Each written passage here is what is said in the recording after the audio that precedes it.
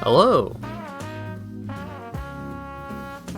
Captioner, I said hello. Thank you. Hi. Today we are going to be finishing up Metroid Fusion. Probably. Well, no. I'm going to be finishing Metroid Fusion. Whether or not I actually get everything is questionable, but I am going to beat the game. As much as it pains me to do so, to complete a Metroidvania without 100% completion. Except for Mega Man ZX. Those could potentially be called Metroidvanias, but I did not want to play any more of those games than I had to.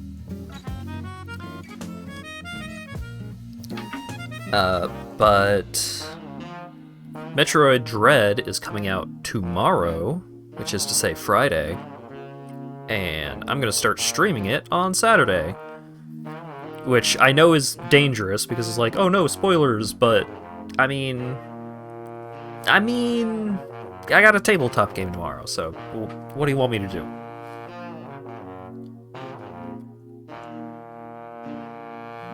Man's got to have a hobby. So, people may notice that I have art on the hold on screen here. Bam! Make it real big. I got some official references for the boy that all of the emotes are of. Which is very exciting. Because this is going to be my first step towards being a complete deviant with my money, which is to say, buying art, or commissioning art, as we say in the biz. So I'm just gonna leave him up there for a while. I don't know. If you want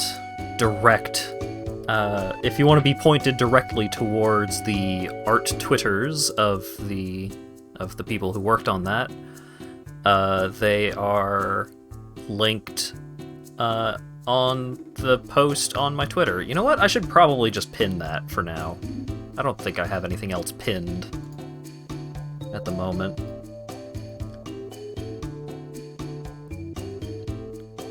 Bam! It's pinned. So now if you want some information, you can just go to my Twitter. He gets to watch the ending of Metroid Fusion. Well, he's not hanging out on, well, the full body. The full boy is not going to be on the actual game screen, which is why I'm kind of just hanging out here for a little longer, just to enjoy the boy. And also so I can drink more tea, because I didn't really get to drinking much of it before the stream.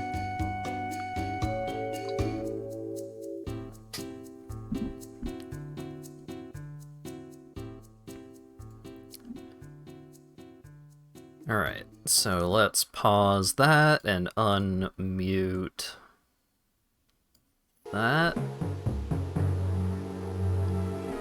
And let's turn down game audio, because I don't know why my totally legitimate Game Boy Advance is so fucking loud.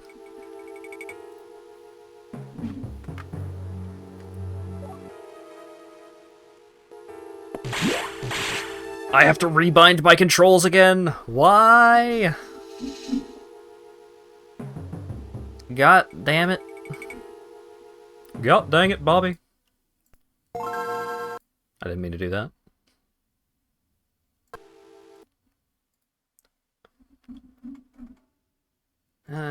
Controls.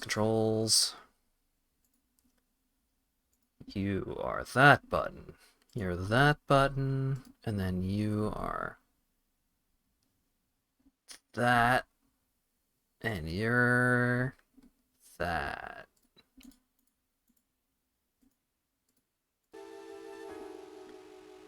Alright, you're allowed to look again. Alright, I also have my window open today because it's been kind of nice out, so I apologize in advance for hype train sounds. No. Oh right, I gotta go fight the box.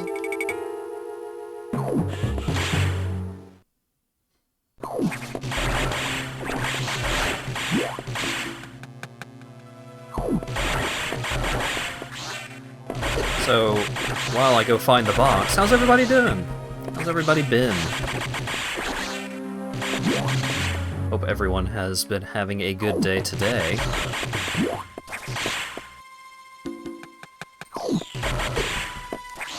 I woke up a little late, which is to say at 5 p.m. for my 7 p.m. stream start time, so I'm not doing great on the whole sleep schedule thing.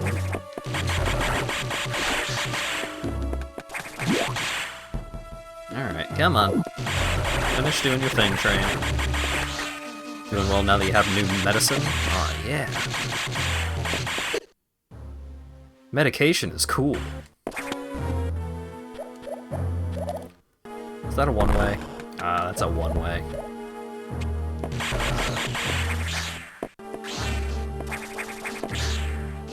So, I have been playing a lot of RuneScape.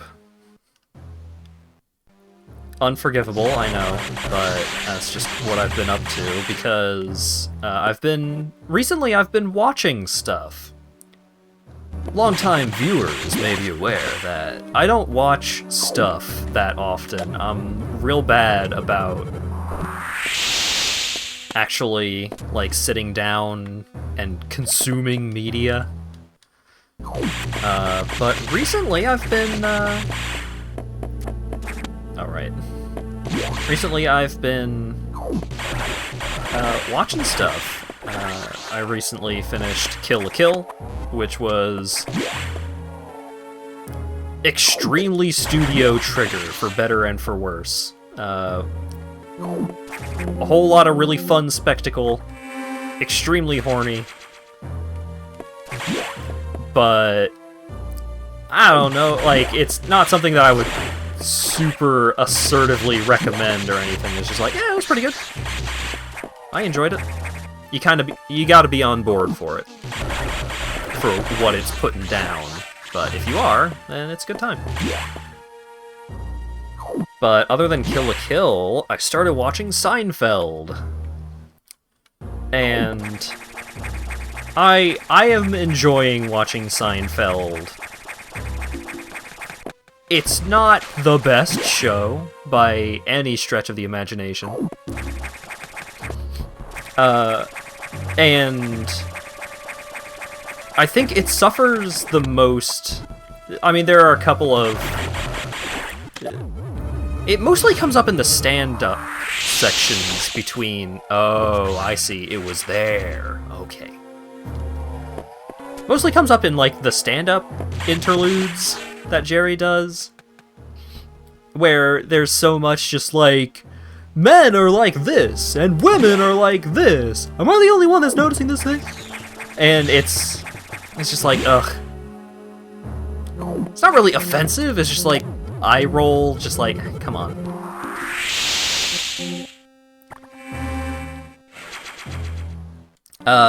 But it's...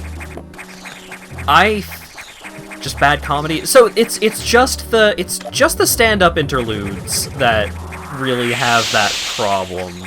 Some of the episodes, some of the content is a little outdated, but it's very clearly, very blatantly, very 90s, for better and for worse.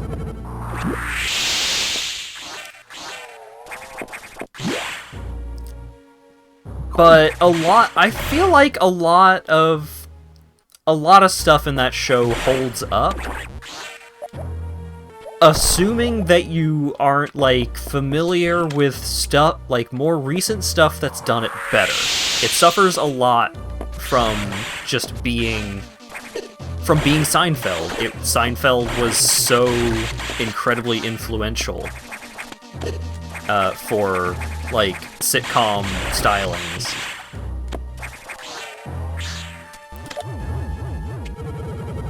And it's... I suppose a lot of it, for me, a lot of the value that I'm getting out of rewatching Seinfeld is nostalgia. Like, Seinfeld is the show that I watched with my mom all the time when I was younger. Because Seinfeld was always on.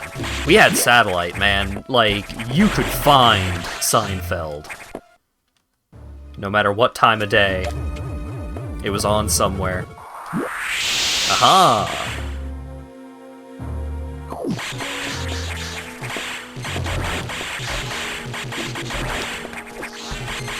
But I feel like a lot of it holds up. Not all of it, but a lot of it.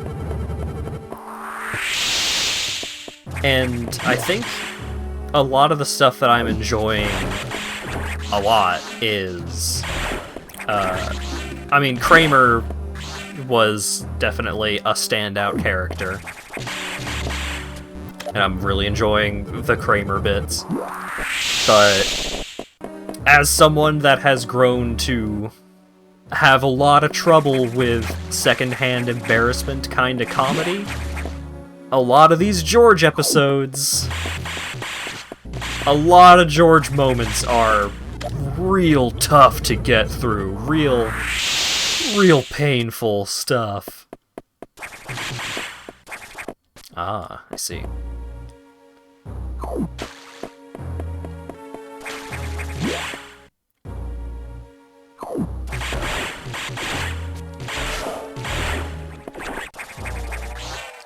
But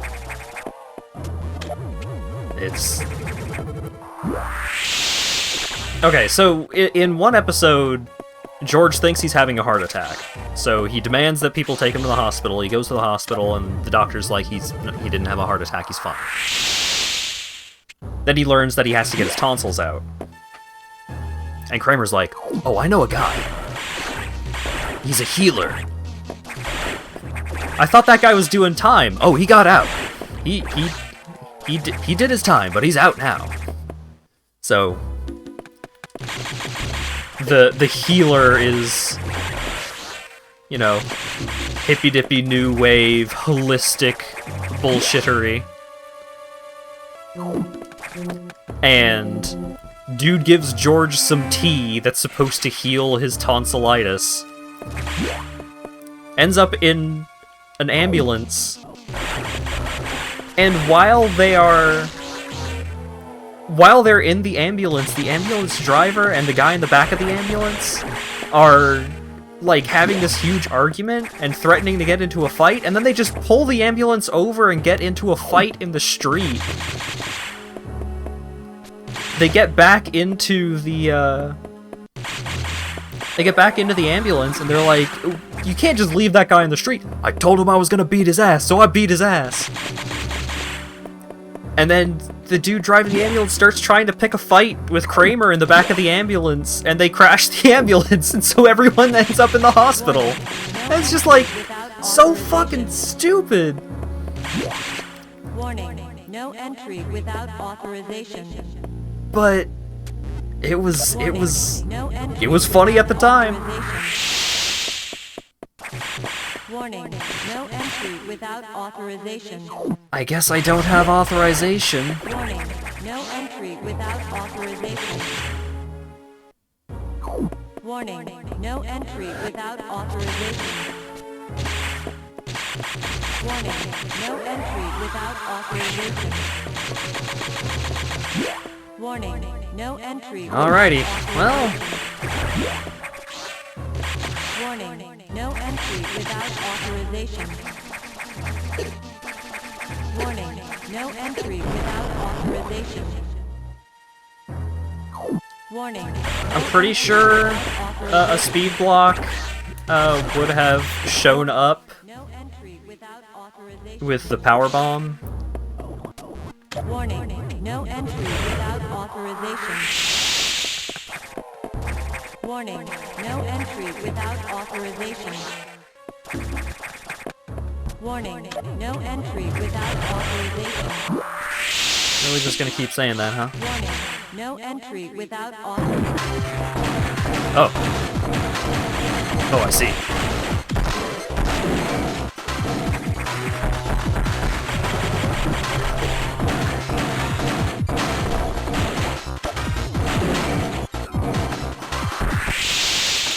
Aha.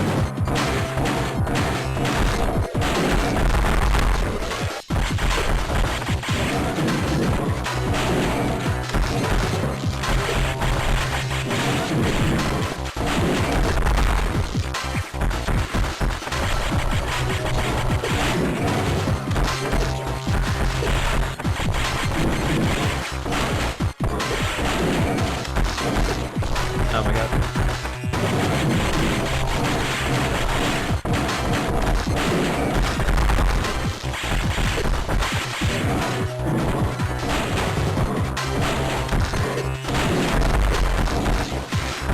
I'm gonna die to the enemy crab.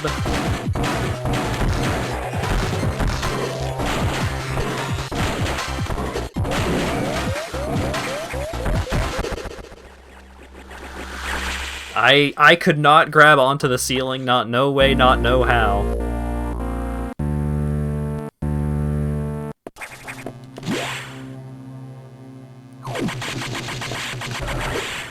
Folded like a cardboard BOX. Ugh. Alright, let me in. Warning. No entry without authorization. Warning. No entry without authorization. Warning. No entry without authorization. Warning. No entry without authorization. Warning. No entry without authorization. Warning. Did you guys know that there's no entry without authorization? Just thought you should know. Warning. No entry without authorization. Warning. No entry without authorization.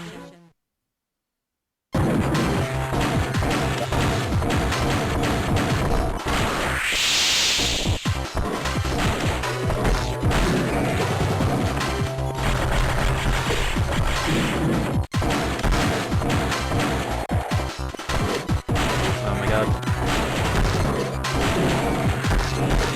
Oh my god, why did none of those missiles hit?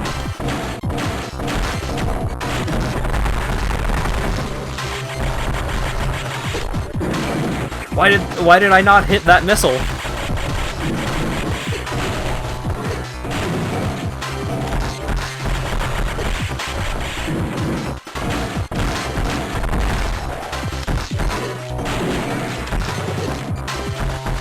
Oh, that sucks.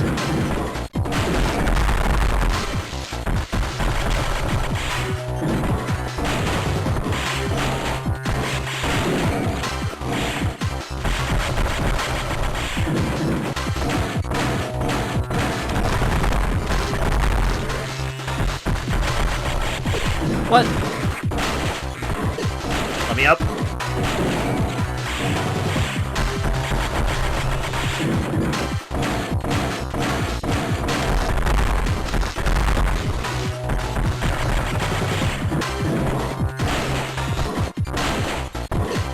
What? You're not allowed to do a triple jump?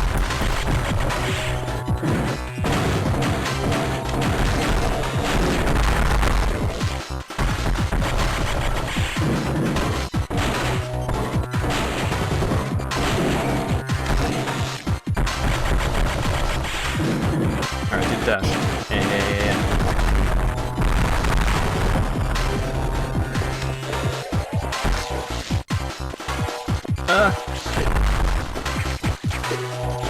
Okay, it's not, the floor isn't electrocuted anymore.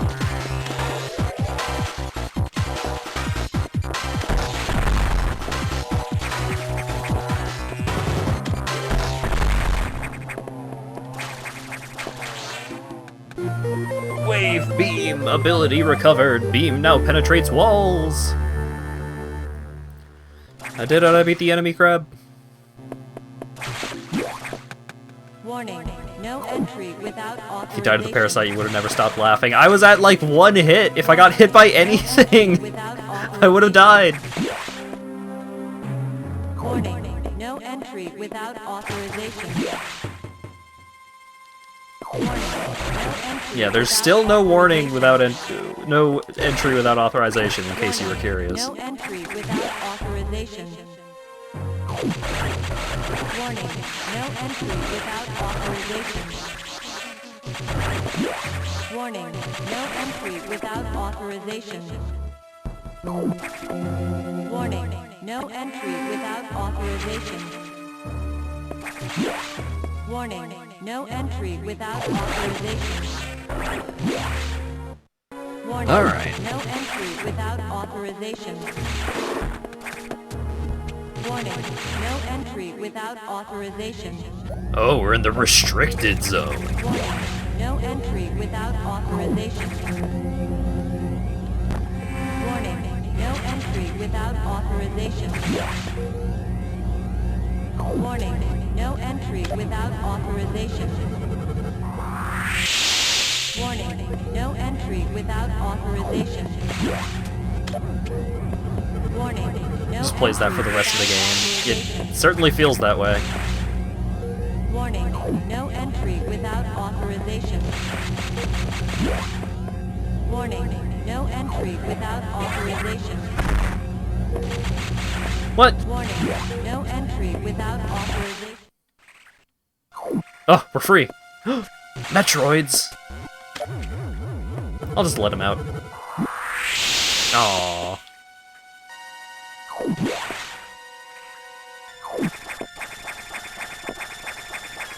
Okay, that is a ceiling.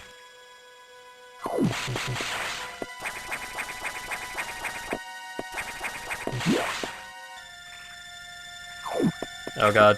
Yeah, sorry. Sorry, look away.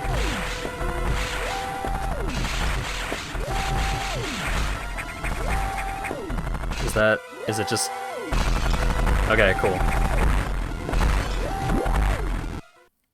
Fire alert. This sector will soon be locked down. Yeah, get him! 60 seconds Uh-oh. to isolation lockdown.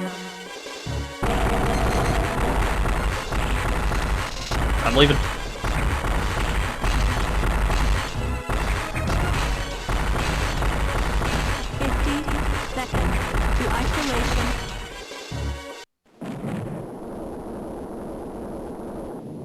Oh, goodbye.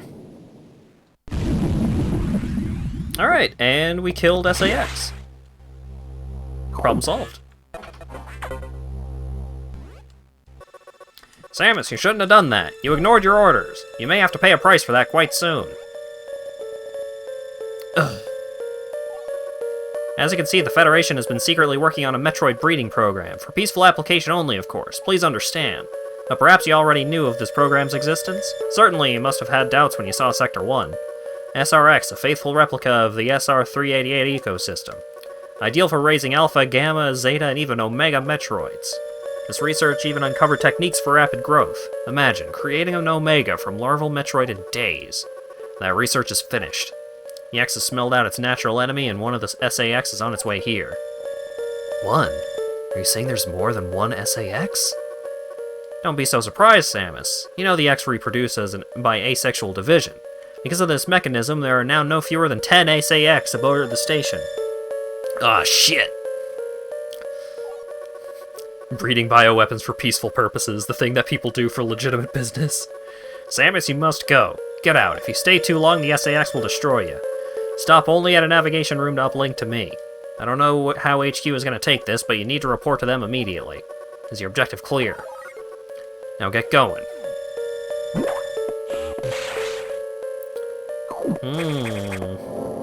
Secret Metroid conspiracy. The real Adam would have said the same thing about that incident, but he would have softened the blow. He was relentless in his criticism, but he always cared. He's not a machine obsessed with duty. No such compassion could exist in that computer. Ooh, Samus is getting real pissed at Adam. Real unimpressed.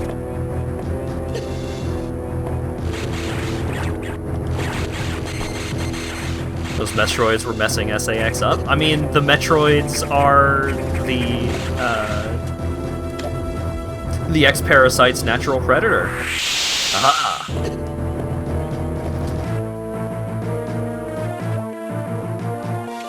The only reason why the X-Parasites hadn't already, like, taken over the universe...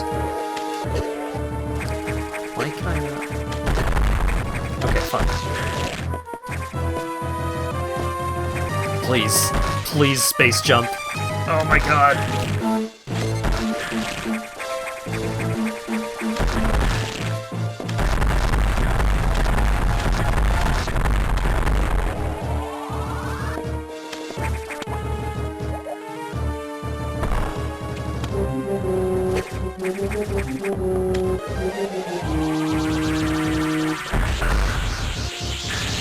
Okay, so the diffusion missile does break blocks like that. Your space jumping leaves much to be desired. The space jump mechanic leaves much to be desired.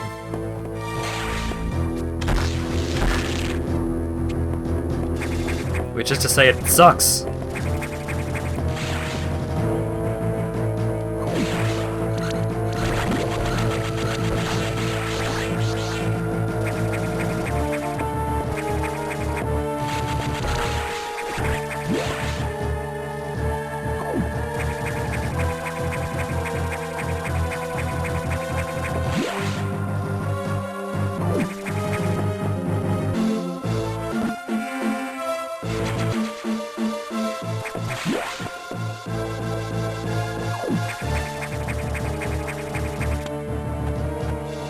Alrighty.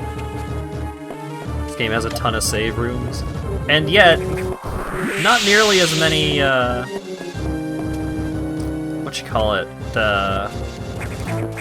recharge rooms as you would like.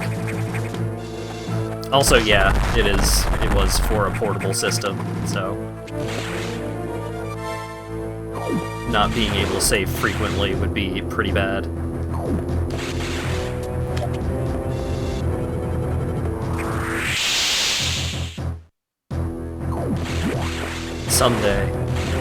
Someday I will get the screw attack.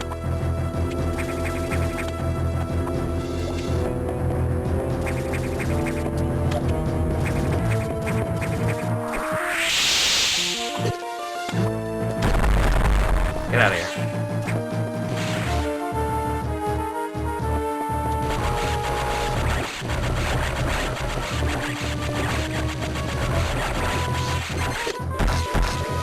What?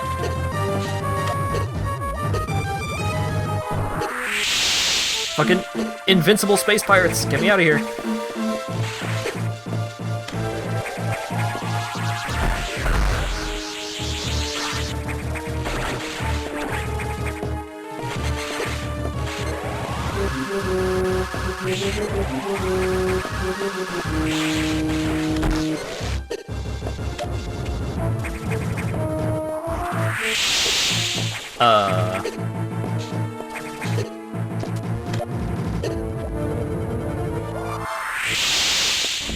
I guess I leave.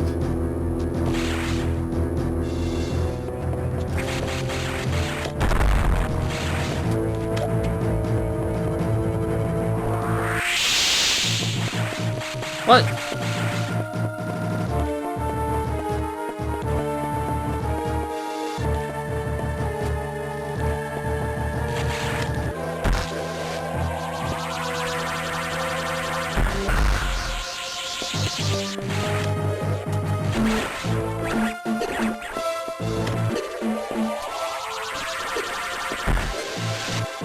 Yeah, it must be screw attack. Yeah, just kill me.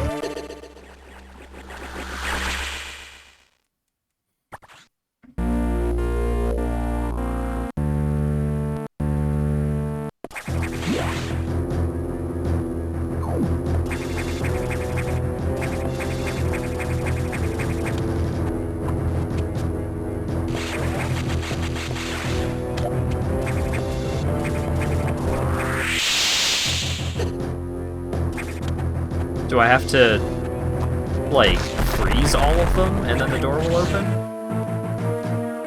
Oh, hang on. Let's go back to that good old save room, because I just got a red refill.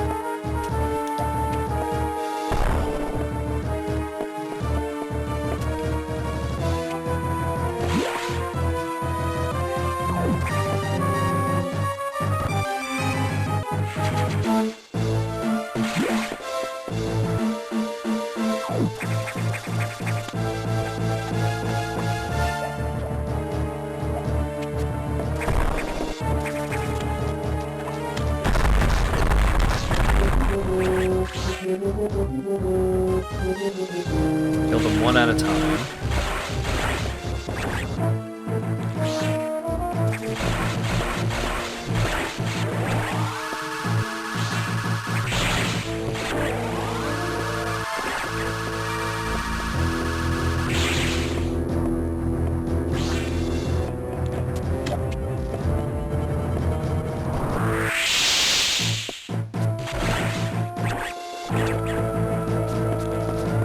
Aha!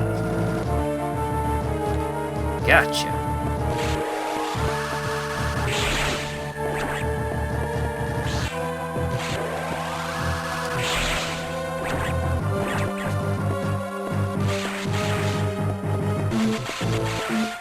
The door still didn't open though.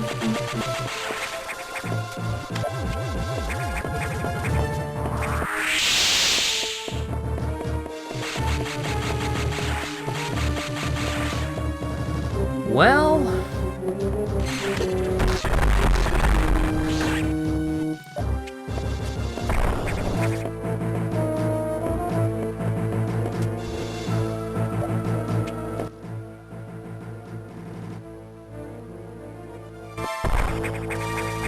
not exactly sure where I'm supposed to go here.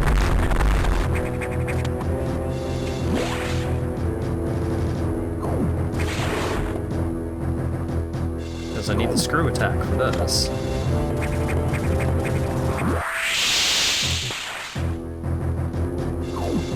Forgot to kill something? I killed all the things that were in the floor.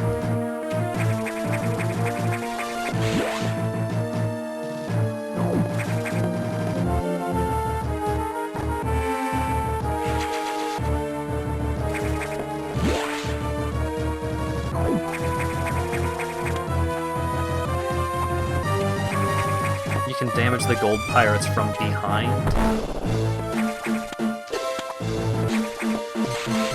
You can only damage them if Samus is facing the same direction as them. So I have to kill them as gold pirates.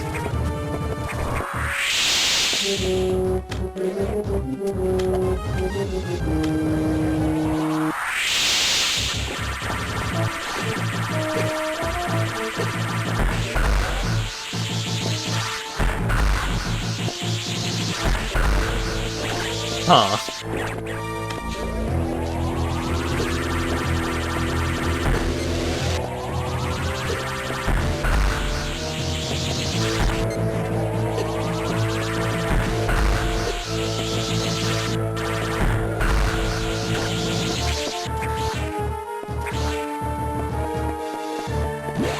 Okay, so you do have to kill a gold pirate in order for this. You're not allowed to fight them the smart way. You have to do it wrong first.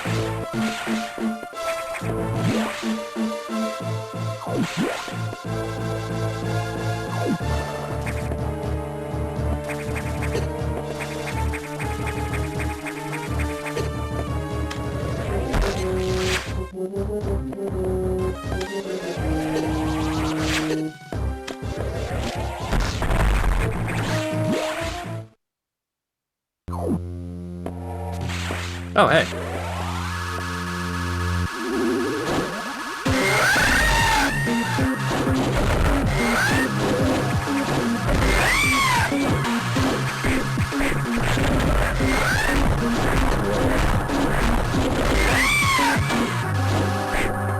Yeah, loud noise indeed.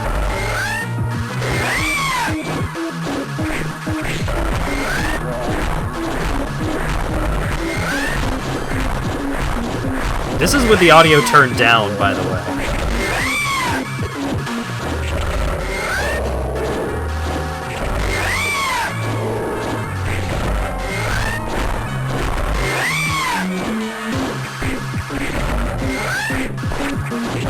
Oh god.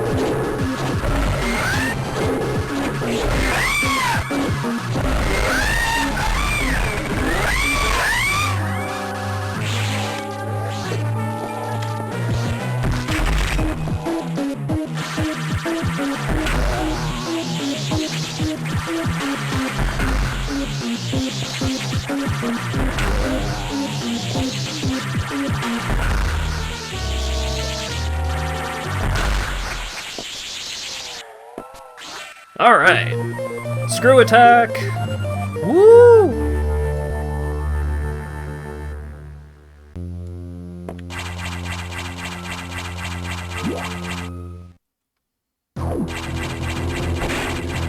Aha!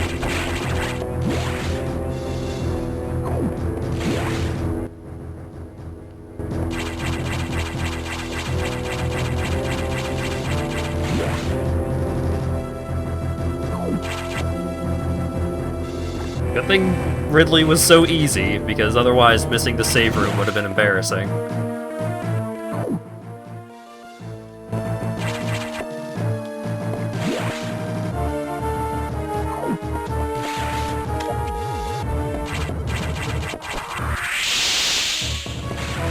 On brand, though, I guess. Ah!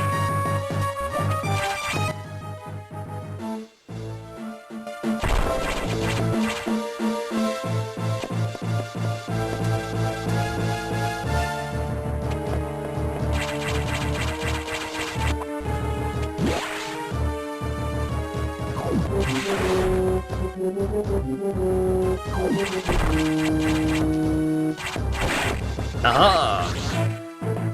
Aww, one energy short.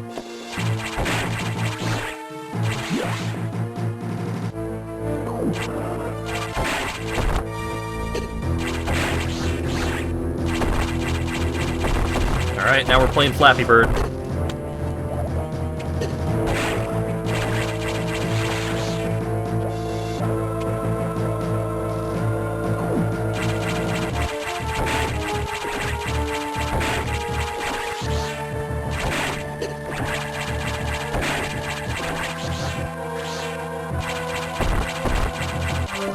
Alright. Are there any rooms that I was, like, missing or something? Screw attack has to be the weirdest skill to explain to the Federation. I mean... most of Samus's abilities are just like...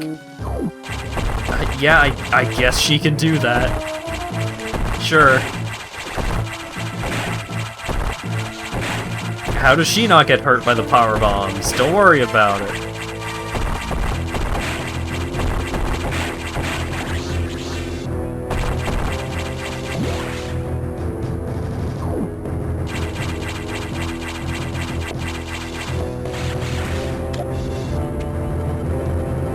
Oh, I can just hang out in the lava now.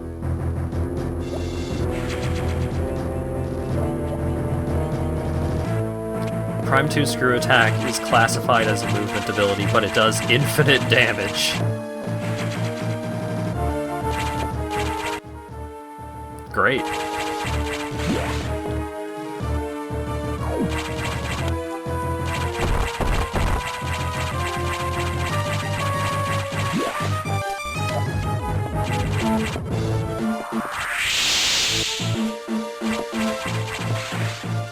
One-shots the final boss or other players if you hack it into multiplayer.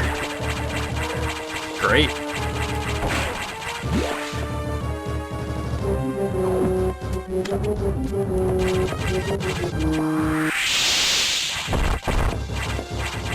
Haha.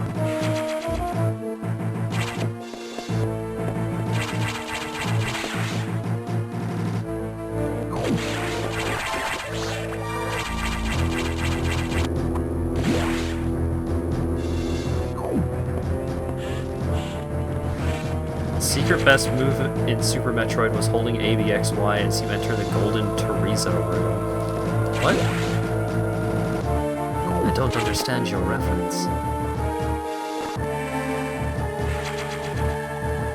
A debug code?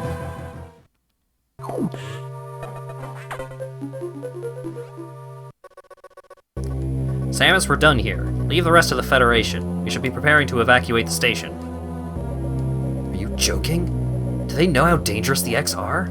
How quickly they reproduce? The Federation has taken on an interest in the X and SAX. They believe this life form has endless potential applications.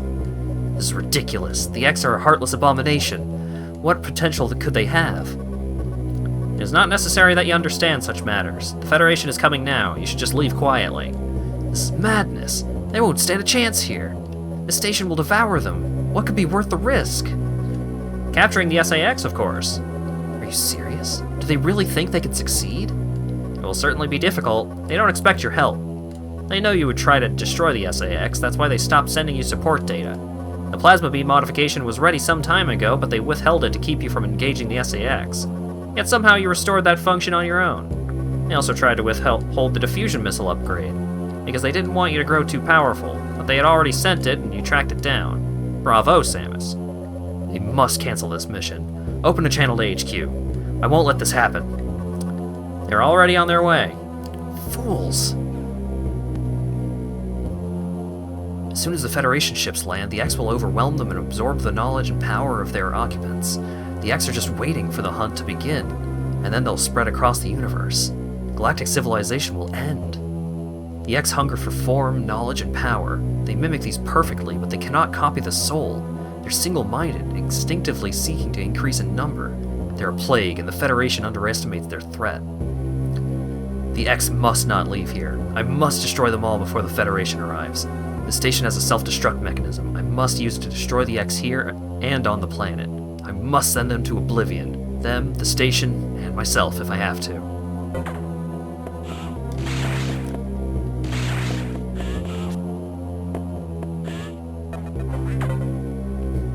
Open the pod bay doors, Hal.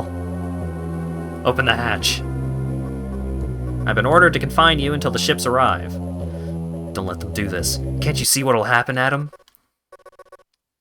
Adam. Who is Adam? A friend of mine. And what would this friend advise you to do now? You would know that the only way to end this is to start the self-destruct cycle. He'd know how important it is. Did this Adam care for you? Would he sit in his safe command room and order you to die? He would understand that some must live and some must die. He knew what it meant. He made that sacrifice once. So he chose life for you, our fair warrior, Samus Aran. Your Adam gave his life so that you might keep yours. For the sake of the universe. How foolish. How dare you? How could you hope to understand, machine? You know that detonating the station in high orbit would not guarantee the complete extinction of the X-parasites, even though the station would be utterly destroyed. You'd only succeed in removing the one obstacle to the galaxy's ruin, yourself. You would ignore this simple fact and choose death. When Adam decided who would live, he chose incorrectly. If you were to alter the station's orbit, then you might be able to include the planet in the vaporization field of the self-destruct detonation. Huh? You'd have to start the propulsion sequence now, before the Federation arrives. Samus, this is your last mission. Go to Operations Room and adjust the station's orbit path to intercept SR-388. Samus's plan never changed the whole time. She knew as soon as she stepped on this space station she was going to explode it. And return to your ship and escape. Move quickly and stay alive. That's an order. Any objections, lady?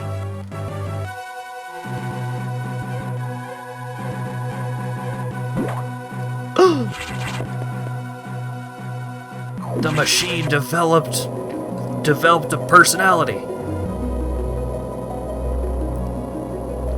Federation tried to make a bioweapon out of the Metroids no less than twice and implied 3 times in Prime 3.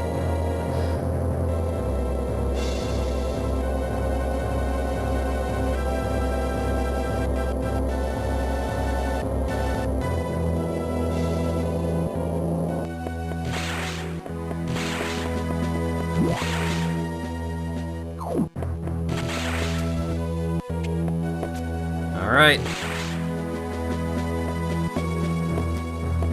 I could go through and collect some more upgrades and such, but I think...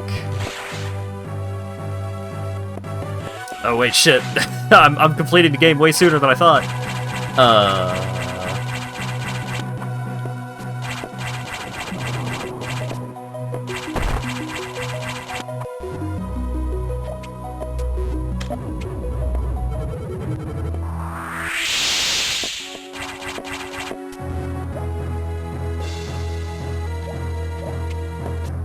What?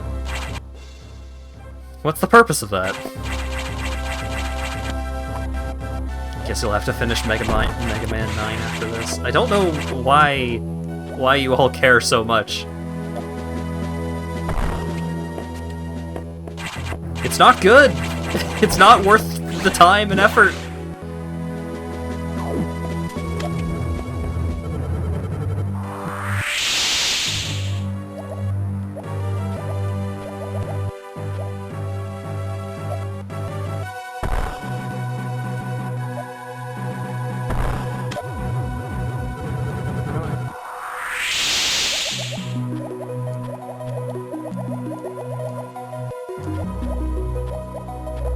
Aha.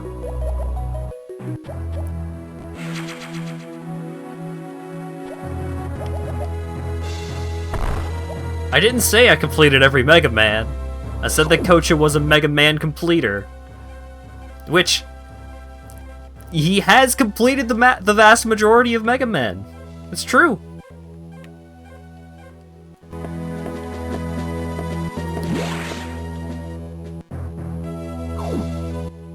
I also think I uninstalled the Mega Man Legacy Collection too, because I never wanted to look at Mega Man 9 again.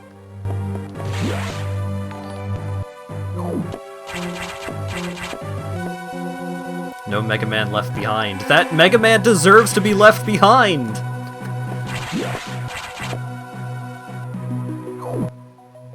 It sucks! It's a bad game! You like Mega Man 9. I mean, I can't hold being wrong against you.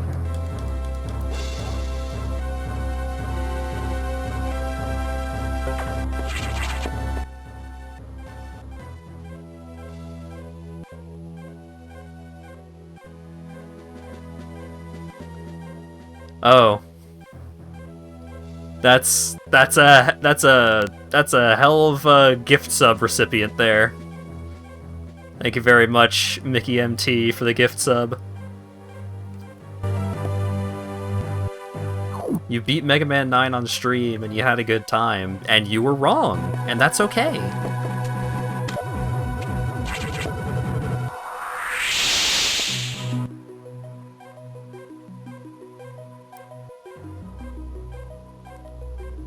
I don't even know what all collectibles I'm missing. I'd have to, like, bring up a map.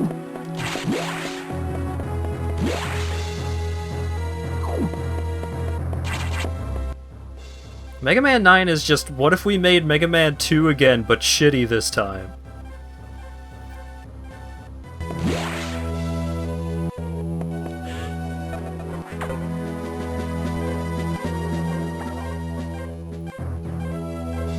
Keep stopping on the navigation station. Where's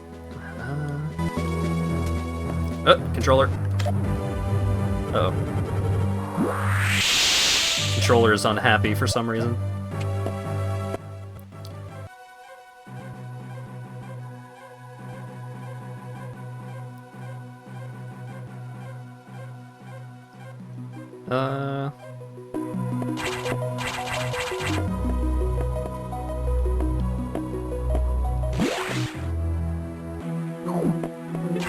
I have all of the abilities, right? Like, if I go do this thing, then that's the end of the game.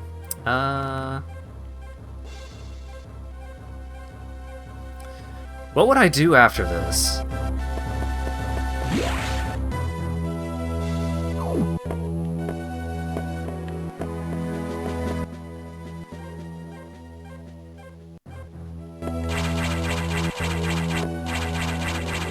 4 hours of power wash. I mean, it would be 3 hours of power wash, but I guess I could run a poll as to what people want to watch after I'm done with Fusion. But also, love how hard all the pre-release material dev interviews for Dread, they've repeatedly gone out of their way to say Adam's role in Dread is nothing like how it was in Other M. Alright, that's good.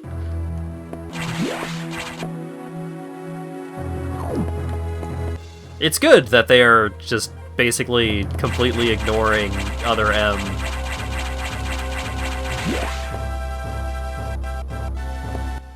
No, here's what they need to do. They need to have a Remember Me reference. And that's it. It's just they make fun of the Remember Me guy, and that's it.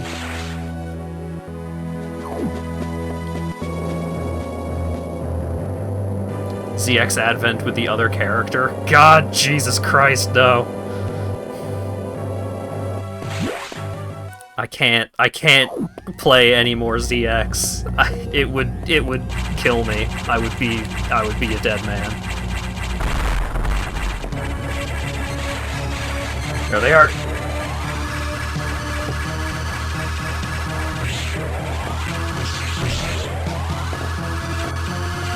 Rival fight.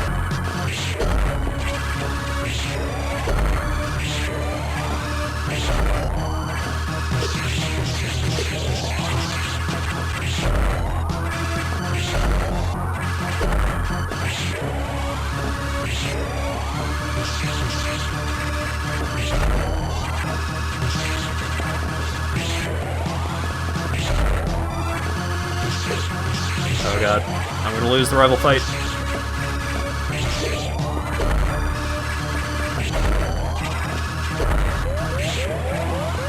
Yeah, just kill me. I fucked up so bad. Spending so much time in the air at the start.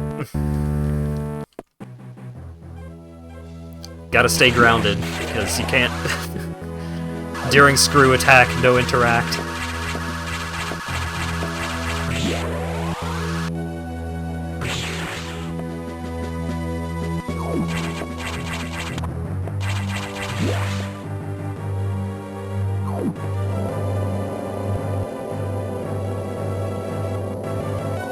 Time to practice rival fights in Zelda 2. I never got past, like, the first temple in Zelda 2.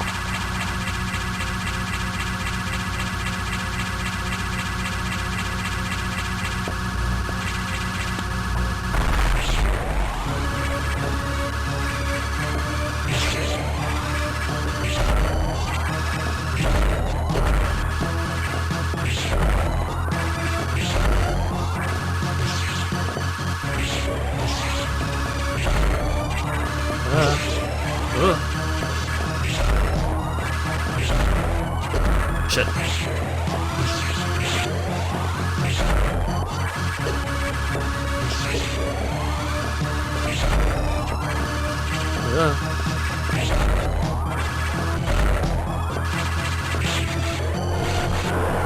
Oh shit.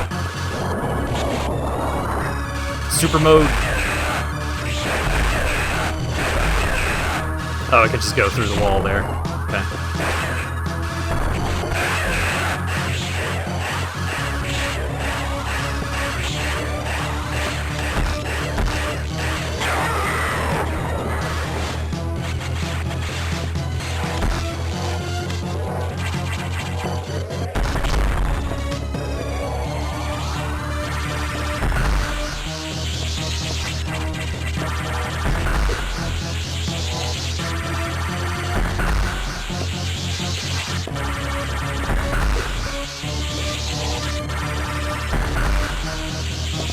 Yeah, give me the ice beam.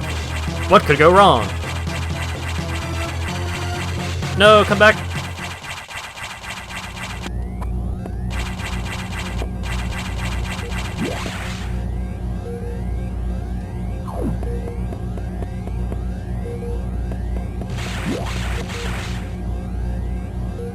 Can't believe they wouldn't let me get the ice beam.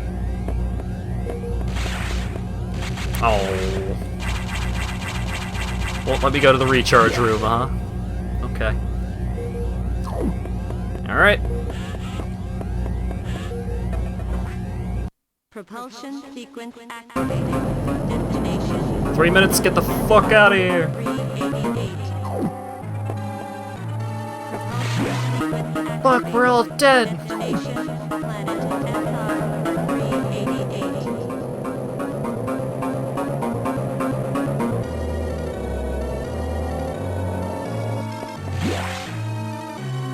My god, did that smell good.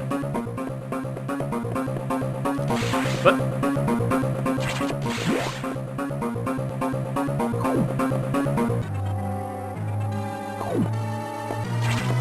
Oh, okay. I can stop in for a refresh. That's nice.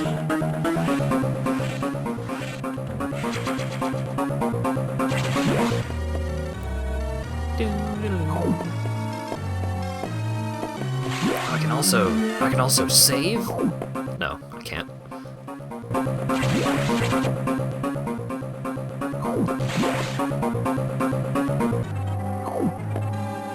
Boy, I sure hope there isn't a monster stopping me from getting onto my ship. That would just be real awkward, wouldn't it?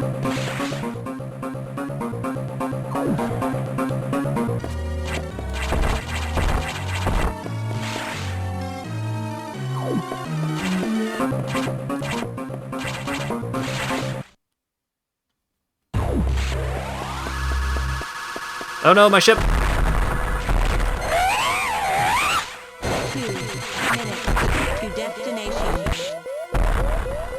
Oh no, I'm hurt!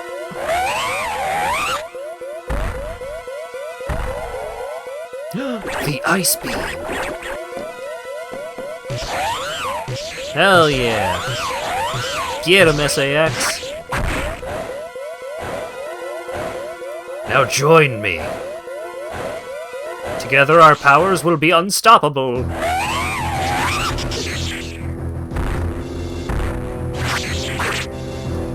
Damn it.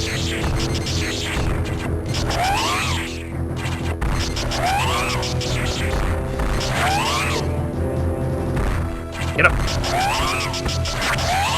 I like how, like, you're still, like, half and half. Like, you're not full, normal Samus Varia suit. You still got a little bit of the fusion look.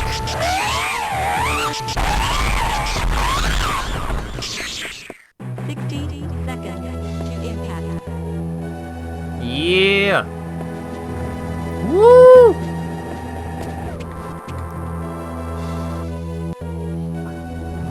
Let's get the fuck out of here! Kaboom!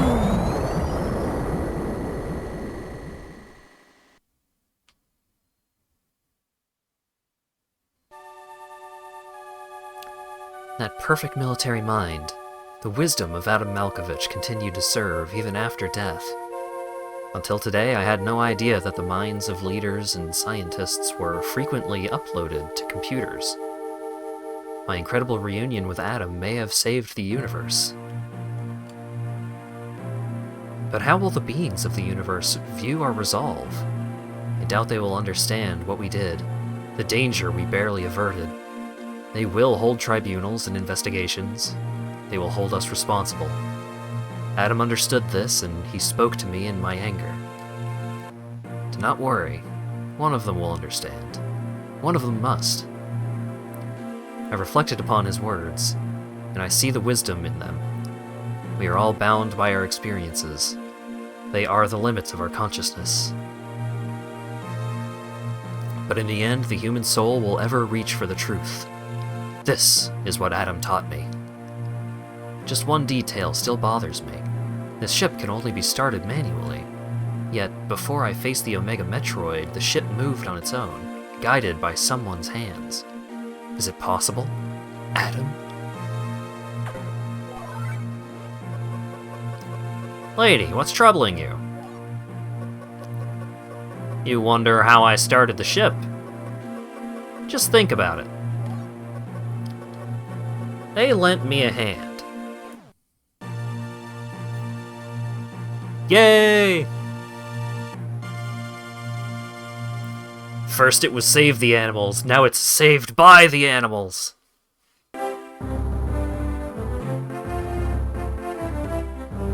Yay, we did it! Metroid fusion complete!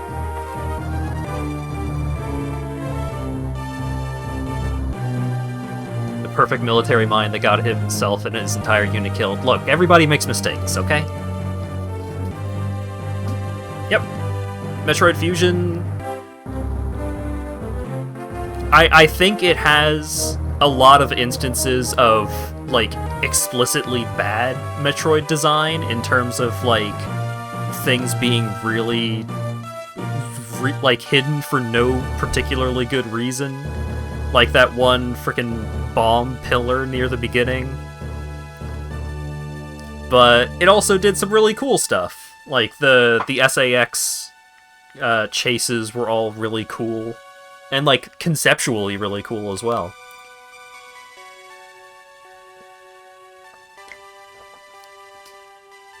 Pretty short, but I don't know. Metroid Fusion's pretty good. Good game, but a bad Metroid game. I suppose that's one way of looking at it. I think I need to go back and play through Super Metroid and Zero Mission again. I don't think I ever beat either of them, but those are also good games. Yeah, very linear for a Metroid game. Which... Aw. Thank you, Iwata.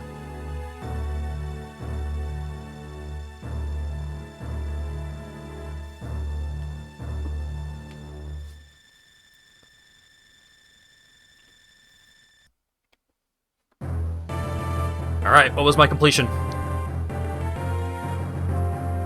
What do we got?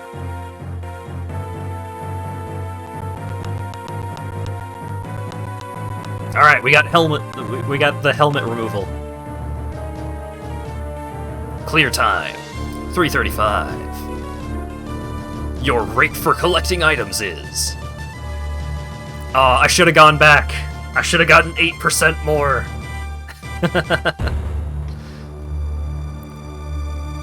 I think that is the lowest collection rate for a Metroid or Metroidvania that I have gotten in a long time.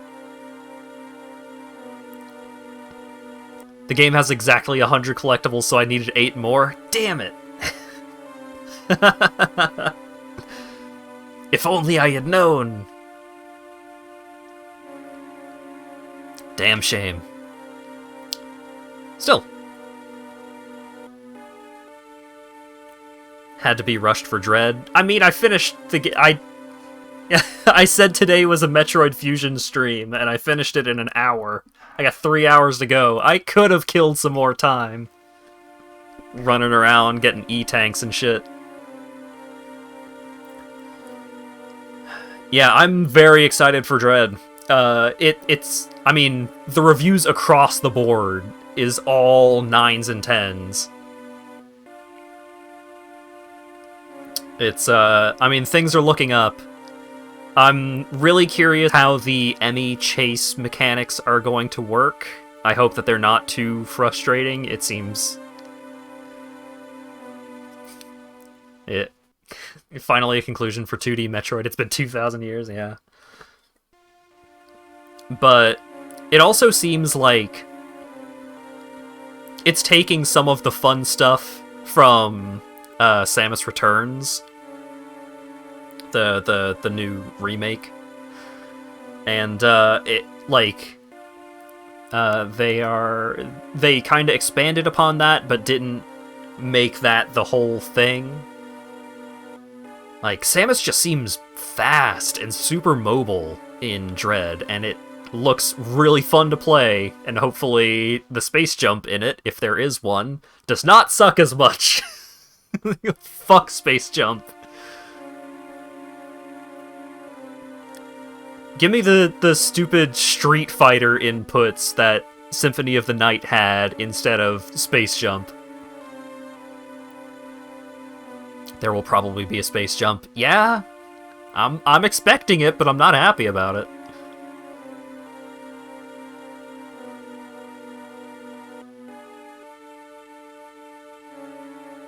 Have you seen the movement in Returnal? I have seen basically nothing about Returnal. I have seen very little about Dread. Like, I just see... As I'm scrolling through Twitter, I will sometimes see a GIF for, like, a moment. And then I won't look at any... I won't keep watching. I have avoided info about Dread. Don't have to deal with original Metroid 2 space jump. Yeah, I'm thankful. Now I can spend more time mindlessly grinding in RS3, head empty, ore box full. Truly. Here, I'll tell you what. Let's switch back to the hold on screen. The stream isn't over. I just mostly want to show off my boy. And to show that the stream isn't over, I'm going to switch to the stream safe playlist instead of the hold on screen music. Yeah, Ape Escape! Thanks for the stream. It's not over! No! Don't leave! Go play Metroid 2 on Game Boy emulation until you realize how bad the space jump is. No! I don't think I will. Straw pulp.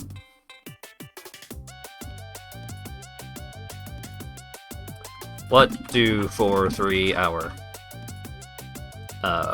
Cities, skylines. PowerWash simulator. I think I'm just gonna go with those two. I could put RuneScape on there, but no. RuneScape is for me.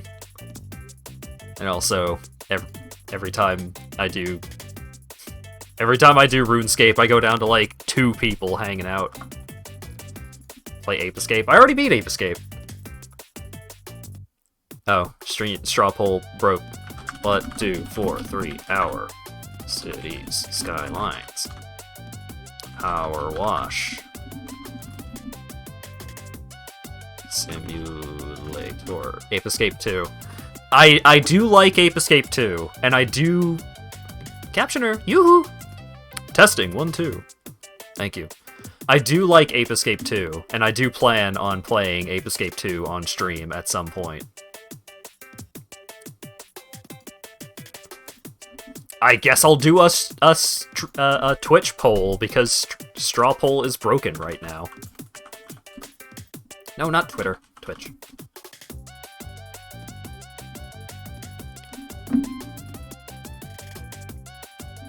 Ape Escape 2 was pretty good. I don't think I liked it quite as much as Ape Escape 1, but it was good.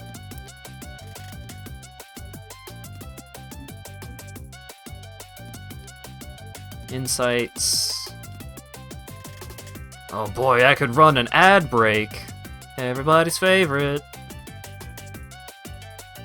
Extensions, streaming tools. I just want a poll. I just want...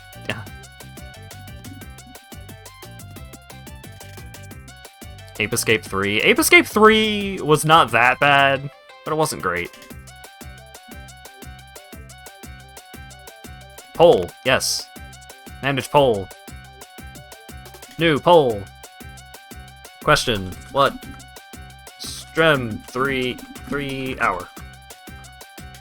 Cities, skylines. PowerWash simulator. Allow additional votes. Oh, people can... you can make it so that people can pay to to change the poll results.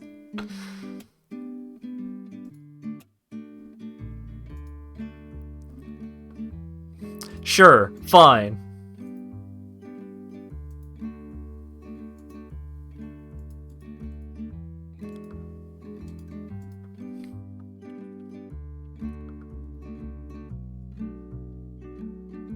Don't use all of your channel points on this poll.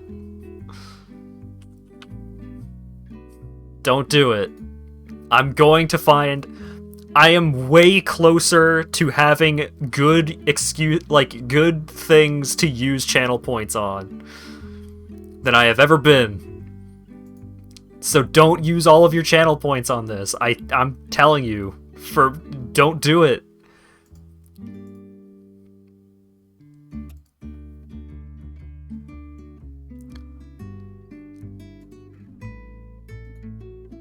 Yeah, save them for the next time we have, like, a competition, or when I actually get the fucking... the leggy boy avatar up and going. I promise there will be better things to spend channel points on than this. I promise.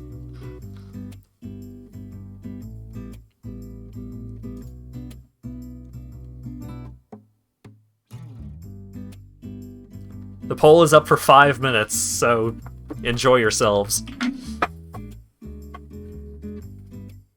Wasted like 80,000 points to lawyer your dog. He is the people's champion, after all. Which is to say, he's not actually the champion.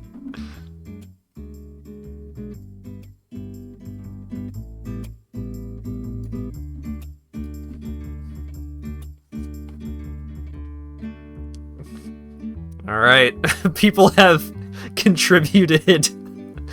People have paid for 55 additional votes so far.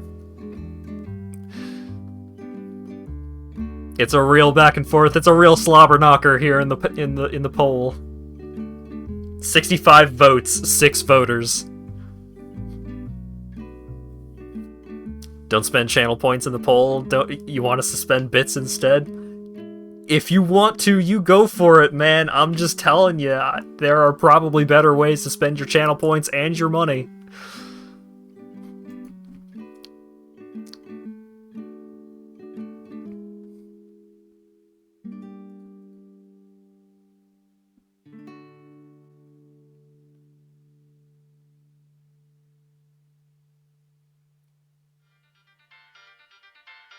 Almost had 69. What?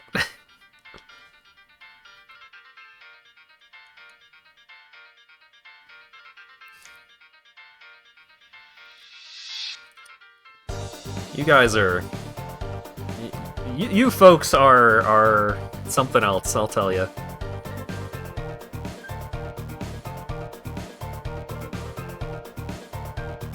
I shouldn't have given you people the opportunity to intentionally create a tie. That was a mistake on my part.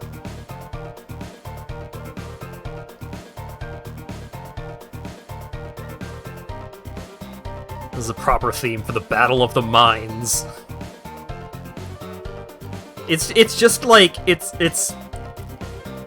completely up to chance now. Nobody gives a shit about either option. It's just they're doing it for the sentiment of intentionally creating a tie.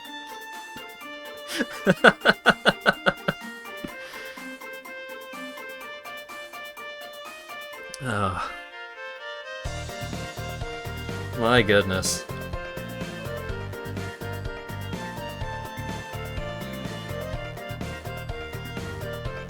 I just realized that I haven't uninstalled Mega Man Legacy Collection 2, and I am causing myself psychic damage.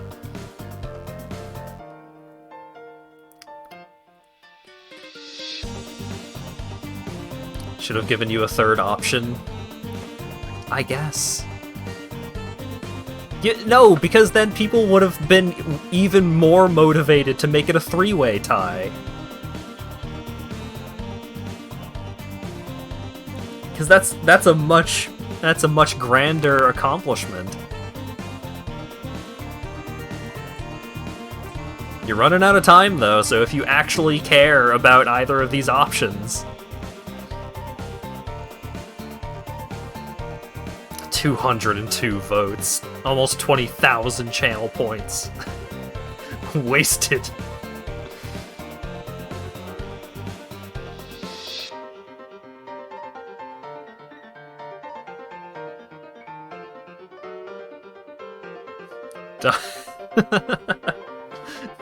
Don't mod abuse.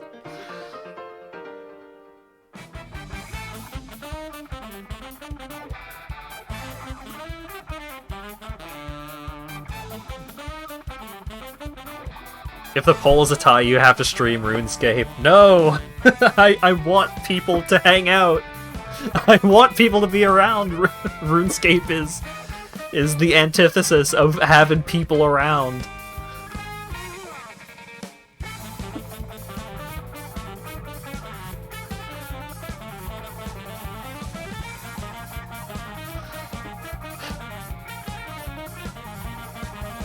Yeah, I'll have 2 people around, and one of them goes to bed at normal human hours.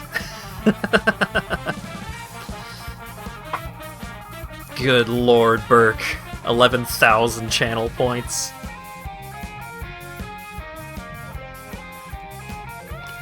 Well... very respectable. You need to set it up so RuneScape votes are more expensive. You can't do that, unfortunately. I was poking at some of the options.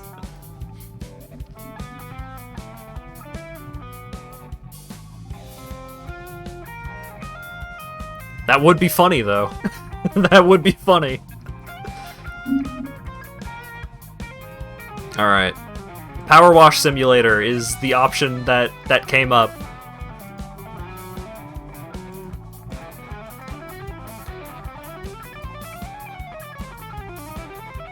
Yeah, PowerWash Simulator had 500 more channel points.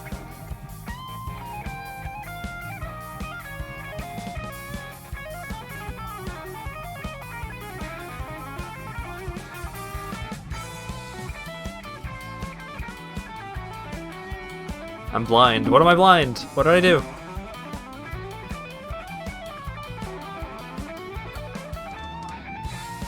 It said that the city skylines won for you.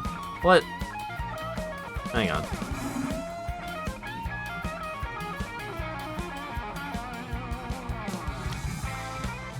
Let me refresh and see.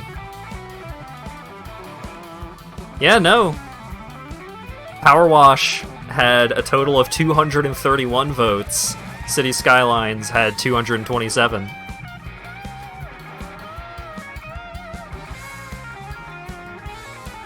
Oh, Porps. Porps was the deciding factor here.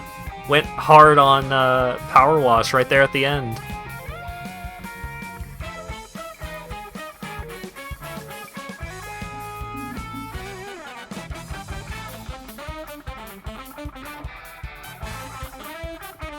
Love hygiene. Yeah, same.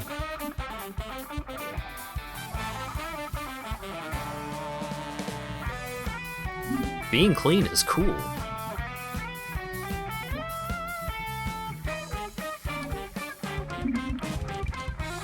Alright, let's get over here.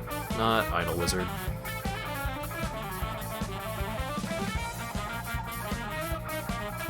Oh, that was the wrong capture thingy.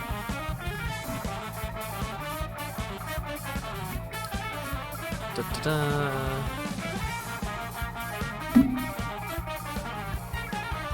Bit to screen. The stream title: The Results of Democracy. PowerWash.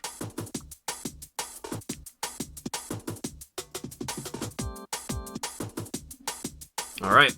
Where were we on career mode? Oh, the carousel! Psst, PowerWasher. I've just joined the traveling carnival pitching up at the recreation ground. You may have seen us. Purchased a beautiful classic carousel, but I'm worried about being outgunned by the owners of the bigger rides. It's pretty filthy. I was gonna clean it myself, but then I thought, what would happen if I gave her a deep clean and really made her pop? Who'd want to slowly slide down a grubby helter-skelter when they could waltz around a pristine carousel, right? Make her ping and we'll both clean up. You'll arrive in a plain van, right? Don't want the competition to get the same idea.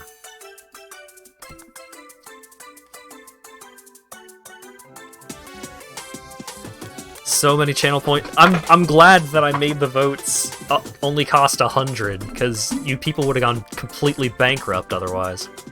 Oh right, this game has skins now.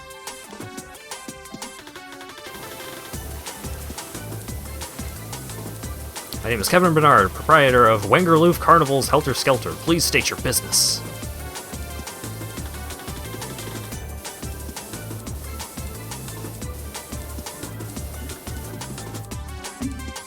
Oh! Oh, that's neat! So you can turn the carousel on and then just... yeah... That's really clever.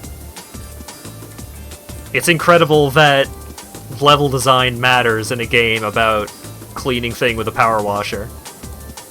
Give you wastes. No! Save! I will give you good wastes at some point, I promise. I have plans.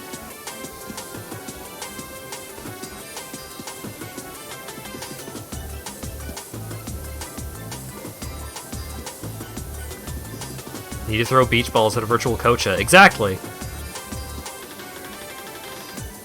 I know the plugin that I need to do that. I just need the Kocha. Which... That's gonna be some indecision and a half trying to find the modeler and trying to find the person to do that. But it's on the to-do. And I say that about a lot of things, but it's for real this time.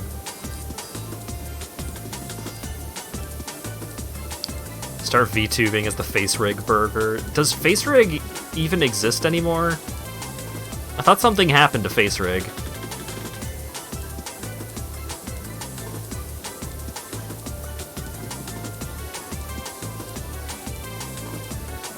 Wow, Burke, wow.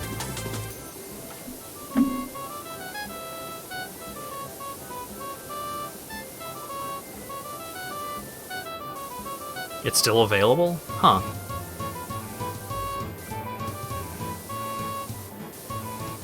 Actually, here. I need to go get my mouse pad, because I think my mouse pad is finally dry. I'll be right back.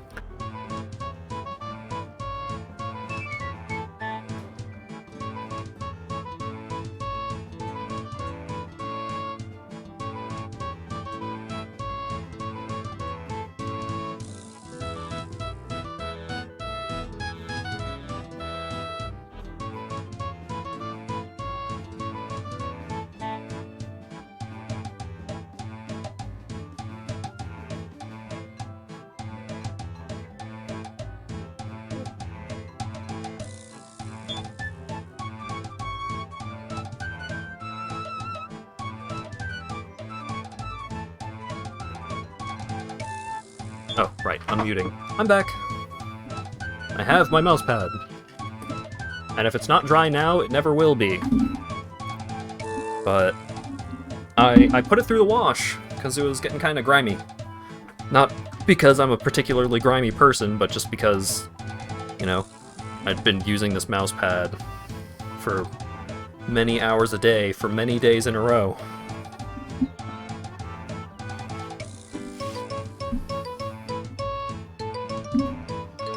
There we go.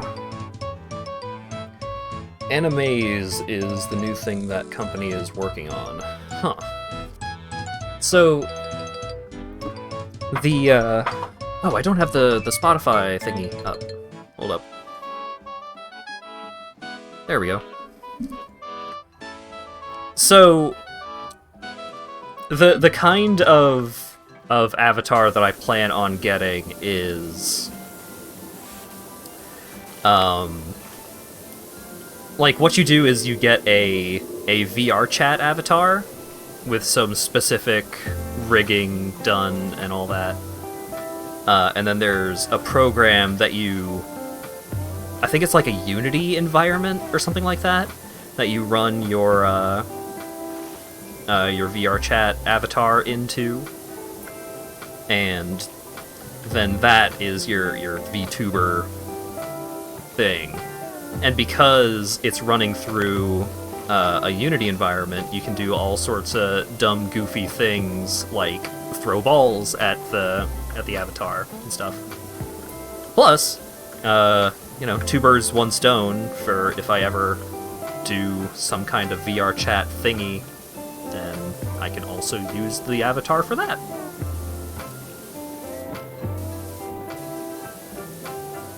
So that's the plan. I need to figure out who I could get to do this and, like, properly do a nice Kocha-looking Kocha.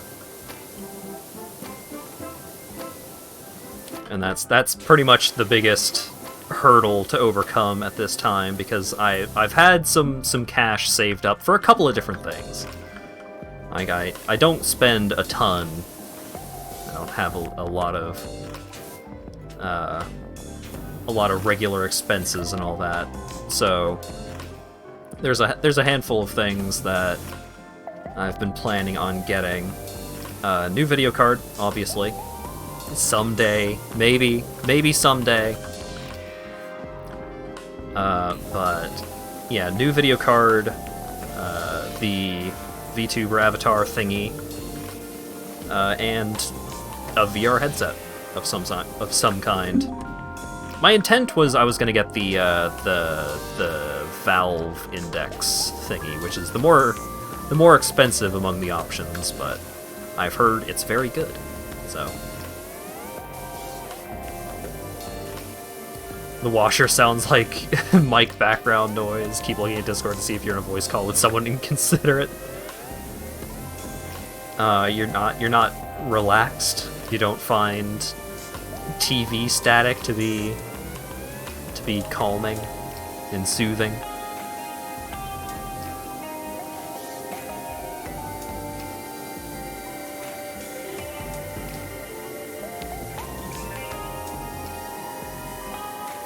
But yeah, I've got the cash for a couple of things. It's mostly just availability, decision making, so on. So if you are aware of someone that you think would do a real good job at making a VR chat VTuber Kocha avatar thingamabob, then direct me towards them. I think Lawyer Dog has already pointed me towards someone for that kind of thing. But I like having options when it comes to that kind of thing, especially because that's, you know, it's going to be pretty representative and going to be. Thank you, Hype Train. It's going to be in use for a while, so I want to make sure that I'm getting the good stuff. I see you've commenced work and that you are a pressure washer.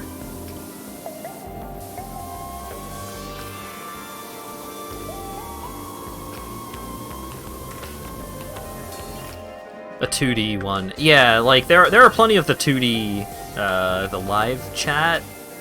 No, that's not right. Surely Stacy doesn't seriously think that cleaning her carousel will make it more good, or whatever. Yeah, not looking for one of the 2D ones, not because I don't think it would be good, but because there's specific functionality that I'm looking for out of the 3D ones. Just paint Vicar Amelia Kocha colors. Oh god. I mean, that could be a decent Halloween costume for him, I suppose.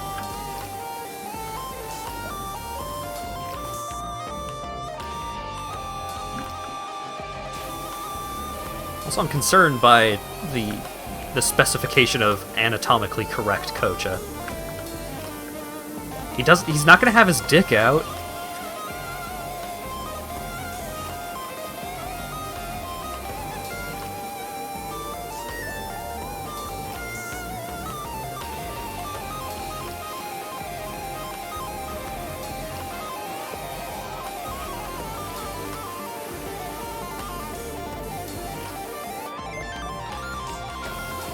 Seeing Krayrazm reminds me, is Kocha Sleep one of the emotes that I currently have up on the channel? I can't recall.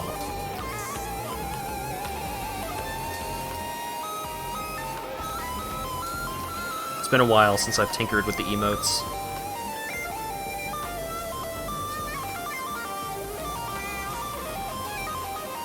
He's not. Oh, that's a shame.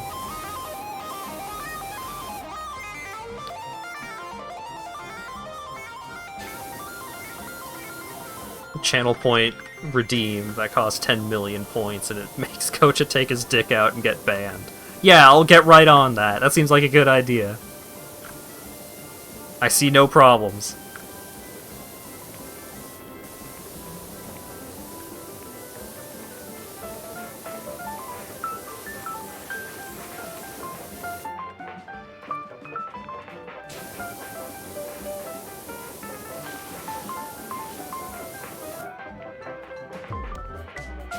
$10 million? Oh yeah, now we're talking.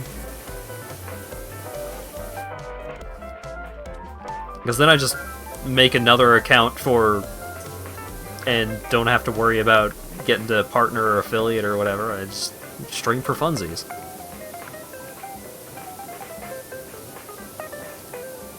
And then I get way more successful than I ever was, because it's like, are you the guy that took $10 million to get banned on Twitch? Yeah. It was great. I loved it.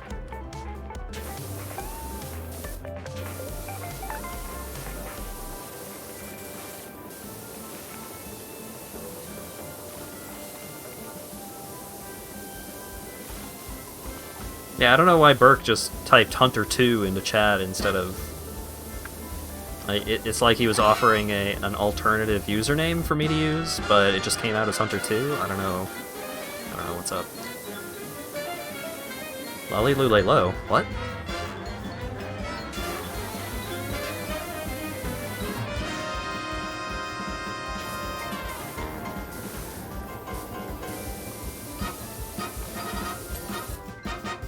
All cleaned. Ah, yeah.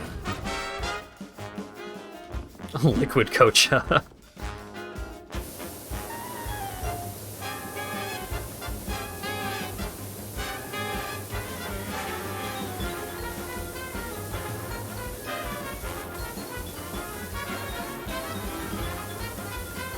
Try new Liquid Kocha. Same great taste. Don't eat Kocha, actually. I shouldn't have said that. I keep forgetting I have furries in my chat.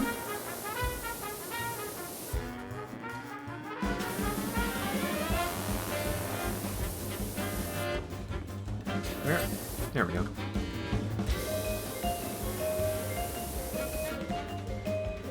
Virtuous mission. Knife gun. Knife gun.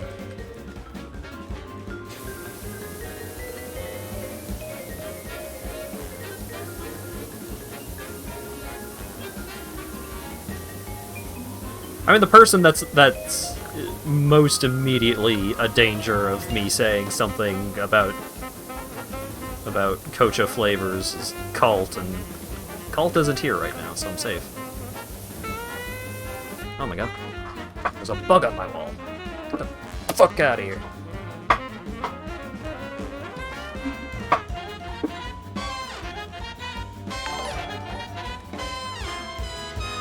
I joined and the subs were stuck on. Where are you furries coming from in my chat? That checks.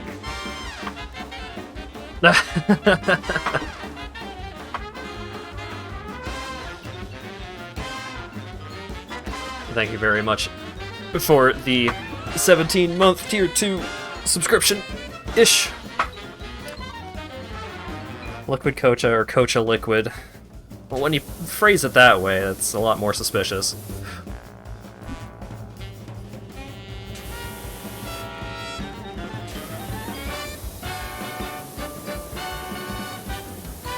So many of these Cuphead songs are now, like, completely devoid of connection to Cuphead. Now they are just Yumfa songs. Like, oh yeah, that song is the song that they used at the end of one of the challenge run videos. Probably the end of one of the Dark Souls 2 challenge runs. I've watched those videos a lot. They're really good. A couple of off-color jokes that I don't approve of, but good content otherwise.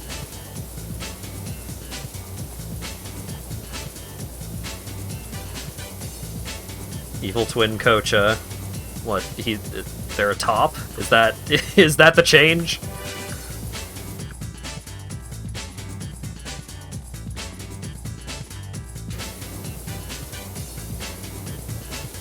Spending tonight's stream blowing poles clean. Well, I beat Metroid Fusion way faster than I anticipated, so we're kind of just hanging out for a while.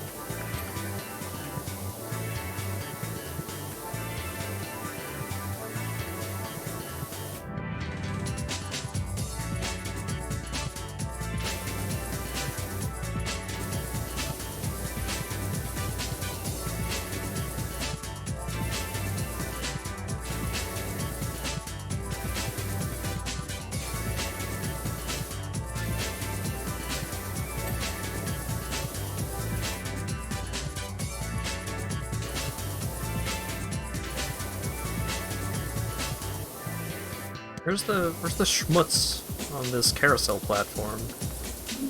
Like a couple of little dots here and there. There it is. There we go.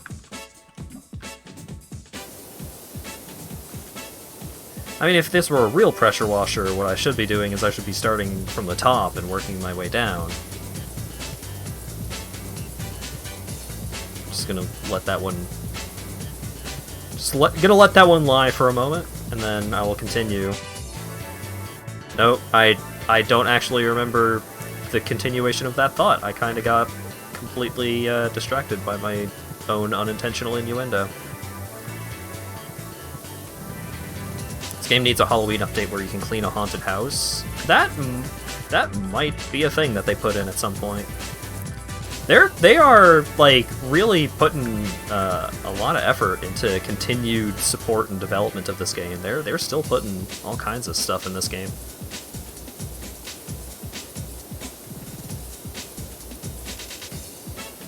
If this were a real pressure washer, you'd have stripped all the paint off the damage and damaged all the horses beyond repair. Yeah, but don't worry about it. Don't worry about it. It's a magic pressure washer. We're here for clean, not realism. Oh yeah, there is a supposedly haunted house as one of the earlier campaign missions, but it wasn't actually haunted. They were just like, oh, there's occult symbols on the sides of the house, and then at some point you get a message like, oh, they weren't occult symbols, they were indicators for plumbing work that had to be done.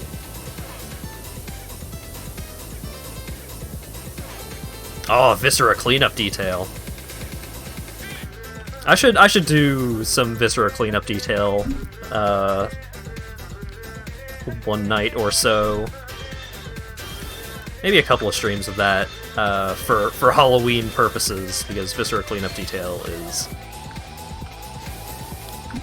I feel like it's a little disingenuous to call it fun, but I enjoy it. Yeah, it's also just really fun to goof around with, just have a couple of folks join in. It's like, just gonna carry this arm right past you. Oh, I knocked over your bucket. What the? No, my bucket!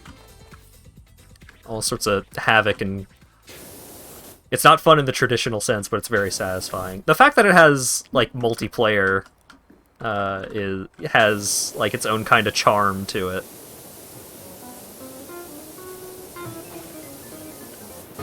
I don't remember if they intend on adding multiplayer to PowerWash Simulator or not.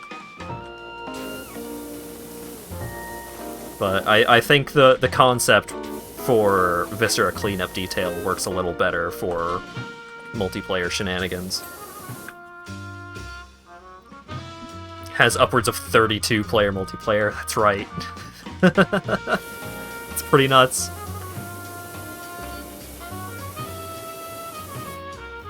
There's a side mission where you clean up an old car from the house, but they just say, there's a ghost here too, but she's nice. I think I did that one. I think I remember that one. There's some lore. There's some PowerWash Simulator lore going on. Little writing bits that come up during missions and after missions are fun.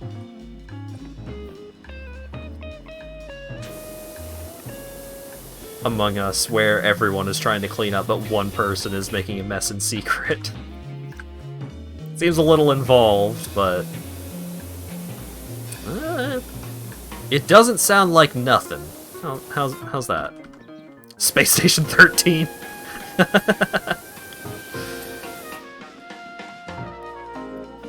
I've never played Space Station 13. I have trouble with, like, really open form kind of roleplay stuff like that. I'm in several tabletop games, but when it's that open, where it's just like, here's your character, you play your character. Or here's your role, you play your role. What am I doing? Just do your job. It's a little too freeform for me. But it is one of those games that have some real great stories to tell.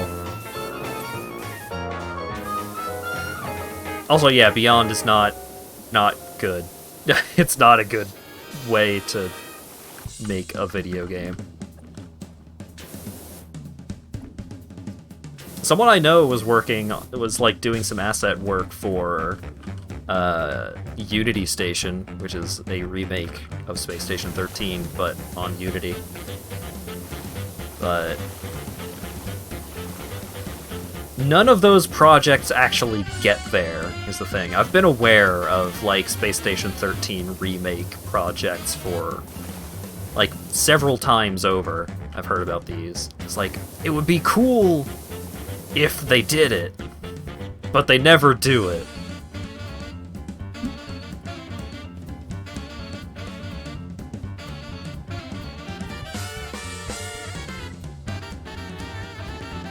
Yeah, like, it just never comes to fruition. Just gotta clean this horse rod. Alright. Yeah, just phrase it like that. What could go wrong? There's definitely no people with dirty minds on the internet.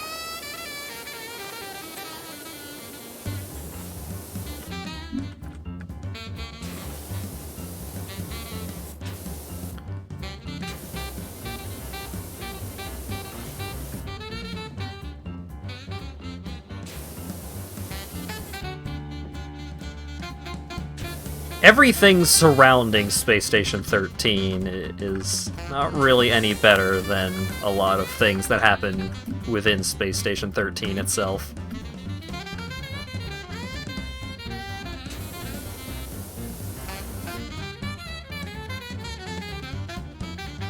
Trying to rebuild it from the ground up is untying a Gordian knot. It's like doing a fucking Dwarf Fortress remake.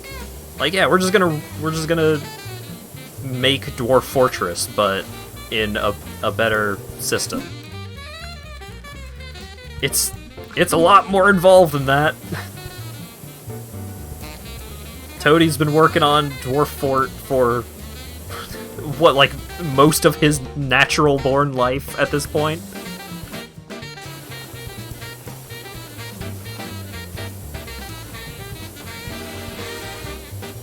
Yeah, originally Space Station 13 was an atmospheric sim with a bunch of, like, really over-the-top, convoluted math and shit.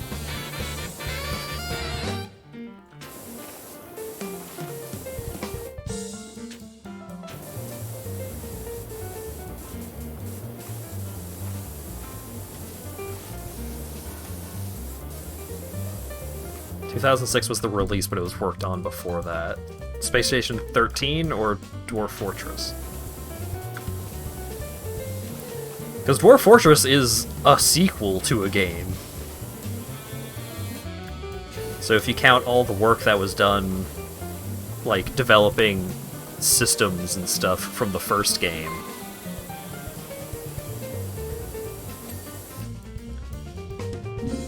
It was, what, Slaves of Armok?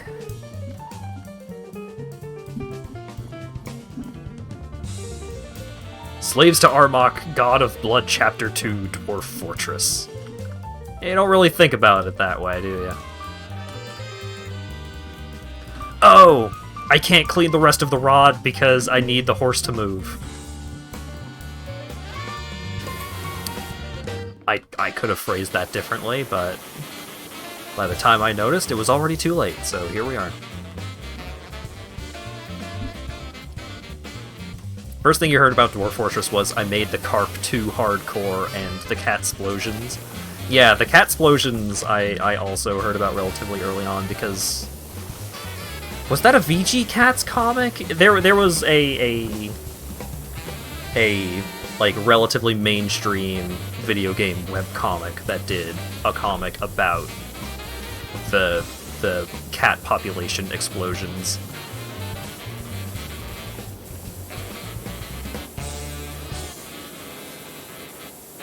And Dwarf Fortress, like, I think in an interview, Toady had said, the people that play Dwarf Fortress are the beta testers. They are the QA team. The actual players of Dwarf Fortress are the people who read stories about Dwarf Fortress on the internet.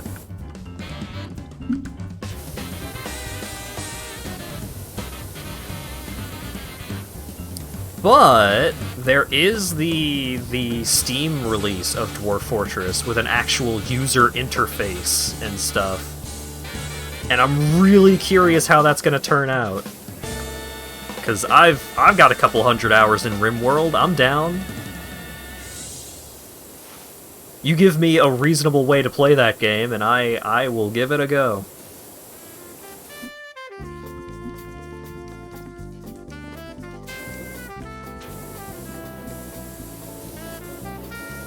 Mermaid bone farming and dwarf skin auto-harvesting. Yeah, that sounds like Dwarf Fortress.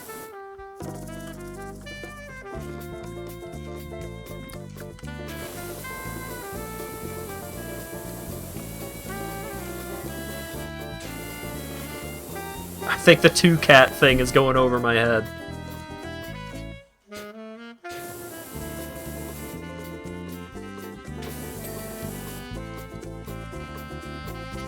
Yeah, there's the Lazy Noob pack.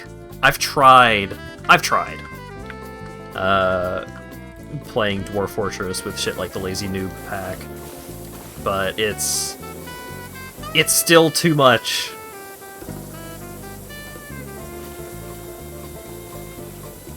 I am baby man who can't handle a real man's user interface.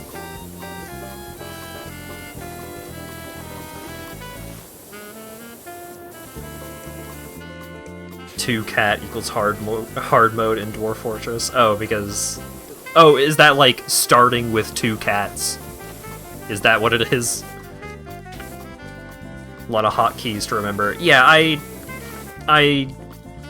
History was always my worst class in school because I was not good at memorizing shit. You're telling me in order to play this game properly, I gotta memorize a bunch of shit? I'm not gonna study for my Dwarf Fortress exam, I'm sorry.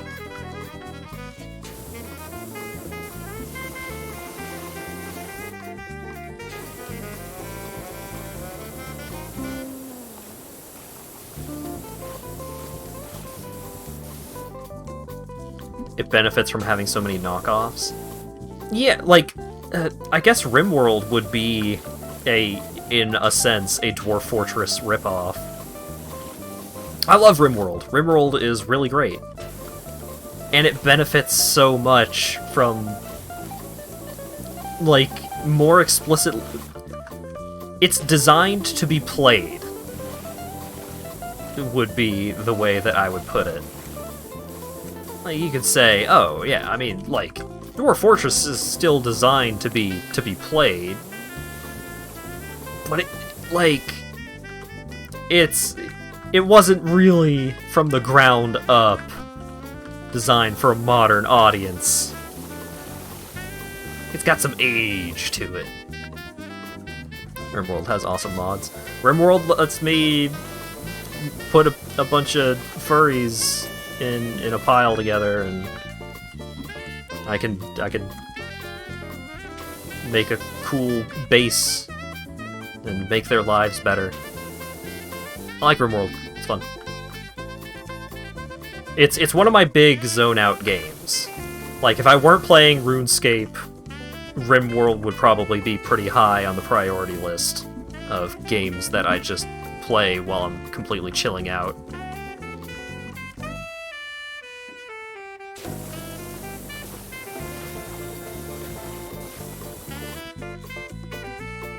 Think you'll like RimWorld for real with the DLC, but you don't have it. Yeah, the DLC is a little pricey.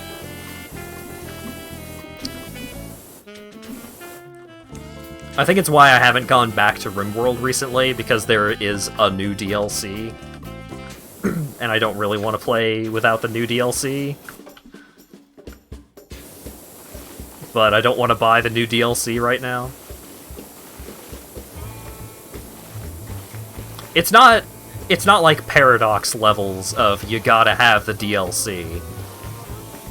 Where it's like, oh, half of the game is now confined behind DLC exclusivity.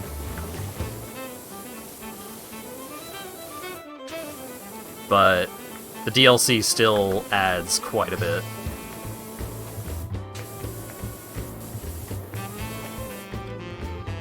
RimWorld streams, time to make chat colonists.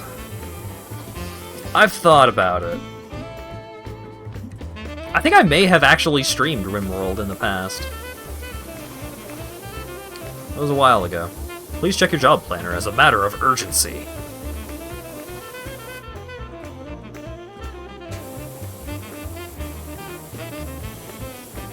Yes, my helter-skelter is filthy.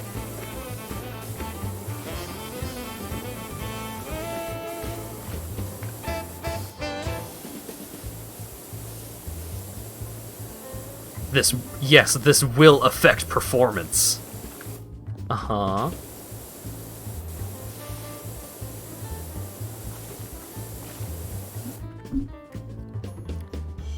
Yes, the slide itself is beset by sticking spots, which will take considerable arm strength and willpower to get past.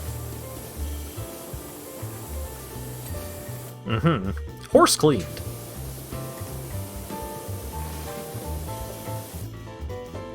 Furry power armor helmets. Oh boy. Yeah, I think I would want to like find a big old pile of mods to put in if I were to do a RimWorld stream.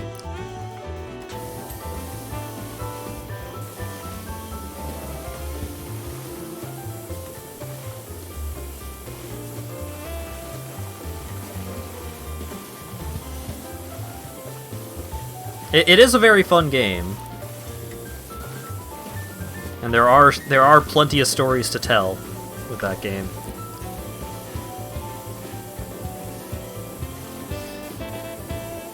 I do tend to play on easier difficulties with like decent colonists and all that. Like I don't start out with a bunch of jobbers.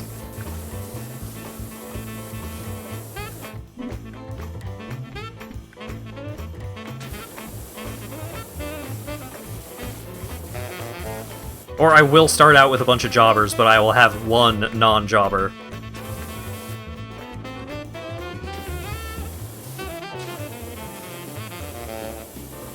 Yeah, like you can really just have your entire colony ruined in a heartbeat just because like, oh well, a raid happened while you're also in the middle of like a solar flare that turned off all of your electronics, so none of your turrets work.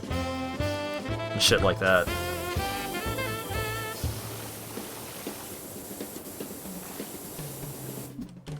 Toxic Fallout. Yeah, Toxic Fallout is so bad!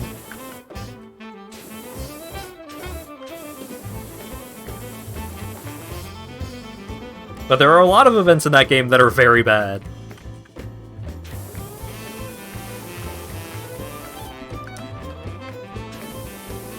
Like, oh, man-eater beavers. Oh, they're beavers. How bad could they be? Individually, they're not bad, but there's 50 of them.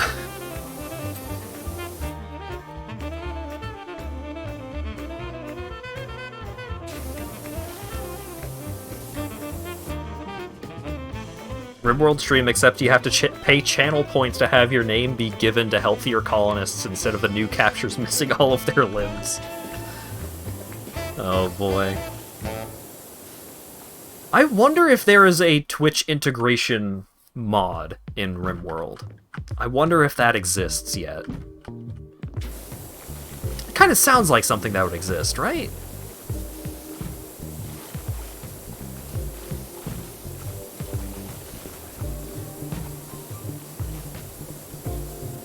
And people being able to, like, pay points or bits or whatever to make certain events happen.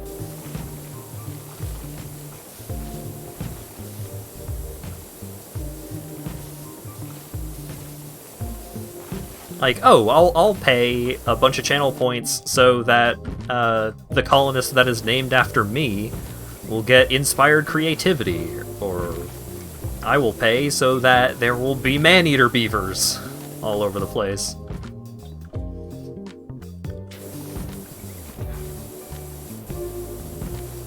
I think the problem with trying to make that as a mod is Twitch integration tends to be, like, kind of finicky, so I don't know if you could have something like that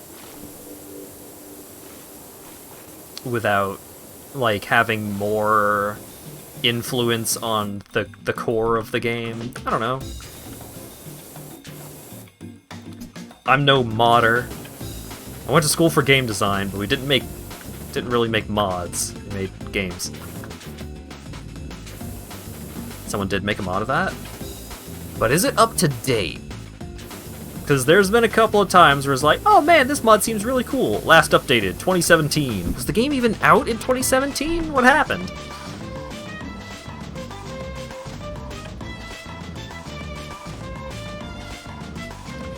August 20th. Huh. Version 1.1 is supported. Alright. Yeah, maybe I'll tinker with that a little bit. Because I do like RimWorld.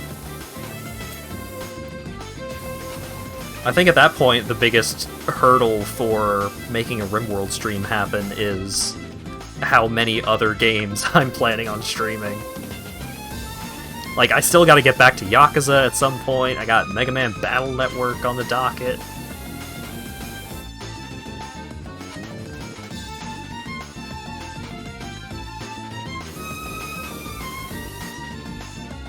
Yeah, within a couple of versions, stuff is usually safe, or relatively safe at least. I guess it depends on whether or not it was updated for ideology or not. Because I don't actually know what the version numbers correlate to.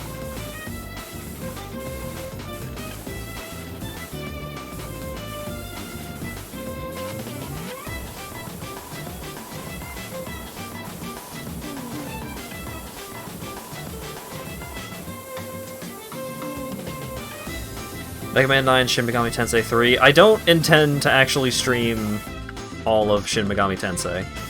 I did a stream of that just for initial impressions and saying that I streamed it, but the way that I stream that kind of game is not stream safe, because I grind, man. I spend a lot of fucking time on those games.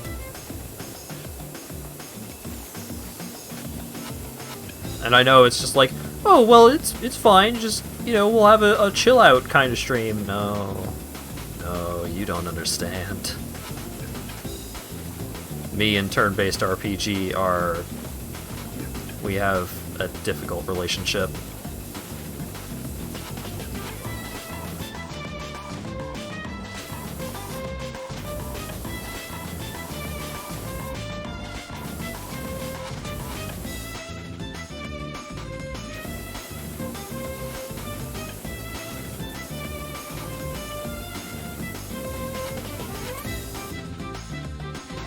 Not stream safe because you grind. Sure. Whatever you say.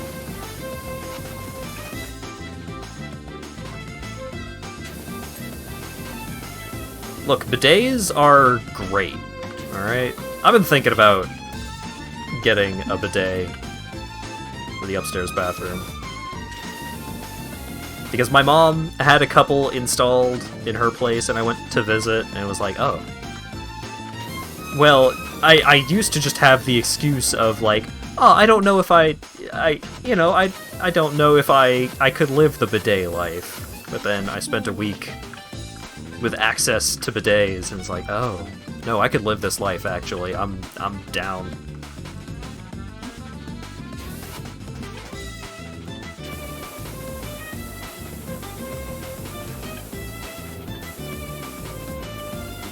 Unsuitable for streaming?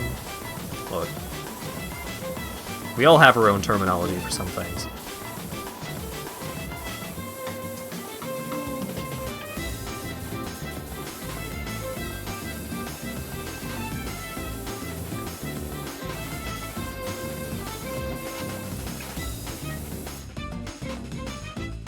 Sorry.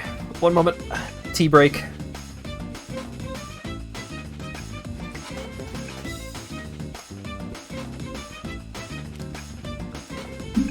Oh yeah, there's also Travis Strikes Back. Still gotta figure out what the fuck I'm gonna do with that.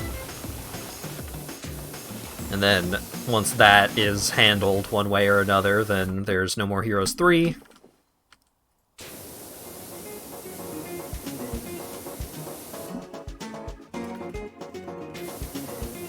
Because if I could somehow manage to actually finish the rest of Travis Strikes Again just off stream, because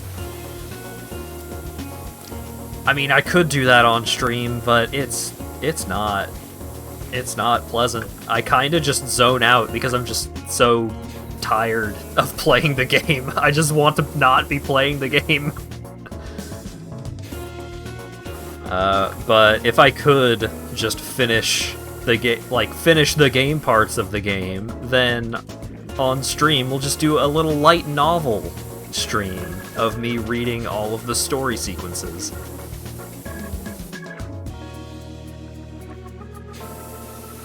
Was there a cheat to skip to rank fights only? No. Not that I know of.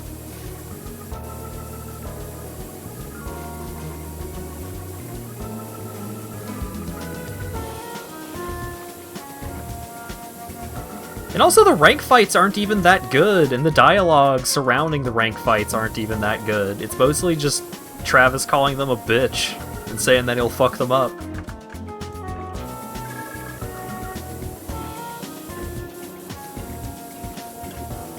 And I know that's a lot of Travis dialogue in general, but it just has so much less substance than usual. Hey Rand, how's it going?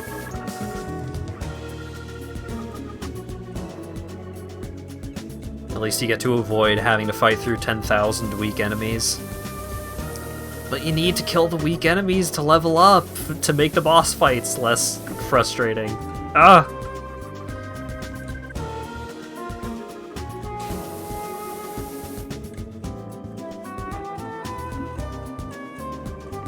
It's a no-win situation. That game is not fun. Trying to get back into game dev after playing a bunch of Final Fantasy VI Randomizer. I should play... I'm not saying I'm going to stream it, but I should play Final Fantasy VI. At one point, I had the intent to beat all Final Fantasy games. And then I remembered that 1 and 2 exist, and I was like, okay, I'll beat all Final Fantasy games after 4. And then I played 8, and I was like, okay, I'm gonna at least play a decent amount of all Final Fantasy games after 4. Or 4 and onward. I got like halfway through 5. I don't think I've ever beaten 7, but I'm pretty sure I have seen most of 7. I still need to actually finish Chapter 1 of the Final Fantasy VII Remake. I got a decent way through Disc 1 of Final Fantasy VIII, and I hated it. I beat 9, I think I've played a little bit of 10. Oh, I also beat 4, the DS version. That was fun. I also got to the very end of 3 with the DS version. I never actually beat it because the final dungeon of 3 is fucked up.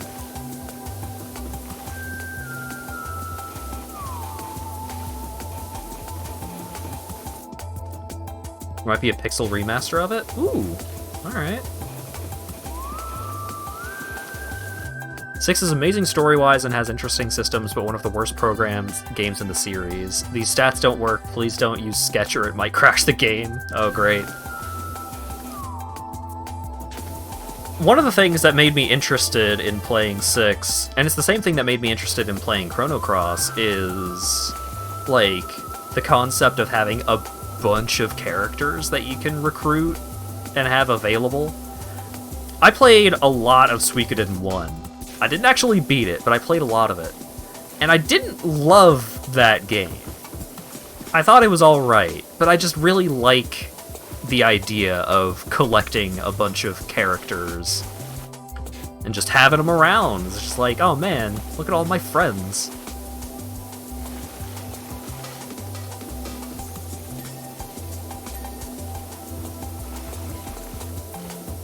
Casting Vanish drops magic resistance to 0 and counts as a buff, so you can cast Vanish on enemies, then use X-Zone or Insta-Kill spells to kill them instantly.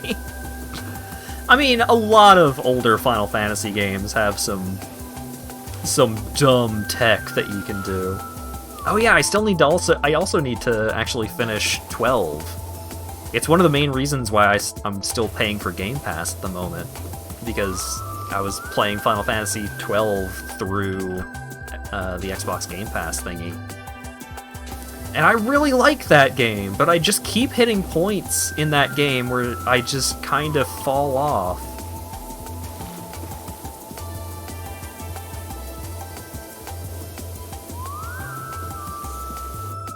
Five and 6 are getting pixel remasters. Ooh.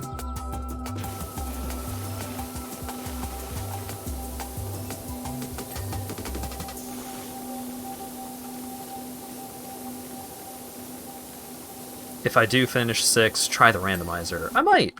It sounds pretty cool. Like, based off of what I know about Final Fantasy VI, the concept of the randomizer seems like it has some pretty cool stuff going on. You son of a submariner. Submariner, I guess.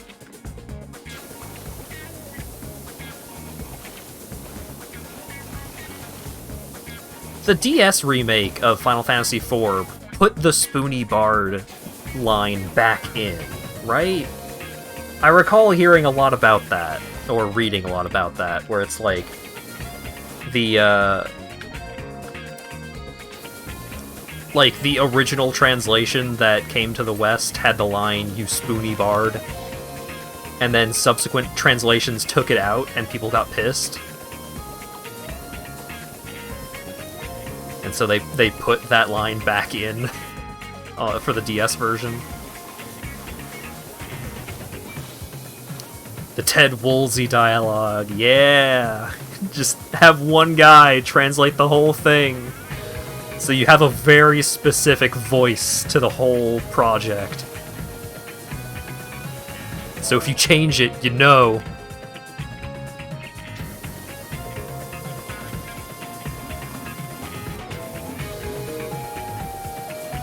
It's kind of like the tomato translations for the Earthbound games, or the Mother games,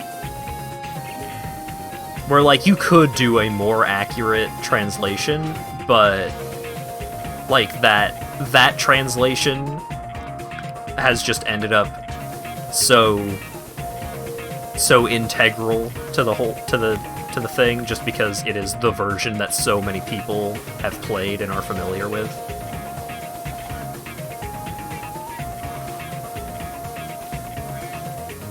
I do really like the like uncovering the lights here. I think that's a pretty neat thing.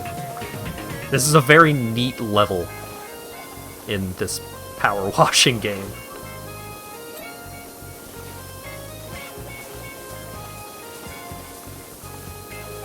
The translation...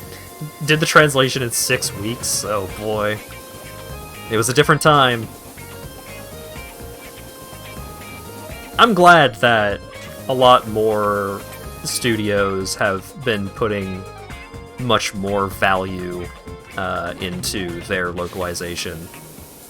I mean, the Yakuza series is a series that is, like, it lives and dies by its localization in the West. Because the early entries of the series, like, the series didn't do particularly well over here because it wasn't particularly well localized. But then, as they started getting further into the series, the localization got better. Then they had Zero and Kiwami 1 and 2, and the series just blew up. Because, like, those games are so incredibly Japanese that you can't just one-to-one the Yakuza games. There's so much culture that is an integral part of that series that you can't... Like, you can't just do it one-to-one because, what, like, you know, people that aren't from Japan and speak Japanese, it's just not going to make any sense.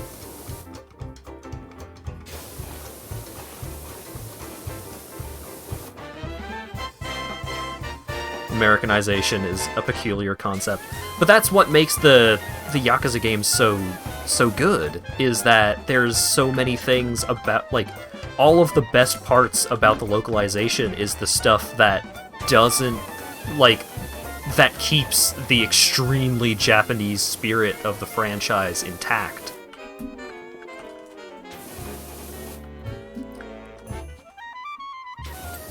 And then a lot of stuff beyond that, like, stuff that is changed is done in such a way that the analogs are very easy to understand.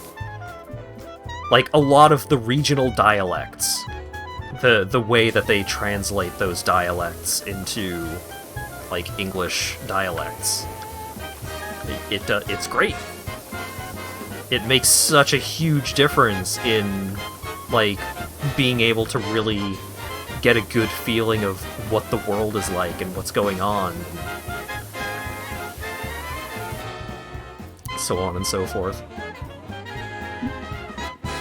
How did a carousel get that dirty in the first place? How does anything in this, in the PowerWash simulator world, get as dirty as it does?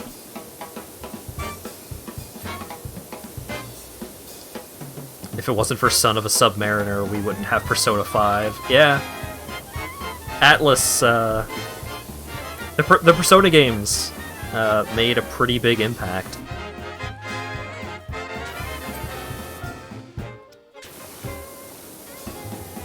Because you had the Shin Megami Tensei series before that, but the Persona games were the ones that really caught on in the mainstream, or at least comparatively so.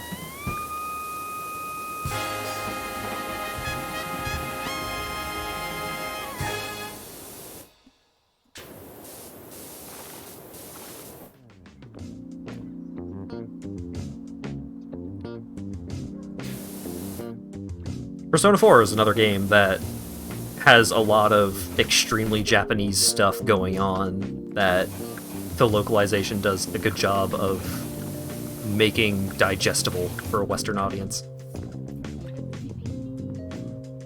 Persona 1 was a niche Americanized mess, and Persona 2 was only half localized because they only ported one Oh, right.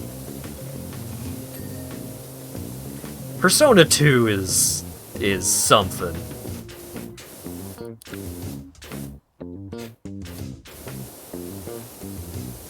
I'm not particularly well familiarized with Persona 1 and 2.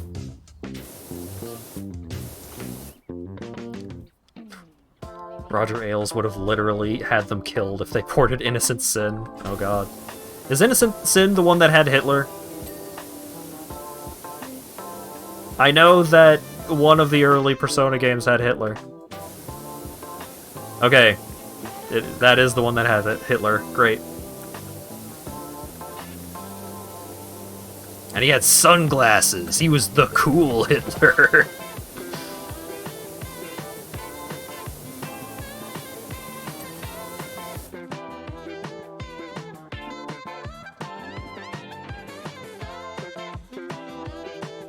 Testing, 1, 2.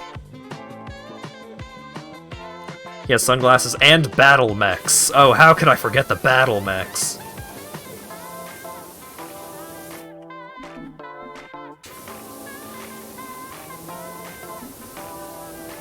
Localization, it's important.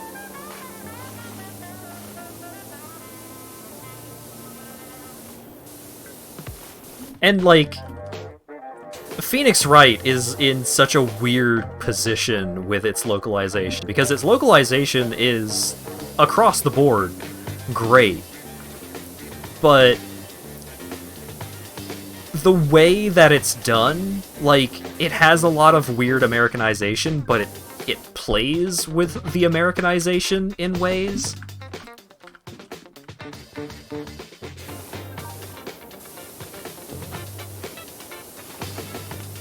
And to the point where, like, you have the official Phoenix Wright Twitter posting, "Eat your hamburgers, Apollo."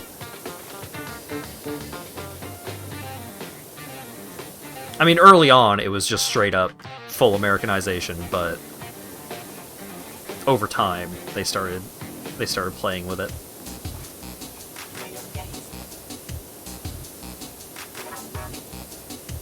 Eternal Punishment is really fucking hard because it expects you to have 20 hours of battle experience, because Innocent Sin is a tutorial for Eternal Punishment. Huh.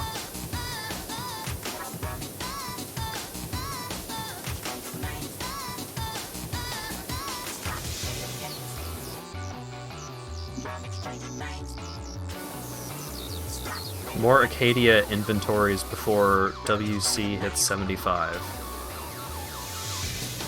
Lolly Lule Low? What?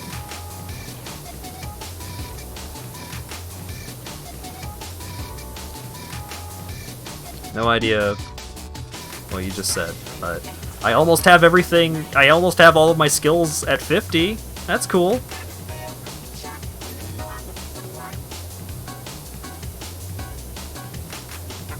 I think Dungeoneering... Construction I have at 49. No. Archaeology is at 49, and Dungeoneering is at, like, 32.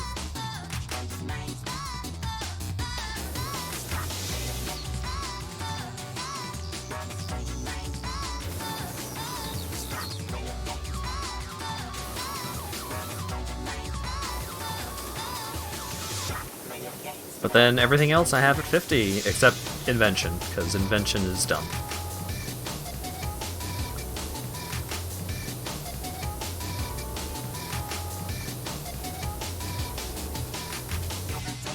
There's a summer event that trivializes Dungeoneering. Huh. Unfortunately, as we were winding through Willow Creek, we encountered a group of monks walking against traffic, and I pressed the accelerator instead of the brake. What?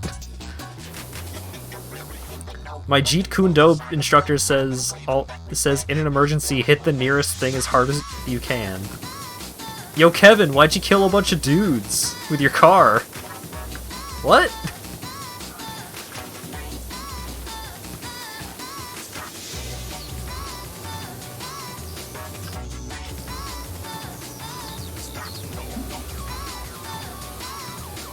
I'm thinking about the Value Select song, Hit Me With Your Car. Pretty good tune. Murder mystery. It's not a mystery! he texted me, told me he did it.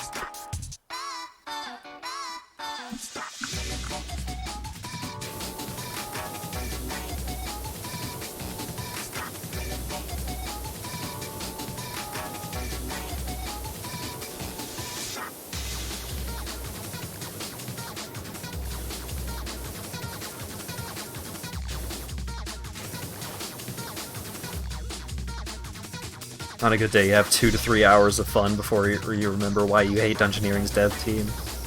Yeah, I'm not particularly looking forward to like going hard on dungeoneering, because it's gonna take a fair bit of dungeoneering to get from 32 to 50, I think.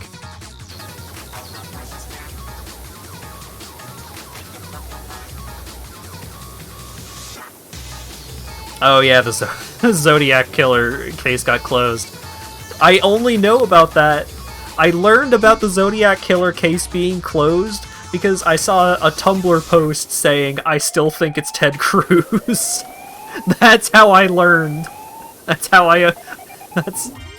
that was my news outlet for that particular piece of information.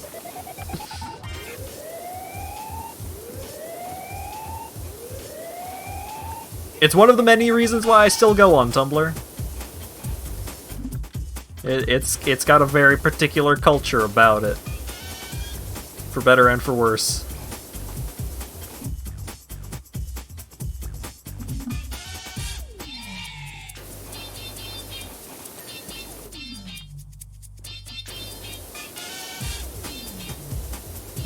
Wait, what's WC again? What was...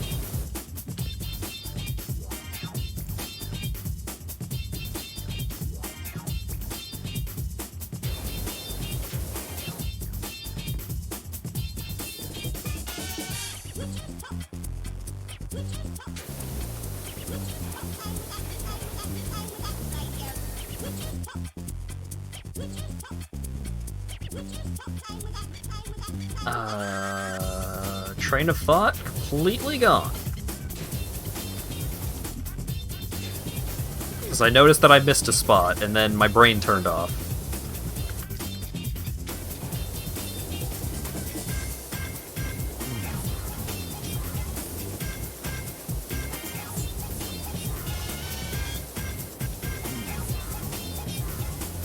I'm just trying to remember what skill WC stands for.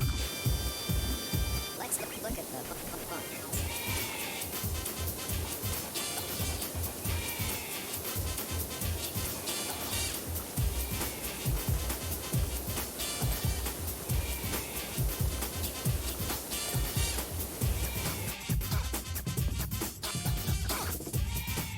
Also, you say, if I could do the 120 dungeon grind solo before the dungeon hole and elite dungeons, you can do 30 to 50. You are a person who has been playing RuneScape for most of your life! You can do anything you put your mind to when it comes to RuneScape. Sometimes I get bored and stop playing.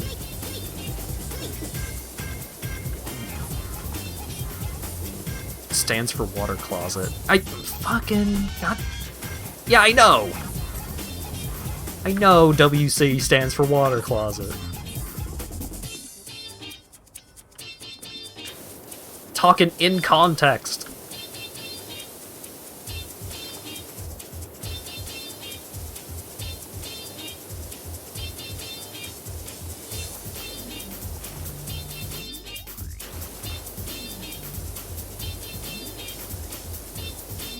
Wood cutting. Thank you.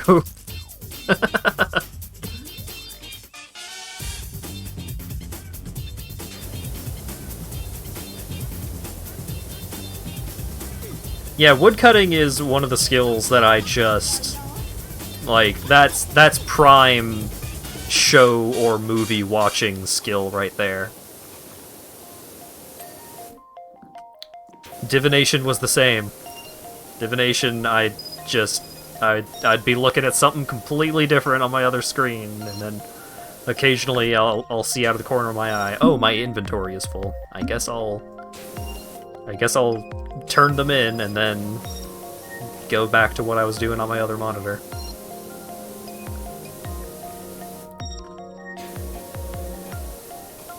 Just completely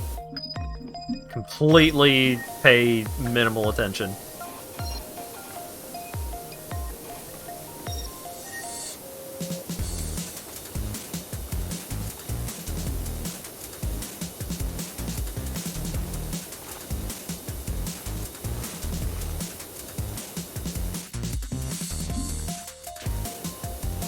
Yeah, my vague RuneScape plan is once I get everything up to 50, I'm gonna do a bunch of quests.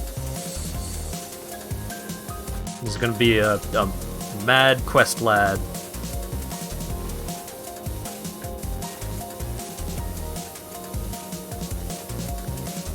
Both for the quest rewards, but also so I can get enough quest points to get the equipment set from doing so. I did hit 60 attack while I was leveling up Slayer though, so I could maybe try and get my hands on some dragon stuff or whatever. Right now I'm just using an Orichalcum Warhammer in both hands. Oh, thank you for the follow. Kickin' Dev.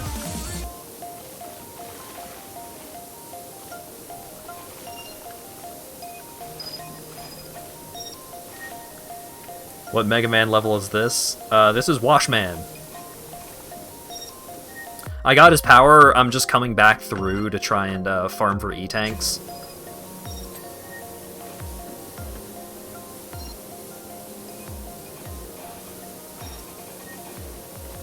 I could use Parasite Man's ability on this stage. I just finished that level like an hour and a half ago, but I just don't think the ability is particularly useful for this stage.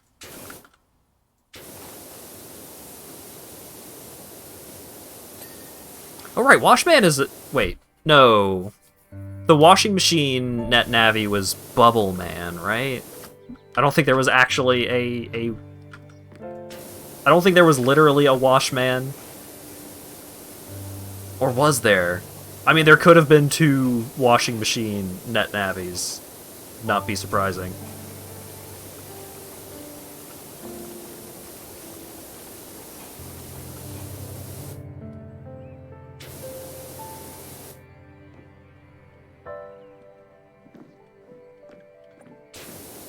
Hunter, I mean, Hunter is not particularly fun, but I didn't mind the grind from 35 to 50 Hunter. I mean, I spent most of it just watching Seinfeld and occasionally clicking on bird traps.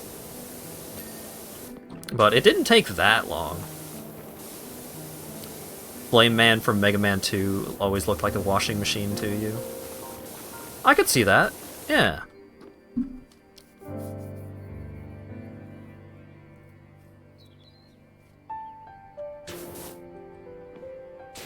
Can't stand Hunter in RS3. You just did random event lamps and big Chinchompa? Don't know what that is.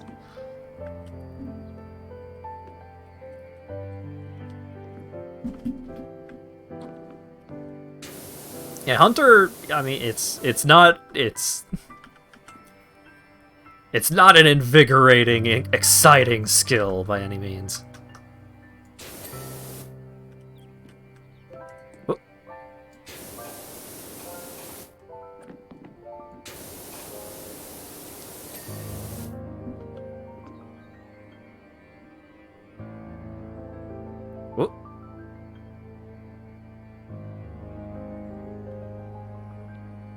Here's a thing.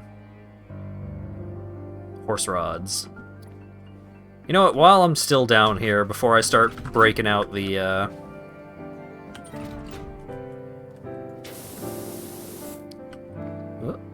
before I start breaking out the ladders and shit, let's try and get these horse rods taken care of.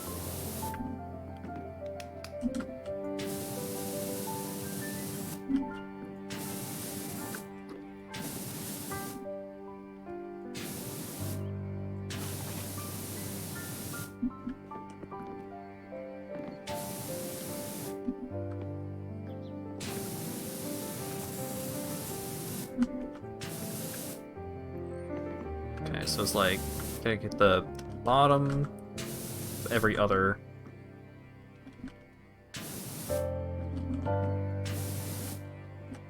Top of every other.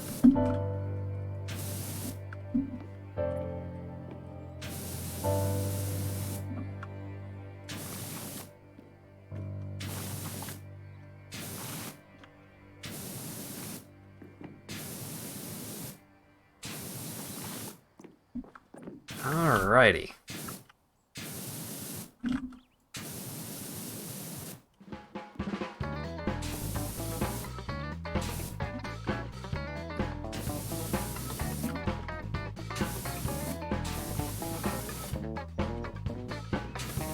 As soon as I get one of these horse rods done, then the rest of them aren't going to stand a chance.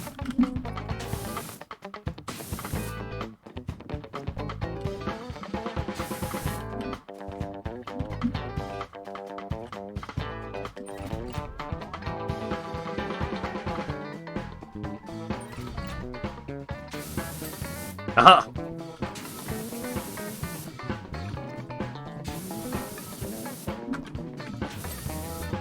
Yeah! Yeah!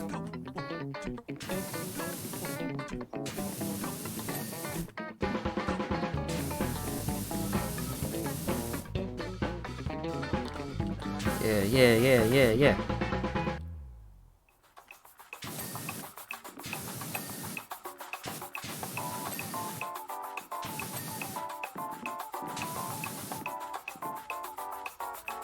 I think that's all of them.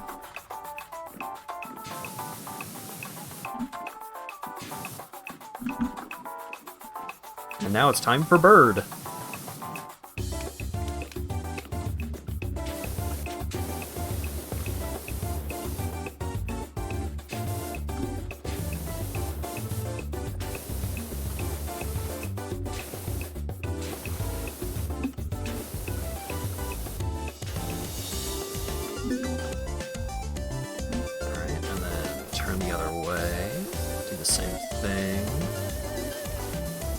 I think I'm pretty much done with the underside of this carousel. I just need to get the top of it.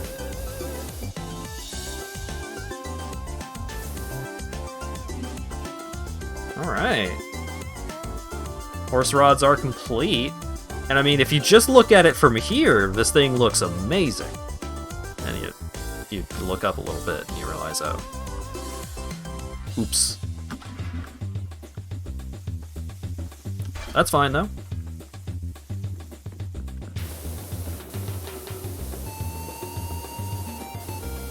I'm not here to leave a job half-finished. Yeah, butterflies and implings are very annoying to deal with in RS3. I struggle a lot with bad click boxes in general.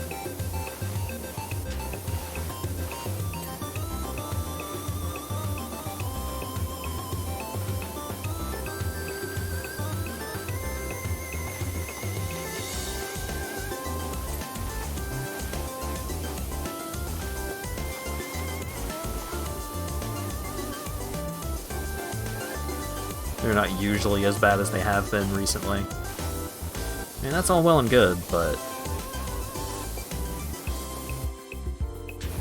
it's pretty annoying.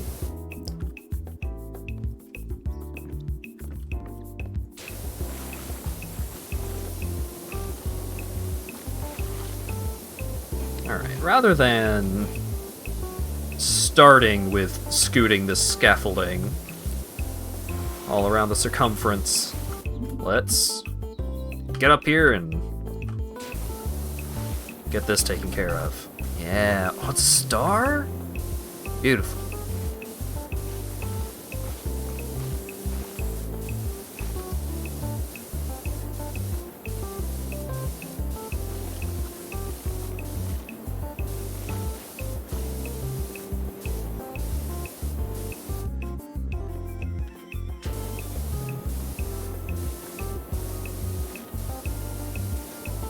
Yeah, shine get. Pretty sure this move isn't OSHA approved. Look, sometimes you gotta do what you gotta do. You gotta go rogue if you want to clean the thing.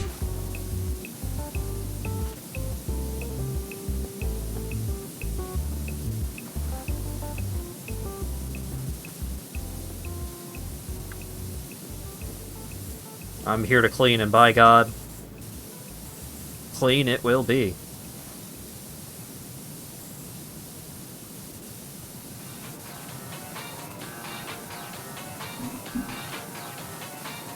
Using a power washer on a sloped elevated surface is part of the surface. That is part of the surface being used is absolutely an OSHA violation. Oh yeah, no. This could not be less safe.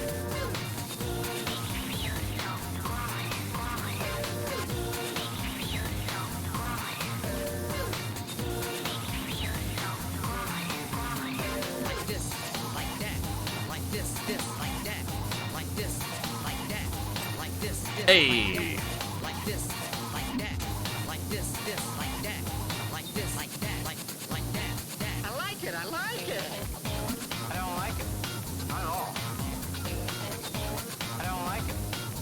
Unfortunately, I'm not particularly well versed in OSHA specifics. I could probably, like, call up my mom, and she could probably give me some OSHA tips, because she's done a lot of work with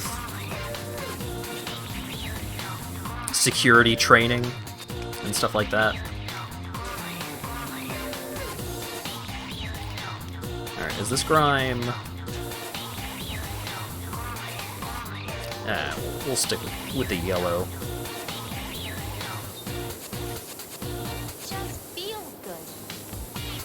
Just feel good. What I am about to do has not been approved by OSHA. Feel good. Just feel good. You're also standing too close to the surface being power washed. Oh man, so many rules.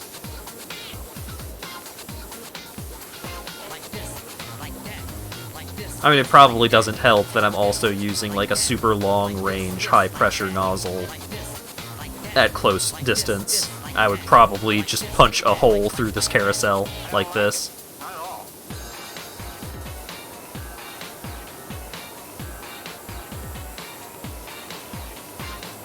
Like, my own safety aside, I would be destroying property.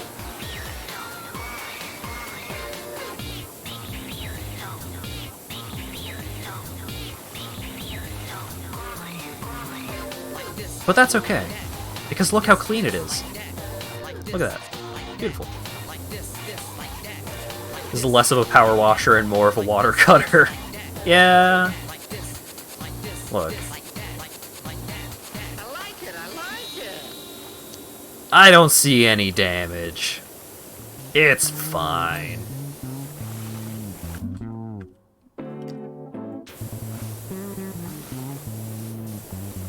And what are they gonna do?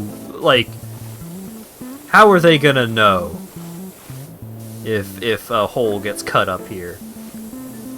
It's fine. They'll never know. It's a victimless crime if nobody ever finds out.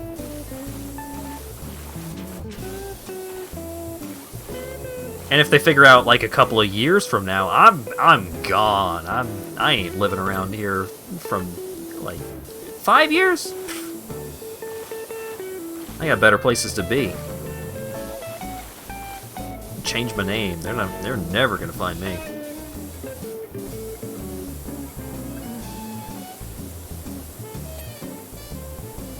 Clean stuff while following OSHA regulations. Look, I feel like chances are decent that I am not even licensed to use this power washer. And if you're not licensed, then it doesn't matter if you break the rules.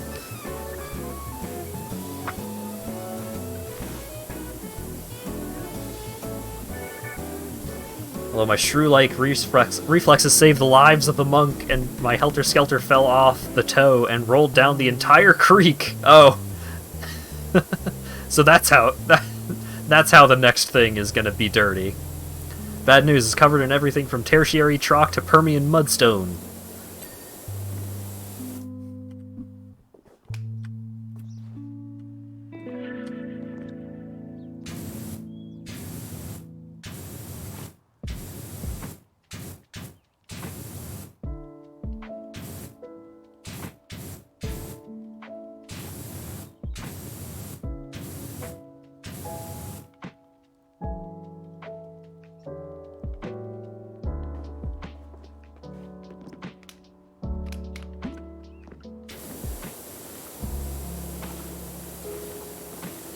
Oh, that gets a +2?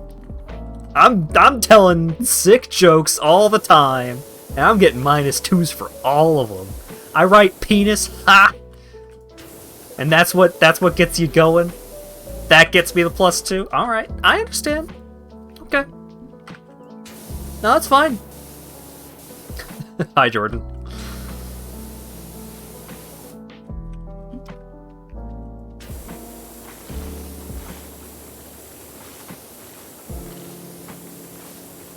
Nice handwriting. Ah. Wait until you see my line work. You will be disgusted.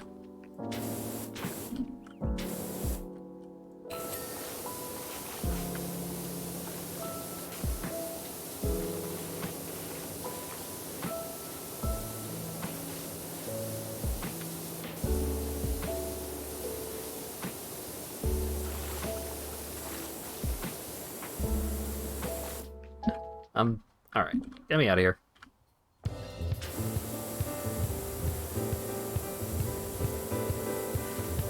Oh, right! The lo-fi hip-hop beats to study and relax to... Like, didn't all the music that gets used on that channel, wasn't all of that stuff opened up for, like, streamer and like, content creator use? I remember hearing something about that a while back, but I never actually followed through on it.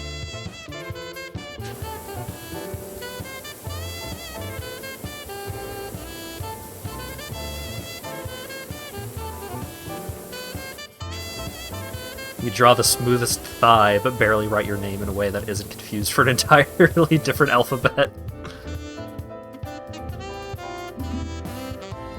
Lo-fi to study to is a safe network for tunes. Sick.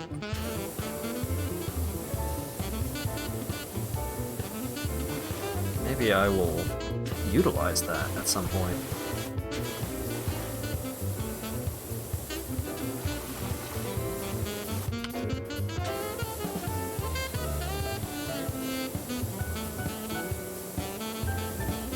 Now I want to get Kocha, like, drawn and animated, like the studying girl. Oh, that would be really cute!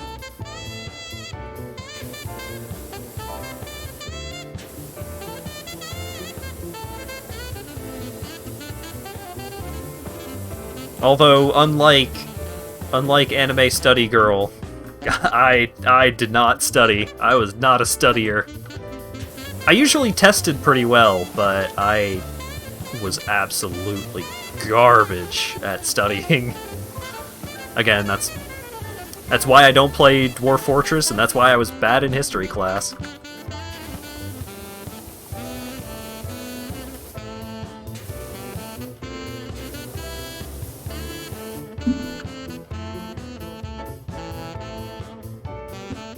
Gamers don't study.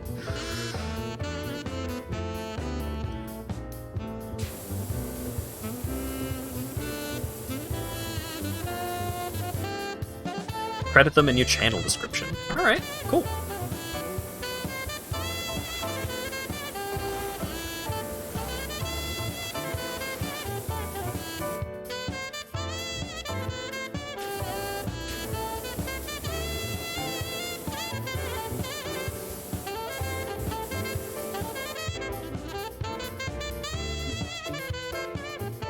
Oh, I actually really like how that swoop turned out because of the angle. The angle of it angle.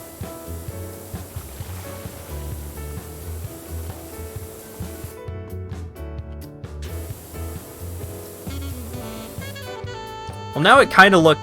For a moment there, it was looking kind of like the Pentium Inside logo. Fucking penis inside, ha!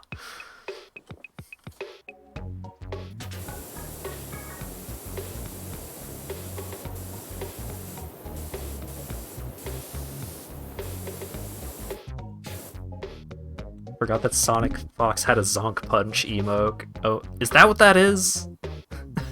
Oh god, it is. Thanks, Sonic Fox. You're really putting in the work here. Recently, I've been watching some Chester content, some Chrisium. And man, Chester is fucking adorable, but Chris is an absolute menace who must be stopped.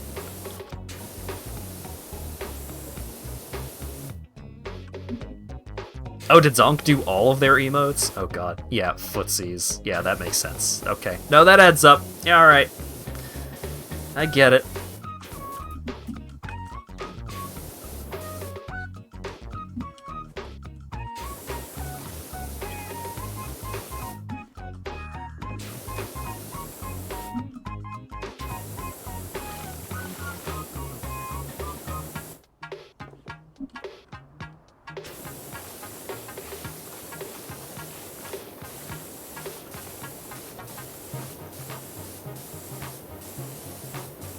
Yeah, my random subscriptions to various channels for the purpose of emotes, relatively limited.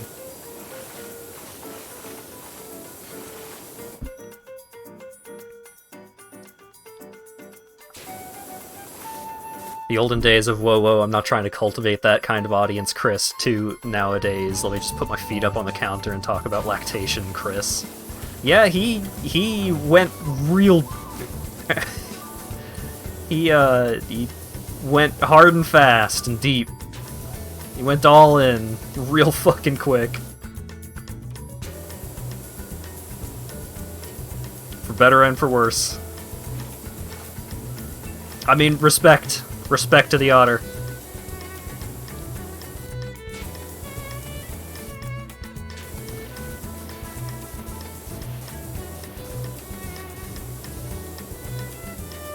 I would say I wish I could embrace the kind of weirdo that I am in that capacity, but unfortunately, I'm not a particularly interesting person, so I can't suddenly start being a weirdo once I start cultivating an audience. You're kind of getting what I got for the most part already.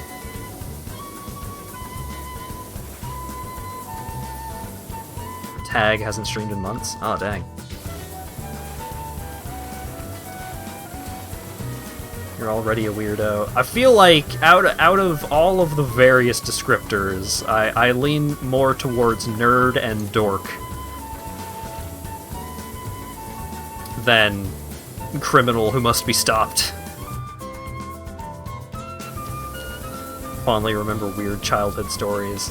I mean, I feel like most people have some kind of weird childhood stories, but I was lucky enough to be raised in a safe environment where I could make poor decisions and have relatively minimal repercussions for doing so.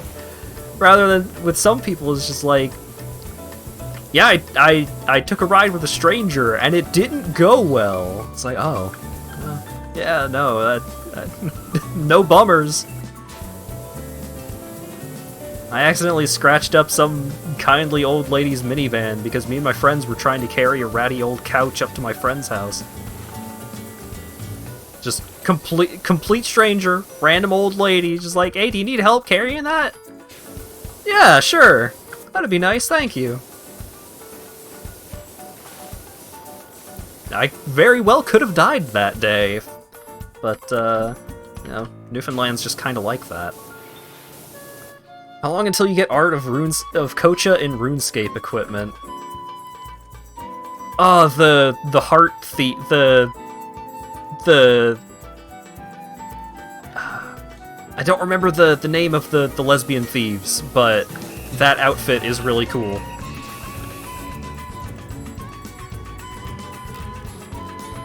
Alright, we'll just leave you up here for a while.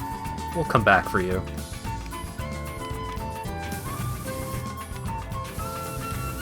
Full rune helm, adamantite plate, and rune skimmy. Oh man, that is more of an OSRS thing.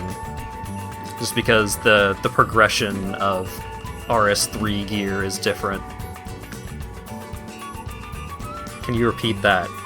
The cosmetic set that you get from the lesbian thieves. Kocha buying BFs for 5 mil each. God, I wish I had 5 mil to throw around like that. I'm fucking broke. I would probably be swimming in cash if I went through and, like, sold off all my mahogany logs that I've been getting from Miscellanea, but I'm gonna use them is the thing. I just don't want to sell stuff right now, because it's just like, I'm gonna need all this random bullshit for skills.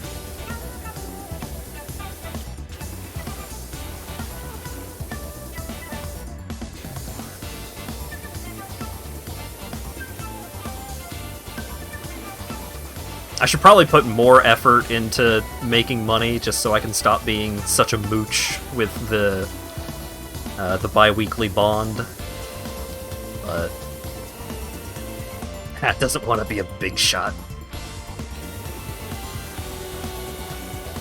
Look, I can't be showing my heart-shaped object to any stranger, alright?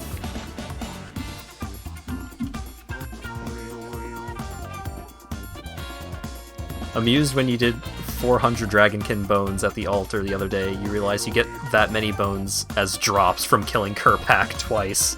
Oh, well, Mr. Endgame gets better results from the things that he does than some rando 1400 skill total dingus.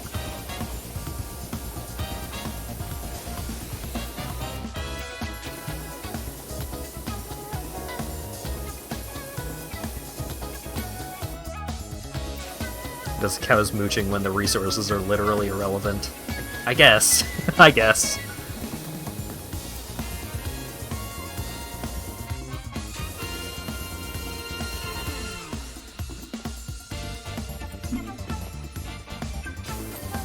Look, alright, look. I didn't want to get horny on stream. But there's an important detail that has to be clarified regarding the hot new Kocha reference.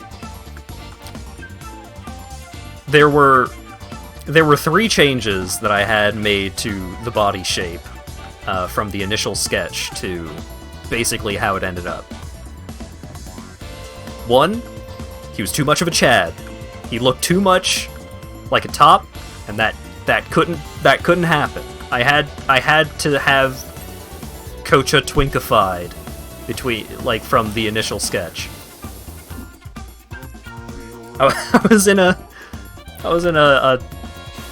Discord with an artist that I like, and am technically Twitter mutuals with, but we don't really interact much. And I was in their Discord and was like, yeah, I had to have him twinkified from the initial sketch. This boy couldn't top a Sunday. And I was real proud of that. I thought that was pretty clever, and I got a real good reaction out of him. But, so, he had to be twinkified, which was mostly in the facial structure. Just, like, longer snout, less like, strong, well-defined features. He still ended up, like, way more handsome than cute, but, yeah, I think it works well for Guo's art style. I had his ass made bigger.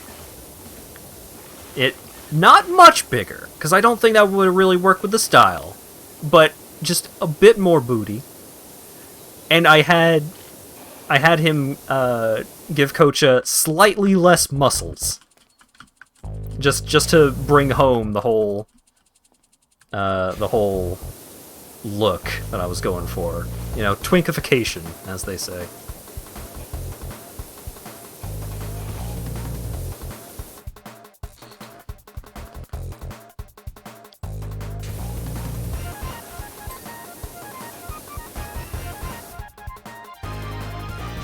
Yeah, he's not supposed to be, like, extremely wimpy, complete soft boy. Kocha, as a character, is supposed to be into, free running, parkour, shit like that. It's because I've always thought that stuff was really cool, and I enjoy climbing on things, even though I am too scared to get real into that kind of thing. Same reason why I don't skateboard. I've really wanted to get a skateboard, though. Oh my god. Anyways. Yeah, it's... Look, it's important. He's not a complete weenie, but he is a weenie. Put the muscles back on the free runner. I feel like with the muscles it could go either way. I think he looked good either way, but I was just, you know, I was trying to get the twink look more refined.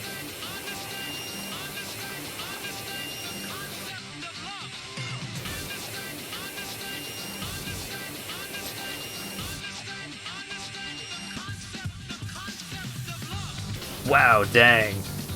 Can't be a complete weenie butt because of lewd things.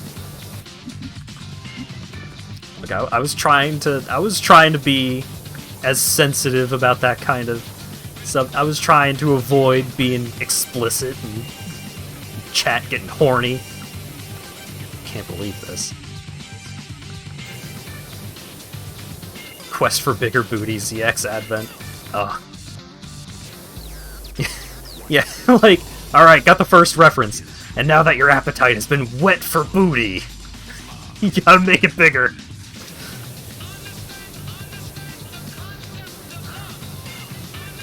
I did not like Mega Man ZX or ZX Advent, but I really loved that line from ZX Advent.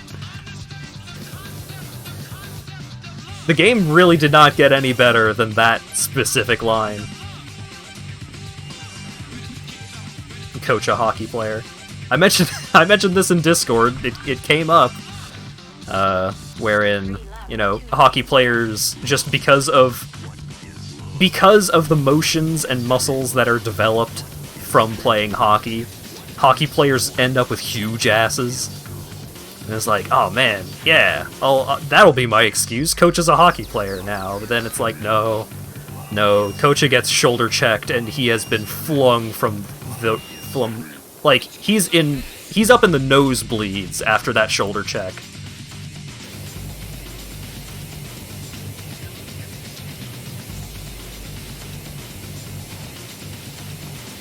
Got a text from my mom last night of pictures of her and her boyfriend at a hockey game, and I was like, don't really want to be in that kind of crowded environment.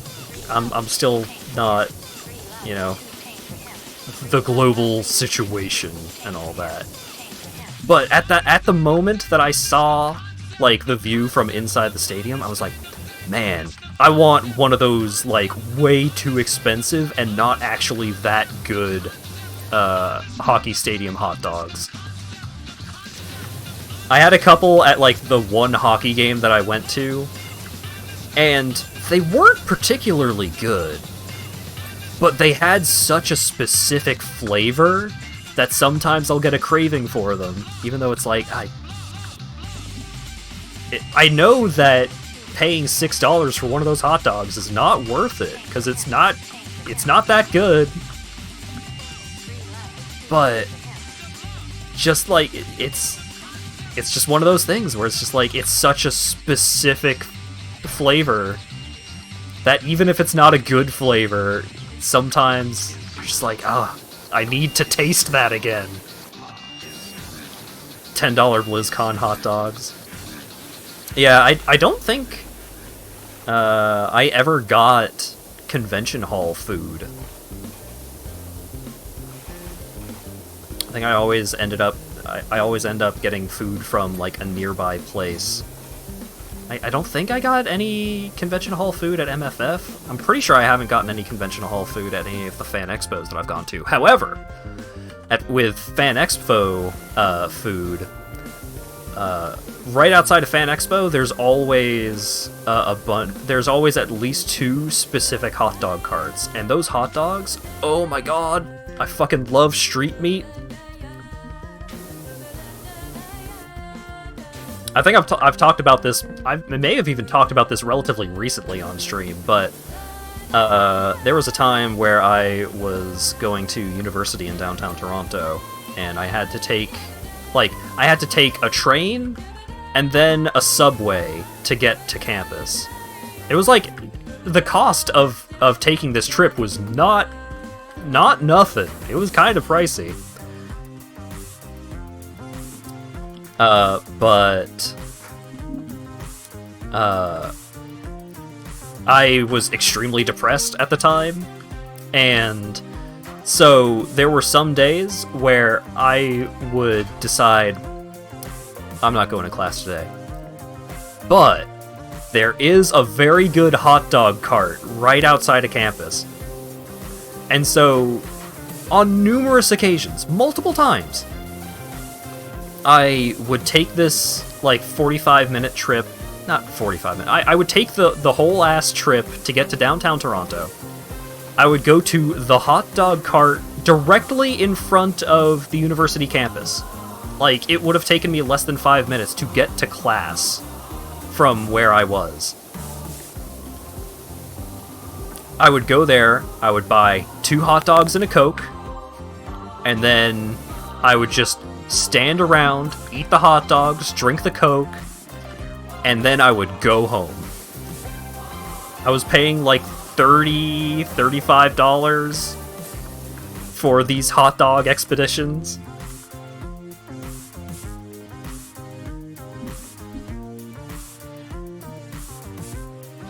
They were really fucking good hot dogs. I love me some street meat. But, you know, sometimes depression really does it to you dirty.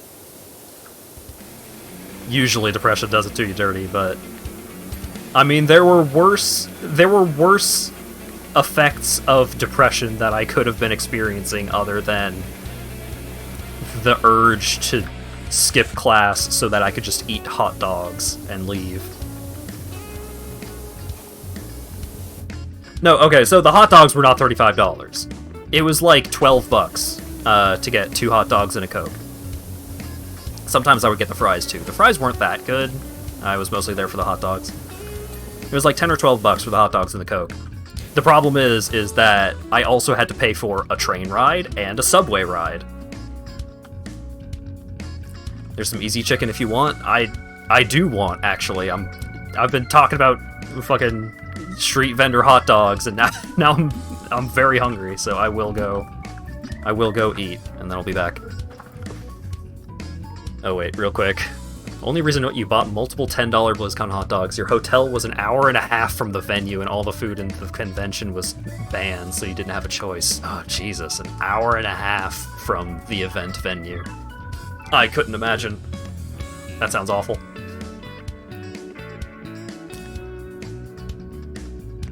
What's the most you've paid for a sandwich? Alright, last question that I'm gonna answer before I go have some food. Most I've ever paid for a sandwich... Okay, not counting burgers, just sandwiches. I think I had a like $15 turkey club at some like pretty fancy place in downtown Toronto. I think that's a thing that happened. It feels correct. Burgers are sandwiches, they count. If burgers count, then I had like a $24 was it a double half pounder? I think it was like a double half pounder bacon cheeseburger. And that would be the thing that I would always get from this one restaurant. We didn't go there very often, but oh, that burger was so fucking good. I wouldn't even have like much garnish on it. It would just be like 2 half-pound beef patties. I don't remember what the cheese was. It was a white cheese, but I don't think it was provolone. Captioner, yoo-hoo! Testing, 1, 2. Thank you. Yeah, I don't remember what the cheese was, but it had like 4 pieces of bacon. The fries were alright, but that burger was really good.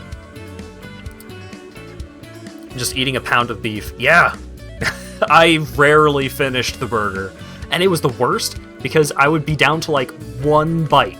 I'd be down to 1 bite of this burger. But I felt like I wanted to die. I just could not. I couldn't bring myself to finish it, but it was so good. Pay a max of $15. I could pay more than $15 for like a really good burger. maybe around 15 for a pulled pork, like a barbecue pulled pork sandwich. Oh, love those. I guess I have paid more than, well, no, the pulled pork sandwich at the local brewery that we used to go to every now and then. That's like $15. 20 is the most you paid for a not burger, but it was fair food and everything was handmade. Oh yeah, I could see that. Okay, I need to go eat.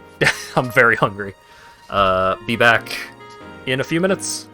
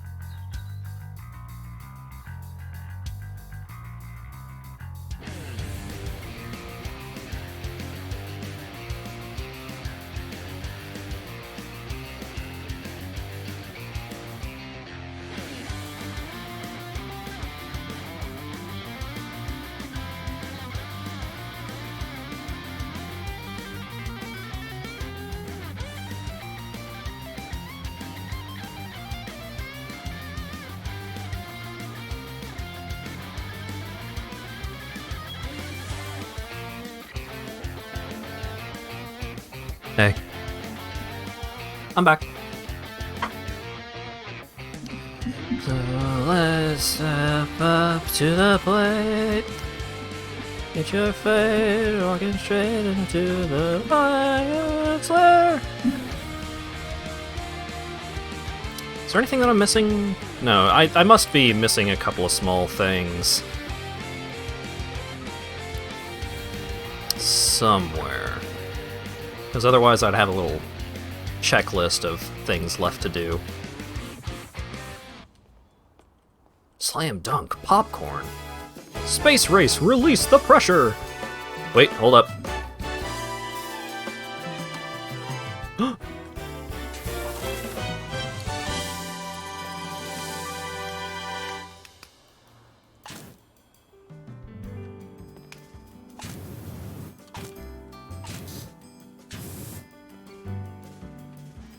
Aw, there's no, like, shoot the target with the water gun minigame. That would be perfect.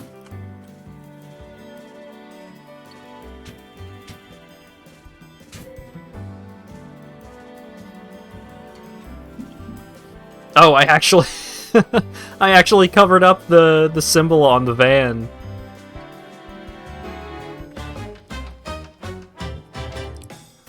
Lost cat Ulysses. Oh, that's the mayor's cat. Very fluffy. Please call the mayor.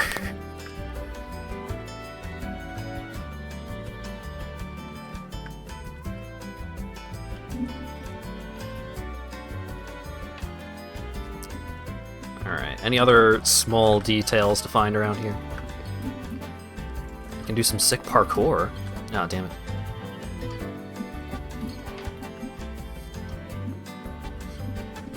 Oh, I keep, like, bouncing a little bit and losing my jump. There we go. Shootout Wild West. It seems like they had intended to make a bunch of these into, like, little mini-games that you can do, but... they didn't actually get there. That's a shame.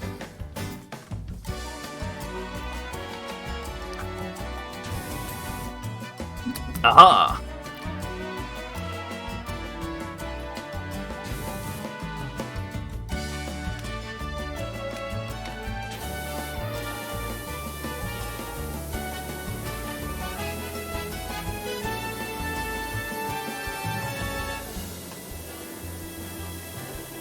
Just gotta get right there under the ledge there, bud.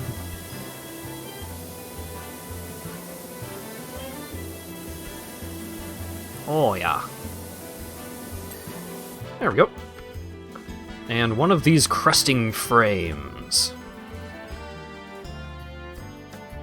Full topper... Which is the cresting frame?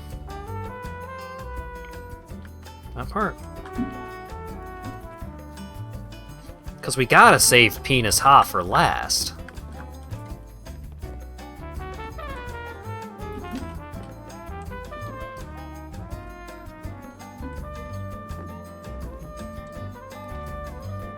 Alright, which one is it?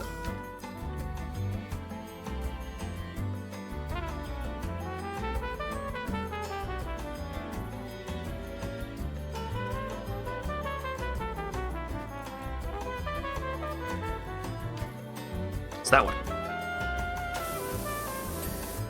There we go. Alright. Now for the tragic part. We must remove our art.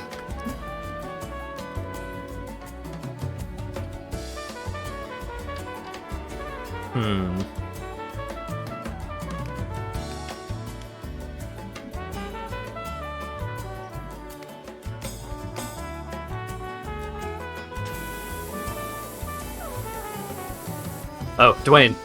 I mean, Dwayne is mostly just covering the gun, the pressure washer thing. But he did outstay his welcome.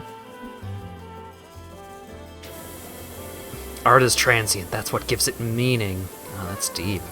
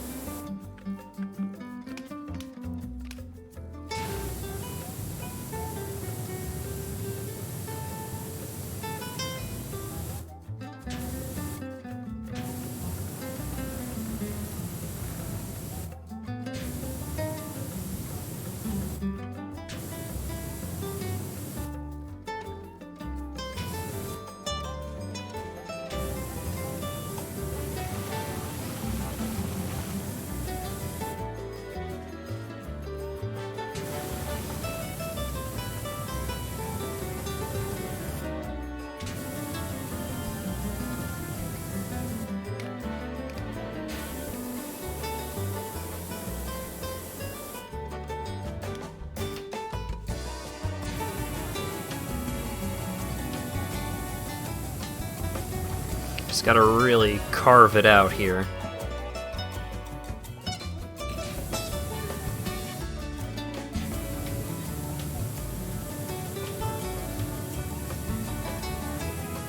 You gotta sculpt the lines. All the titties you draw will eventually vanish, but the memories will remain. That is the real treasure. The memory titties. The mammaries, if you will. Oh, I get it. Oh, now that's some comedy.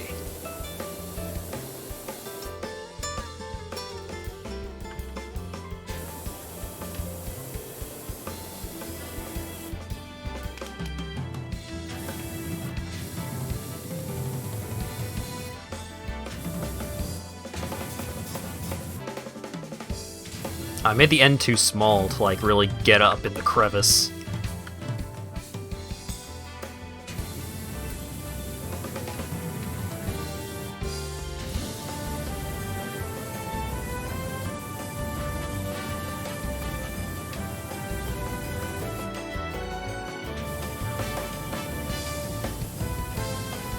Oh, there we go.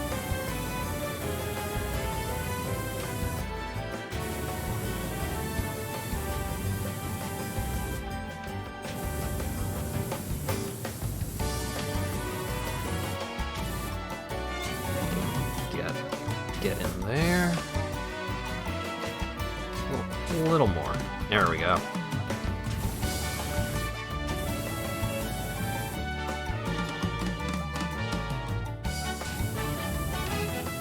Yeah, I didn't want to think too much about reading what I said as differently. Felt like there was far too much unfortunate potential. No! Now we just have P9, ha! Damn it.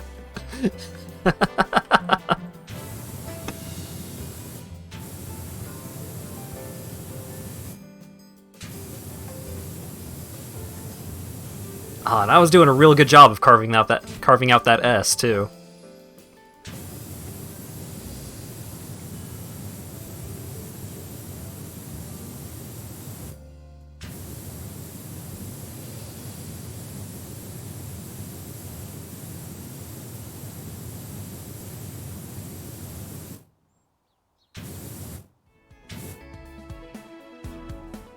Penny, ha!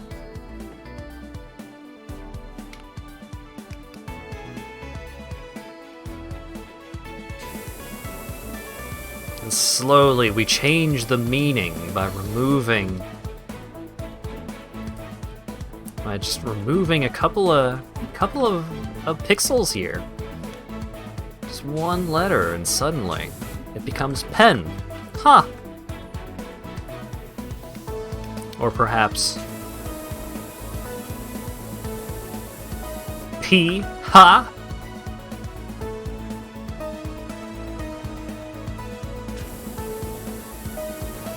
It could be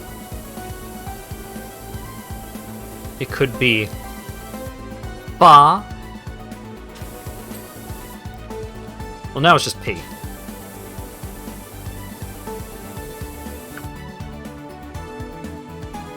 Oh, wait. D. What could it mean? Alright. Carousel looks incredible. The others are gonna lose it when they see it. I can practically smell all that hard cash in my hands already. Thanks so much. No problem, Stacy. Alrighty. Let's take a look at it. Get the scaffolding out of the way. Get out of here.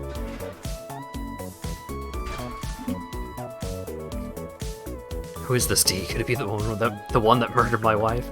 I need to actually finish Dark Dreams Don't Die. I only played a little bit of it. I know it's never going to be finished, but...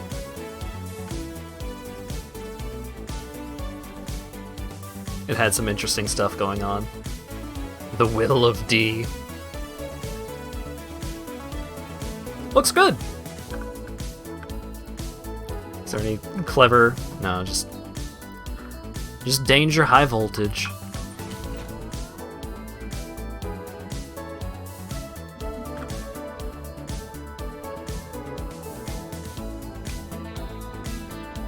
Beautiful. Alright, montage! Yeah!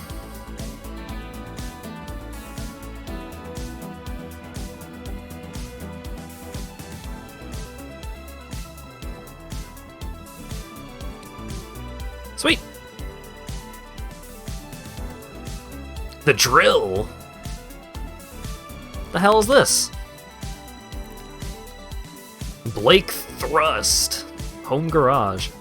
Is this the Dirt Finder General? I've been given your details by the mayor as a person who can wash things and keep the dirt to themselves. Meet Holy Moly, my subterranean mining drill. It's a one-man excavator that I use to scour beneath Earth's crust for valuable mineral deposits. Well, not me personally, I just tell them where to dig.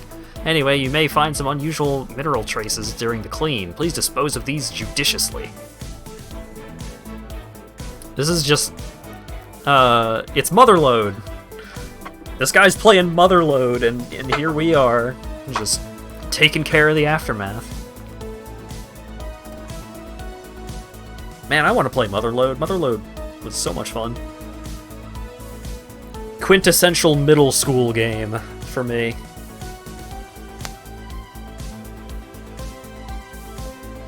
You finished off that D really quickly. Oh. Great.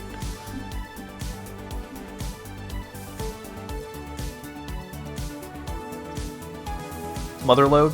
It was a 2D game where you're in this little drill tank thing, and you would drill downwards and collect minerals, and then you would have to, like, climb your way back up to the surface to sell off the minerals that you gathered. And you'd have to buy new fuel, you'd have to buy new drills in order to, like, breach certain thresholds of the rock. It was fun.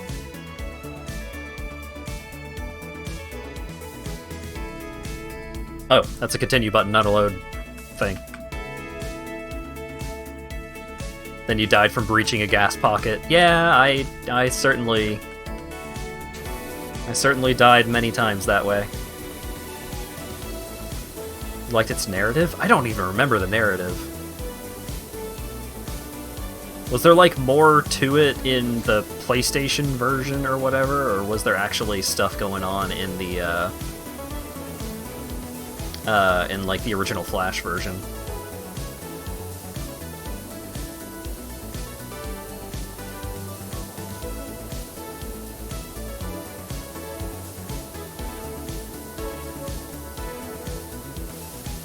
Just basic, oh no, I'm digging too deep into hell. Oh, yeah.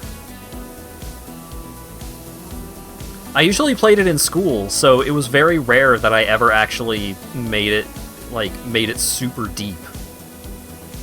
Because I would play it, and then, you know, I wouldn't end up on the same computer, or, like, I'd lose my progress, or whatever. And I never really played it at home, because I had actual video game consoles at home. I think that was part of the reason why I never really played much RuneScape either. Just like, yeah, I have real video games, why do I need to play weird browser game?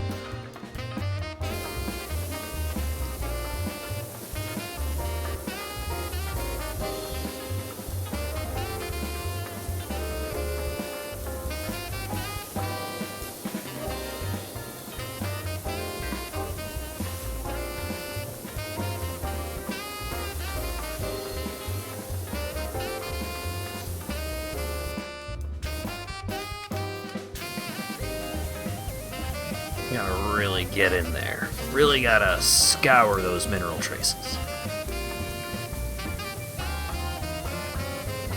Really gotta give the tip a lot of attention.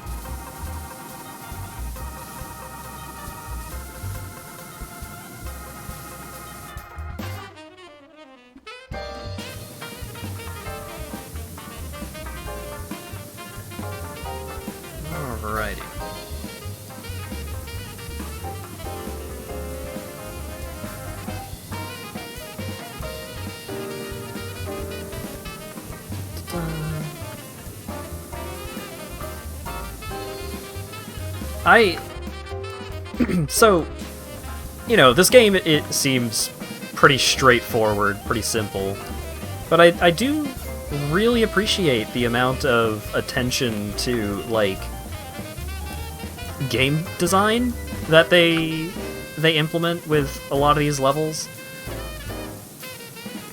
Like, sure, it could just be, oh, clean an interesting object, and that is its own reward, but sometimes you end up with, like, some interesting mechanics that, like the drill. So cleaning a drill, you can't just, like, you know, from one angle, just like bop, bop, bop, and you're done. Because of all of the nooks and crannies and stuff, you gotta really approach it from a lot of different angles, really get in there.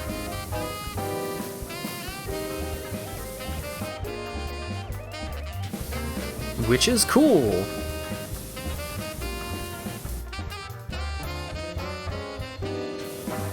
With the carousel, they could have just done, like, oh, yeah, clean the carousel. And you just get in and clean the carousel, but they go the extra mile. They make it a little more mechanically interesting, more interesting gameplay-wise, by giving you the option, actually, by requiring you to, like, turn the carousel on and have it move a little bit. You can also use the carousel's movement to make cleaning that little middle ring easier. It's cool!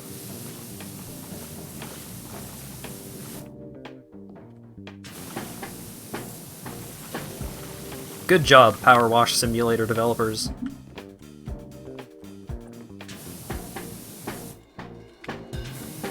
You turned silly ASMR chill-out game into, like, a game that actually has interesting mechanics.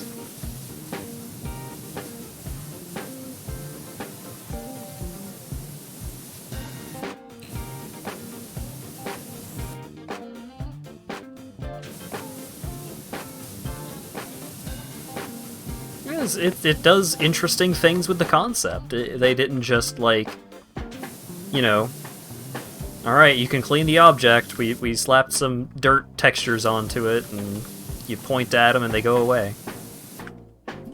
Because there's also just different nozzles, so if you want to get up really close to something, you might have to switch to a shorter nozzle so that you can actually use it. It's crazy!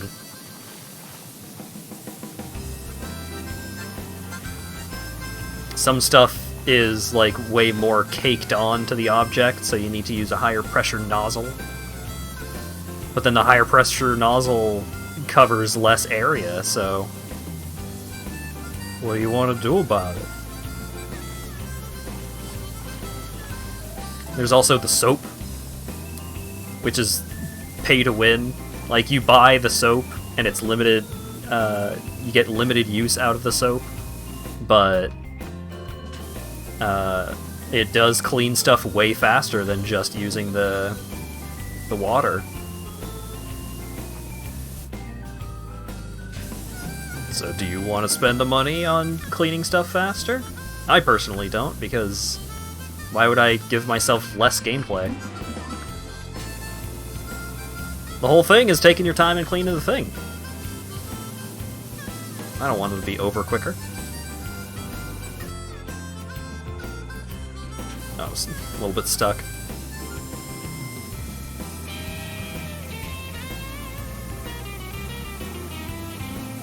Have I actually finished... Oh wait, I finished the drill itself, but... Oh wait, step... Yeah. Step ladder. Yeah, get real in there. That's the angle that I need.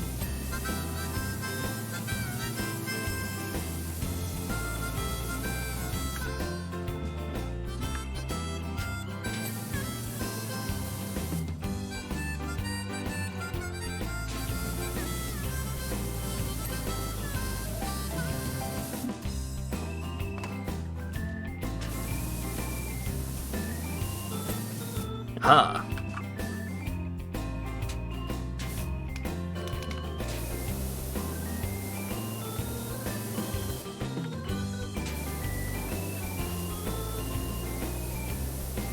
Come on, we're so close. Yeah!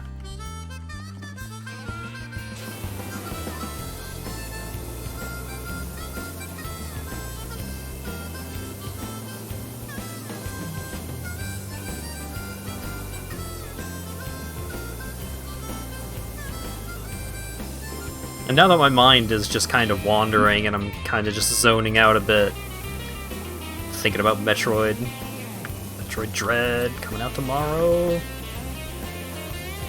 You're being anti-fin-domed by a washing machine. Excuse me? What did you just say to me? Is your washing machine giving you money? What happened?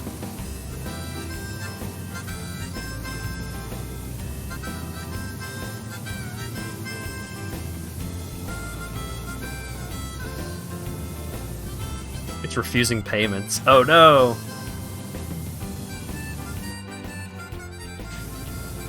I mean, you could still kind of see that as fin-domed. This is just, you know, denial play.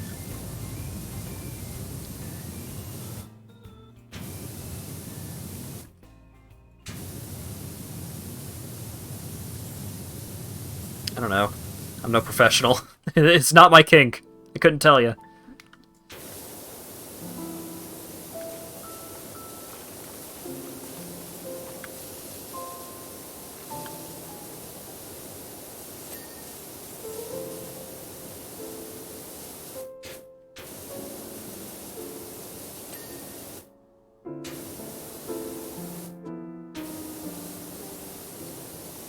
Huh.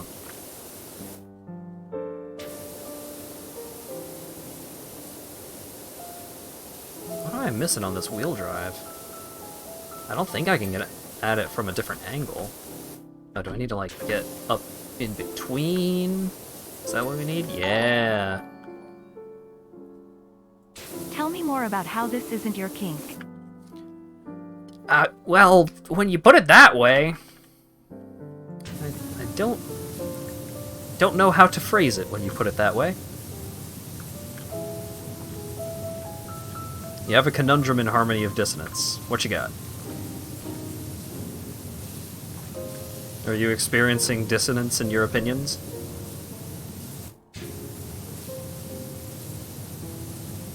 Also, thank you very much for the $5 donation, Colt.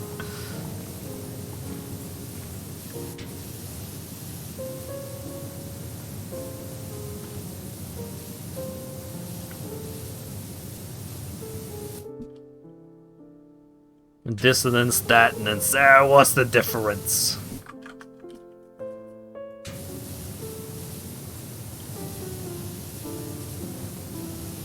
What am I missing with this tread?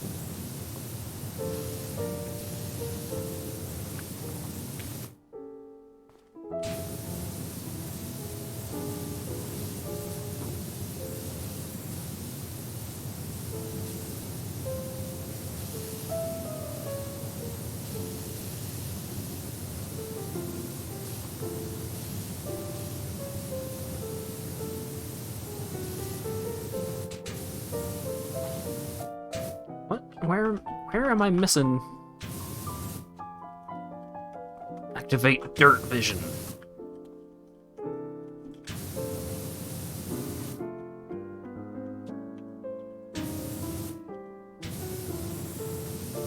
There's another where I need to, like, get up, get all the way up in there, explore the crevice.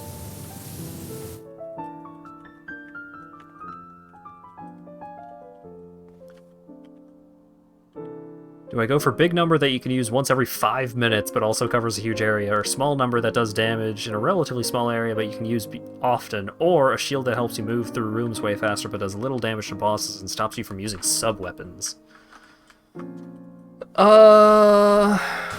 Which one would I choose? I would probably go with the one that's spammable. The one that you can only, like, you can use pretty frequently, but doesn't do a ton of damage.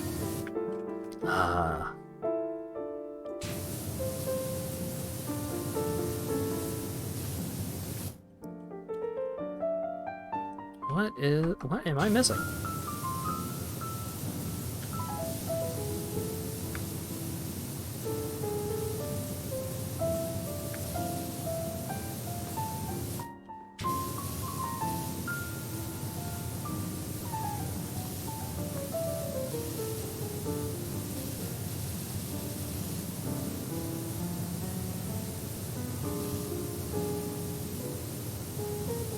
Combine sub-weapons with spell books to get certain effects, and some books get nutty combos. Oh. Hey, finally. That sounds pretty neat. But I think I would have to, like, be playing the game to tell you for sure one way or another. Because I think a lot of it just depends... a lot of the influence on that choice is based off of what the general game plays like. Like, how difficult are individual rooms that the shield would be worth trying to avoid that difficulty? Or is it just annoyance? The cross isn't the best sub-weapon? What? That's ridiculous. That's not possible. Who doesn't love a good boomerang?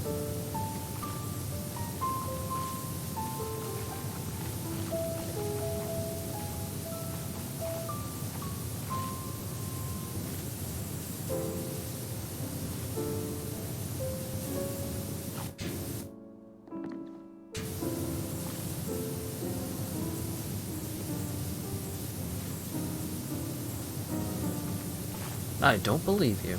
Although I haven't... I think I mentioned this before, but I haven't played a lot of traditional Castlevanias. I mostly played Igavanias. Symphony of the Night, Aria of Sorrow, you know, most of the DS ones. It does okay damage, but its book combos aren't the best, but it gets the super shield that makes it really easy to run through rooms.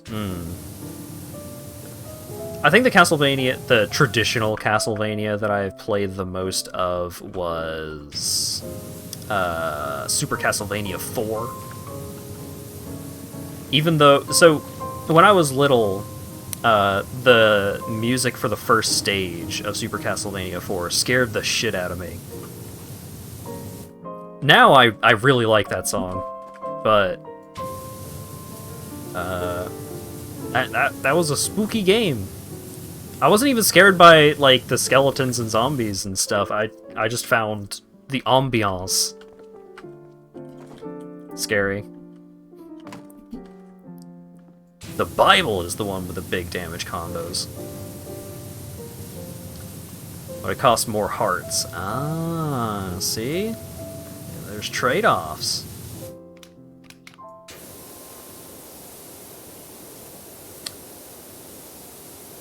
There's no definitively good option. Like to hear it.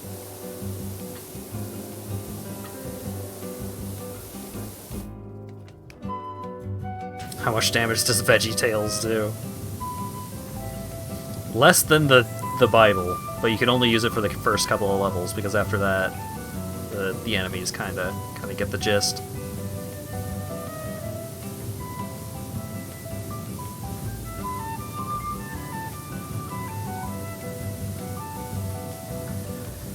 My very religious biological father tried to lure me in with VeggieTales a couple of times because church clearly was not working, and I didn't like VeggieTales. I could not have given less of a fuck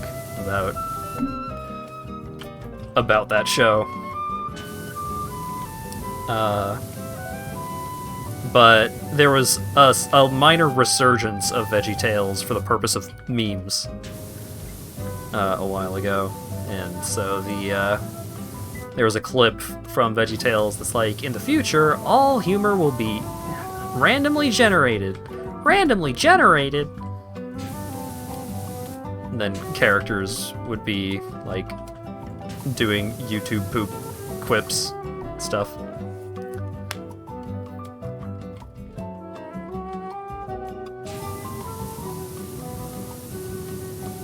Main character is made of wet tissue paper, but you can get a lot of healing items. Interesting. First VeggieTales experience was occult luring. Oh, great.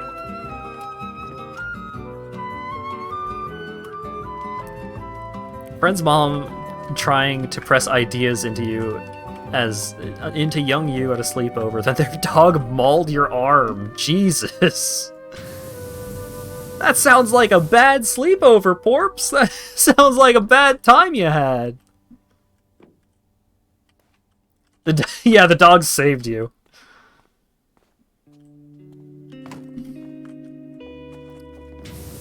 As they'd say in church, it's a blessing in disguise.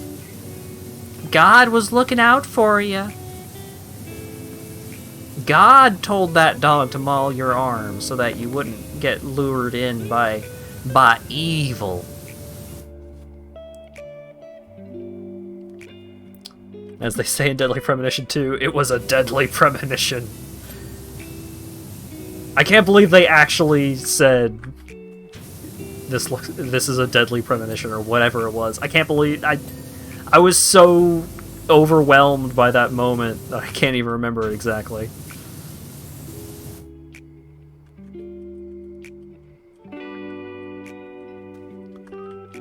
God told that dog to maul you so you wouldn't get lured in by God. No. See, they weren't actually listening to God. I don't want to get into it.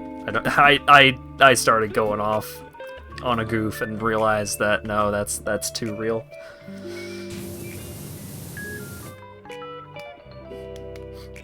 Also, the subtitle "Blessing in Disguise." That right?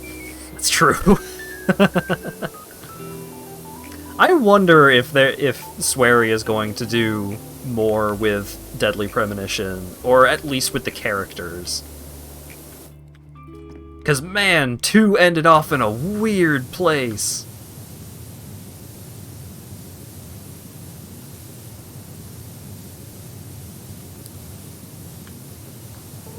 But I think development is currently full throttle on The Good Life, because they're already several years behind delivery on that, I think.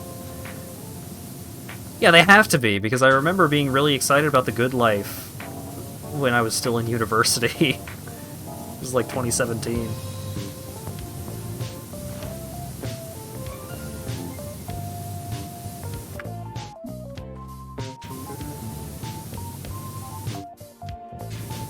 When the bit bites. So, one of my favorite snack foods when I was a youngin' back up in Canada was Bits and Bites, which was kind of like Chex Mix. And as regulars will be aware, I fucking love Gardetto's Snack Mix. And before I got really deep on Gardetto's, I was really big into Chex Mix. So I'm a big snack mix guy. So I had my dad send me down some Bits and Bites, because I was like, oh yeah, Bits and Bites, I loved Bits and Bites as a kid. And it's another snack mix. Surely it's still pretty good. I couldn't eat... My dad sent me like 4 bags of it. I couldn't finish a single bag. It was so bad. I was so disappointed.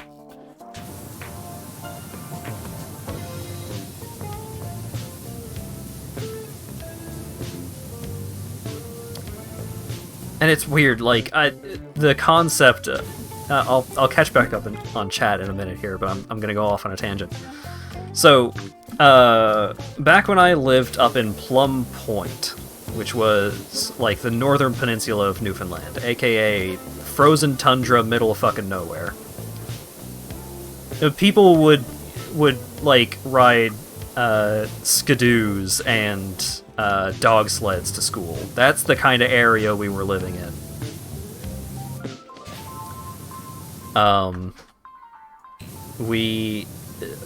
was going to school there, and that school had a little, a little canteen. Like, it wasn't a full cafeteria thing that you would go into. There was a cafeteria, but this was different. It was like in the hallway. There was a little booth that would open up during I don't remember if they were open during lunch. Like, I think the full version of that was in the cafeteria, which opened during lunch, but the small version was just open during recess. And,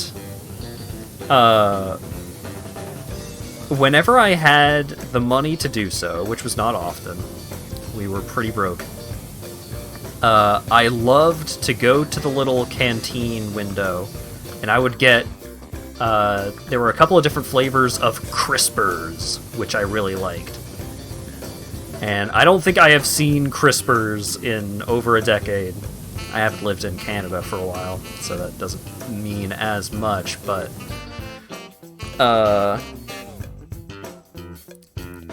Crispers, they were like little...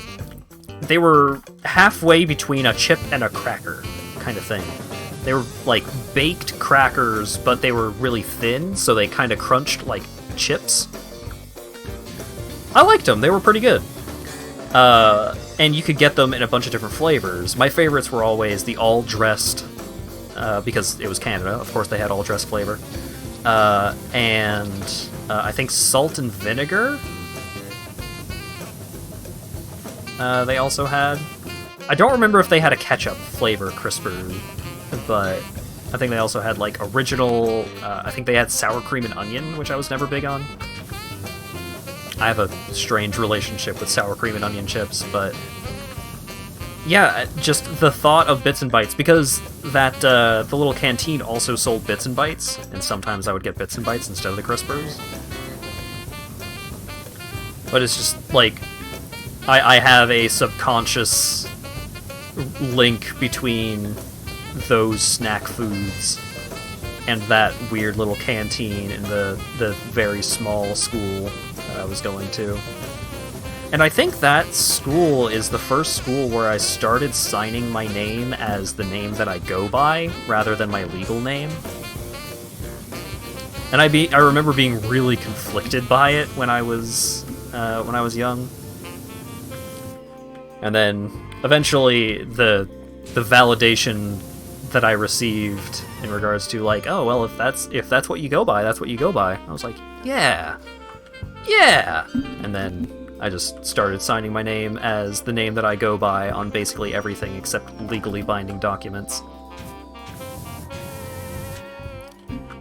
Which did often cause some confusion in classes, because I moved around a lot, so I would have to go through the whole rigmarole of introducing myself as like, hey, I know my name is X, but actually I go by Y, and I just have a habit of signing all of my stuff Y, so in case you see X on the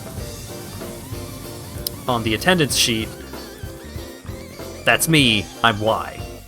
Usually that would be fine, but sometimes we would get substitute teachers, sometimes teachers would just not give a shit and forget super frequently.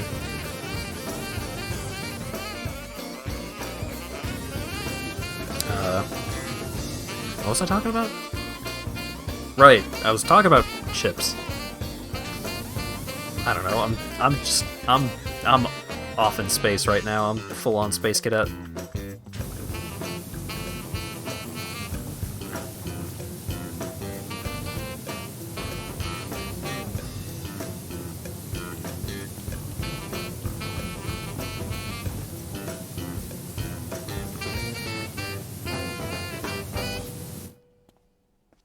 As soon as I finish this drill... These caterpillar treads are annoying. I've decided that I think the drill level is interesting, but these these treads are frustrating to get all up in. So salty they stopped selling all-dressed chips. I think all-dressed chips are gonna come back. Those chips you like are going to come back in style. To make a Twin Peaks reference. I think all-dressed chips are going to come back. I think part of it may be, like, supply line problems. Of just, like, you know, the chip companies are like, I mean, if we're going to send the all-dressed chips somewhere, we gotta send it to Canada. That's where it's a regular flavor. Kind of thing.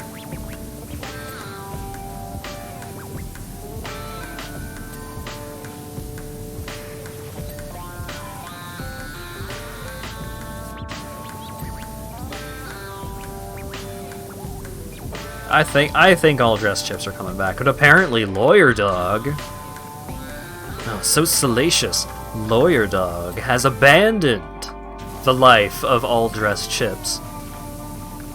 And I think it's just a coping mechanism for not being able to acquire all dressed Ruffles without having to order them online or get like off-brand online or whatever. Just can't get all dressed flavored anything at the store that we go to. But now he has gone to the dark side. He has gone to Zaps. And apparently their voodoo flavor, he says, are superior to all dressed chips, which I simply cannot believe. Although, to be perfectly honest, I haven't been like super jazzed about all dressed flavor stuff for a while now. I've kind of just been like real deep on the snack mix, and I'll tell you why.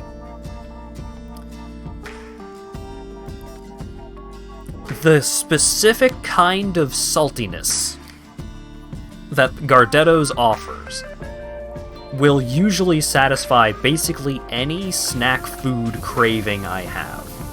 Like, Gardetto's is so good at getting the exact perfect flavor profile that I'm looking for, that a lot of other chips end up being like, I know this sounds weird to say, but a lot of other chips and chip flavors end up being too flavorful in a way, where it's like eating them is so much more involved because the flavor is so much more involved.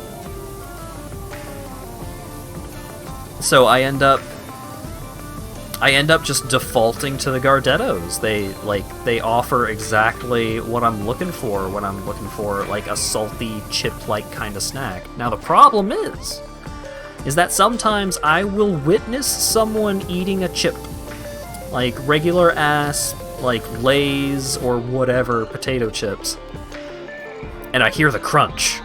I hear the crunch of a traditional potato chip, and suddenly my entire body, I can feel it, like, my entire body is just like, we gotta have some potato chips right now.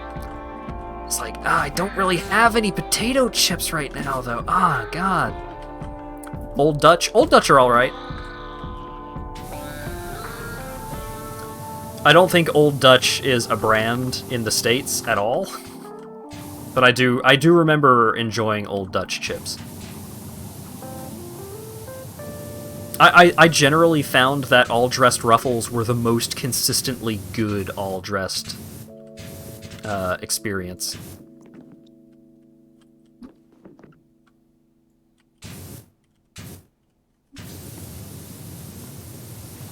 I think a lot of it is like the shape of Ruffles captures the flavor and like the crunch and the particular texture of the potato. As long as it's not Lay's. Yeah, I don't think all-dressed Lay's are particularly good. And as much as I love, like, traditional ketchup chips, like just a plain potato chip style, like a Lay's chip, I really like that kind of ketchup chip. But I don't like Lay's as much. What I prefer store brand ketchup chips.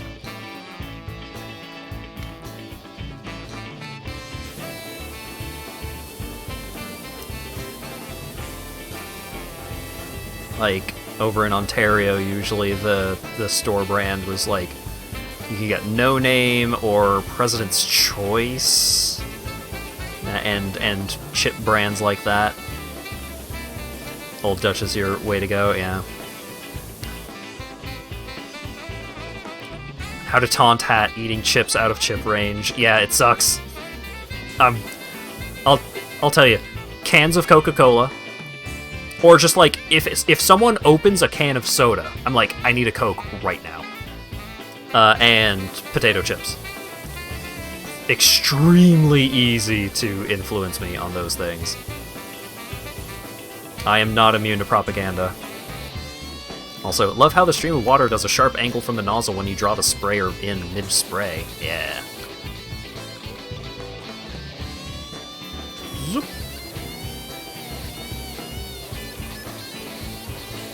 You want kettle chips? Ah, I could go for some kettle chips.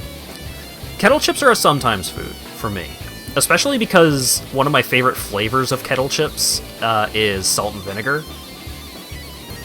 Salt and vinegar kettle chips are like an endurance test for your mouth. Like, hey, how fucked up can your mouth get before you have to stop? And that's eating salt and vinegar kettle chips.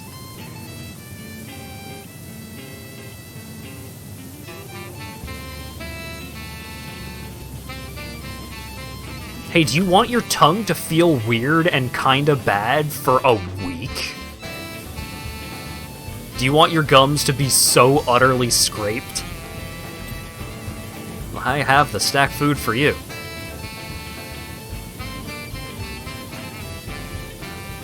Usually when I want, like, when I want pain in a snack, usually I like really spicy stuff. Actually, so, I've been on a hummus kick recently. Hummus has kind of become a bit of a meal replacement for me for, like, when Lawyer Dog and Lagatrope are having leftovers. I'm not big on leftovers, so what I'll do is I'll have some, preferably, sea salt and black pepper, pretzel chips, and I'll dip those into hummus. I usually get, like, the Sabra brand hummus. And I found that the supremely spicy flavor of the Sabra hummus is really good. Like, you do end up with some, like, good spicy kick to it. And you can kind of measure out how much of the spicy you want, because it's not completely mixed in, it's not completely immersed into the hummus itself. It's got, like, you get a pool of the spicy stuff in the middle of the hummus, so you can get, like, a little bit of the spicy stuff and then eat a big old scoop of hummus. So good. They didn't have the supremely spicy flavor of hummus on this most recent store visit, so I decide I'm gonna make my own. I'm gonna make my own supremely spicy hummus. The problem being, what I was planning on using was I was going to use chili paste to replace the spicy stuff in the middle, but it ended up being too sweet. So I end up adding cracked black pepper. I end up adding a bunch of, like, red pepper flakes. I'm trying to doctor this hummus, and I also end up mixing it all together. And it's like, it's close, but it's not quite exactly what I'm looking for, so every time I have it, it's like, oh, this is good, but it could be just a little better. Very unfortunate. Chocolate hummus. I haven't tried any of the sweet hummuses. I usually just go for the savory hummus. Savory, flavory hummus. The roasted garlic hummus, as much as I love garlic, I don't think the roasted garlic hummus works particularly great. I don't think the flavor mixes in with the hummus as well.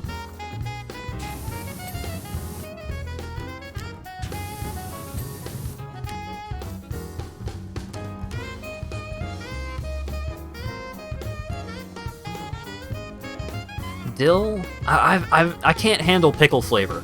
I'm not big on dill.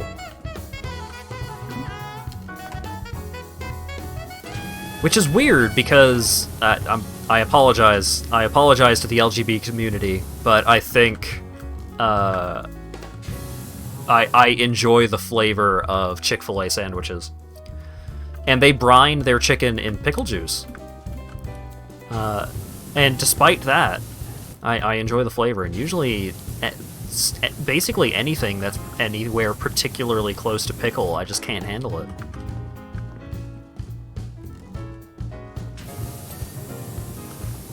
Thankfully, I don't have to worry about giving into the temptation of Chick-fil-A because there isn't one super close to here, and also, I'm not giving them my money. So, there we go.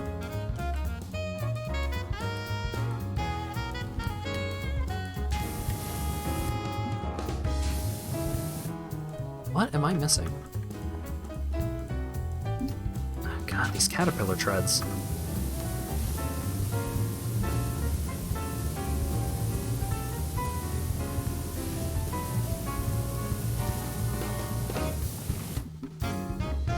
Pumpkin hummus. I haven't been particularly adventurous in my hummus flavor explorations. Because I don't really want to throw out, like, a tub of hummus because... well, maybe Lago would finish a small container of weird hummus if I try getting adventurous, but... I mean, if they have the supremely spicy flavor, that's the flavor I'm getting. Because that flavor is so good.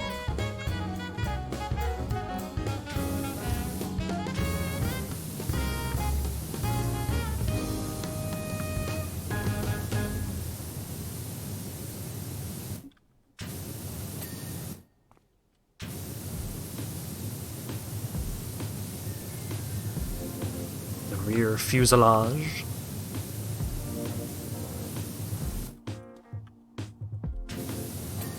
There we go. The rear shielding. One of these bad boys is a bad boy. Get out of there. Come on. There we go. And one of the wheel drives. So it's one of these rectangular situations. Oh, you make your hummus yourself. That does make sense. You do have a greener thumb than most. Getting all deep with the ingredients.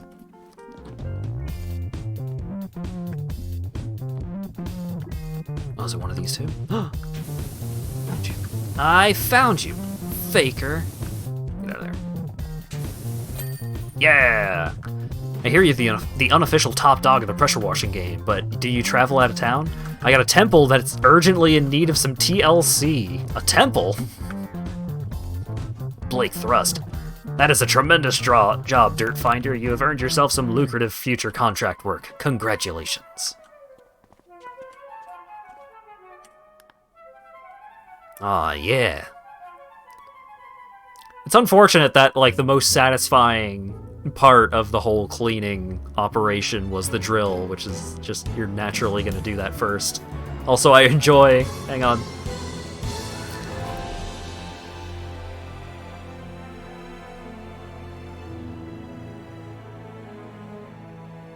Bop.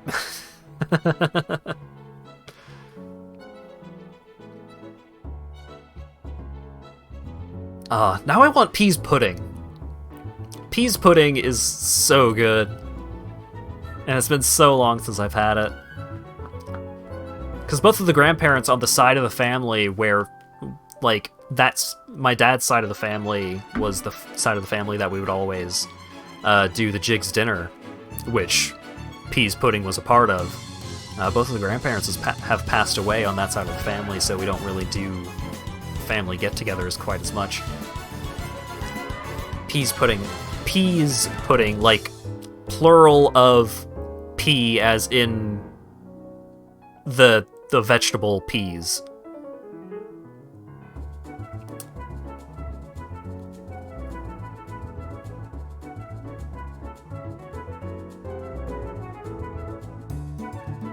Yeah, it's weird. It's a weird thing. I don't even really know how to describe it other than, like, weird hummus, like, almost hummus, but mashed potatoes. And super salty.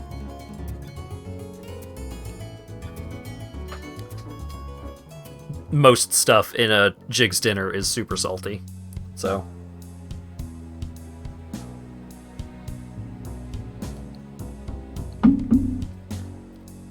It's not difficult to make. Yeah, but you need, like, a cheesecloth. You need, like, a bag. There's a specific implement that you need to do peas pudding that we do not have. And I don't really want to go out of the way to get it. I know it's not expensive to get whatever it is you need. I could probably ask my mom. She would be able to tell me exactly what I needed to get to make it happen. Maybe for a Thanksgiving, I will try and cook a nice dinner for myself and my roommates. Anything that uses cheesecloth is already too complex. Yeah, I don't know. I don't think it's cheesecloth, but I think the thing is similar to a cheesecloth. I remember it's like a bag. It's like a bag that you soak the things in, the cracked peas. It's been so long. And I never really helped with the cooking much, so I never really caught on to a lot of stuff like that.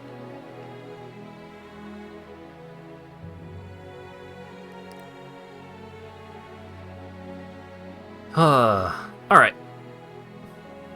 They just soak them in a pot? I guess I could.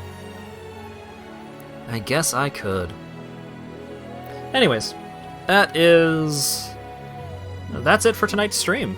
I did 2 PowerWash jobs. I beat Metroid Fusion.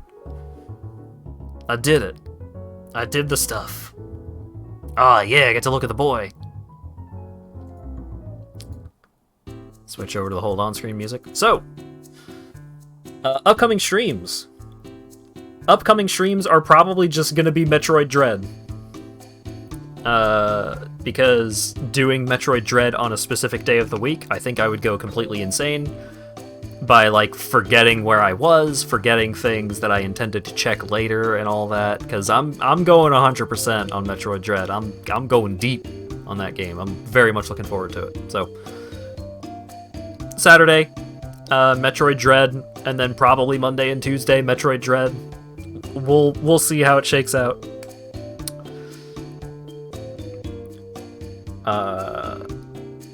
Yeah, thank you all so much for showing up and hanging out. Thanks again to Mickey MT for the gift sub to the user with the very interesting name. Thanks again to Ish for the 17-month Tier 2 resub. Thanks again to Kickin' Dev for the follow, and thanks again to Cult for the $5 donation. And hopefully I will see you all again on Saturday for Metroid Dread. Hell yeah.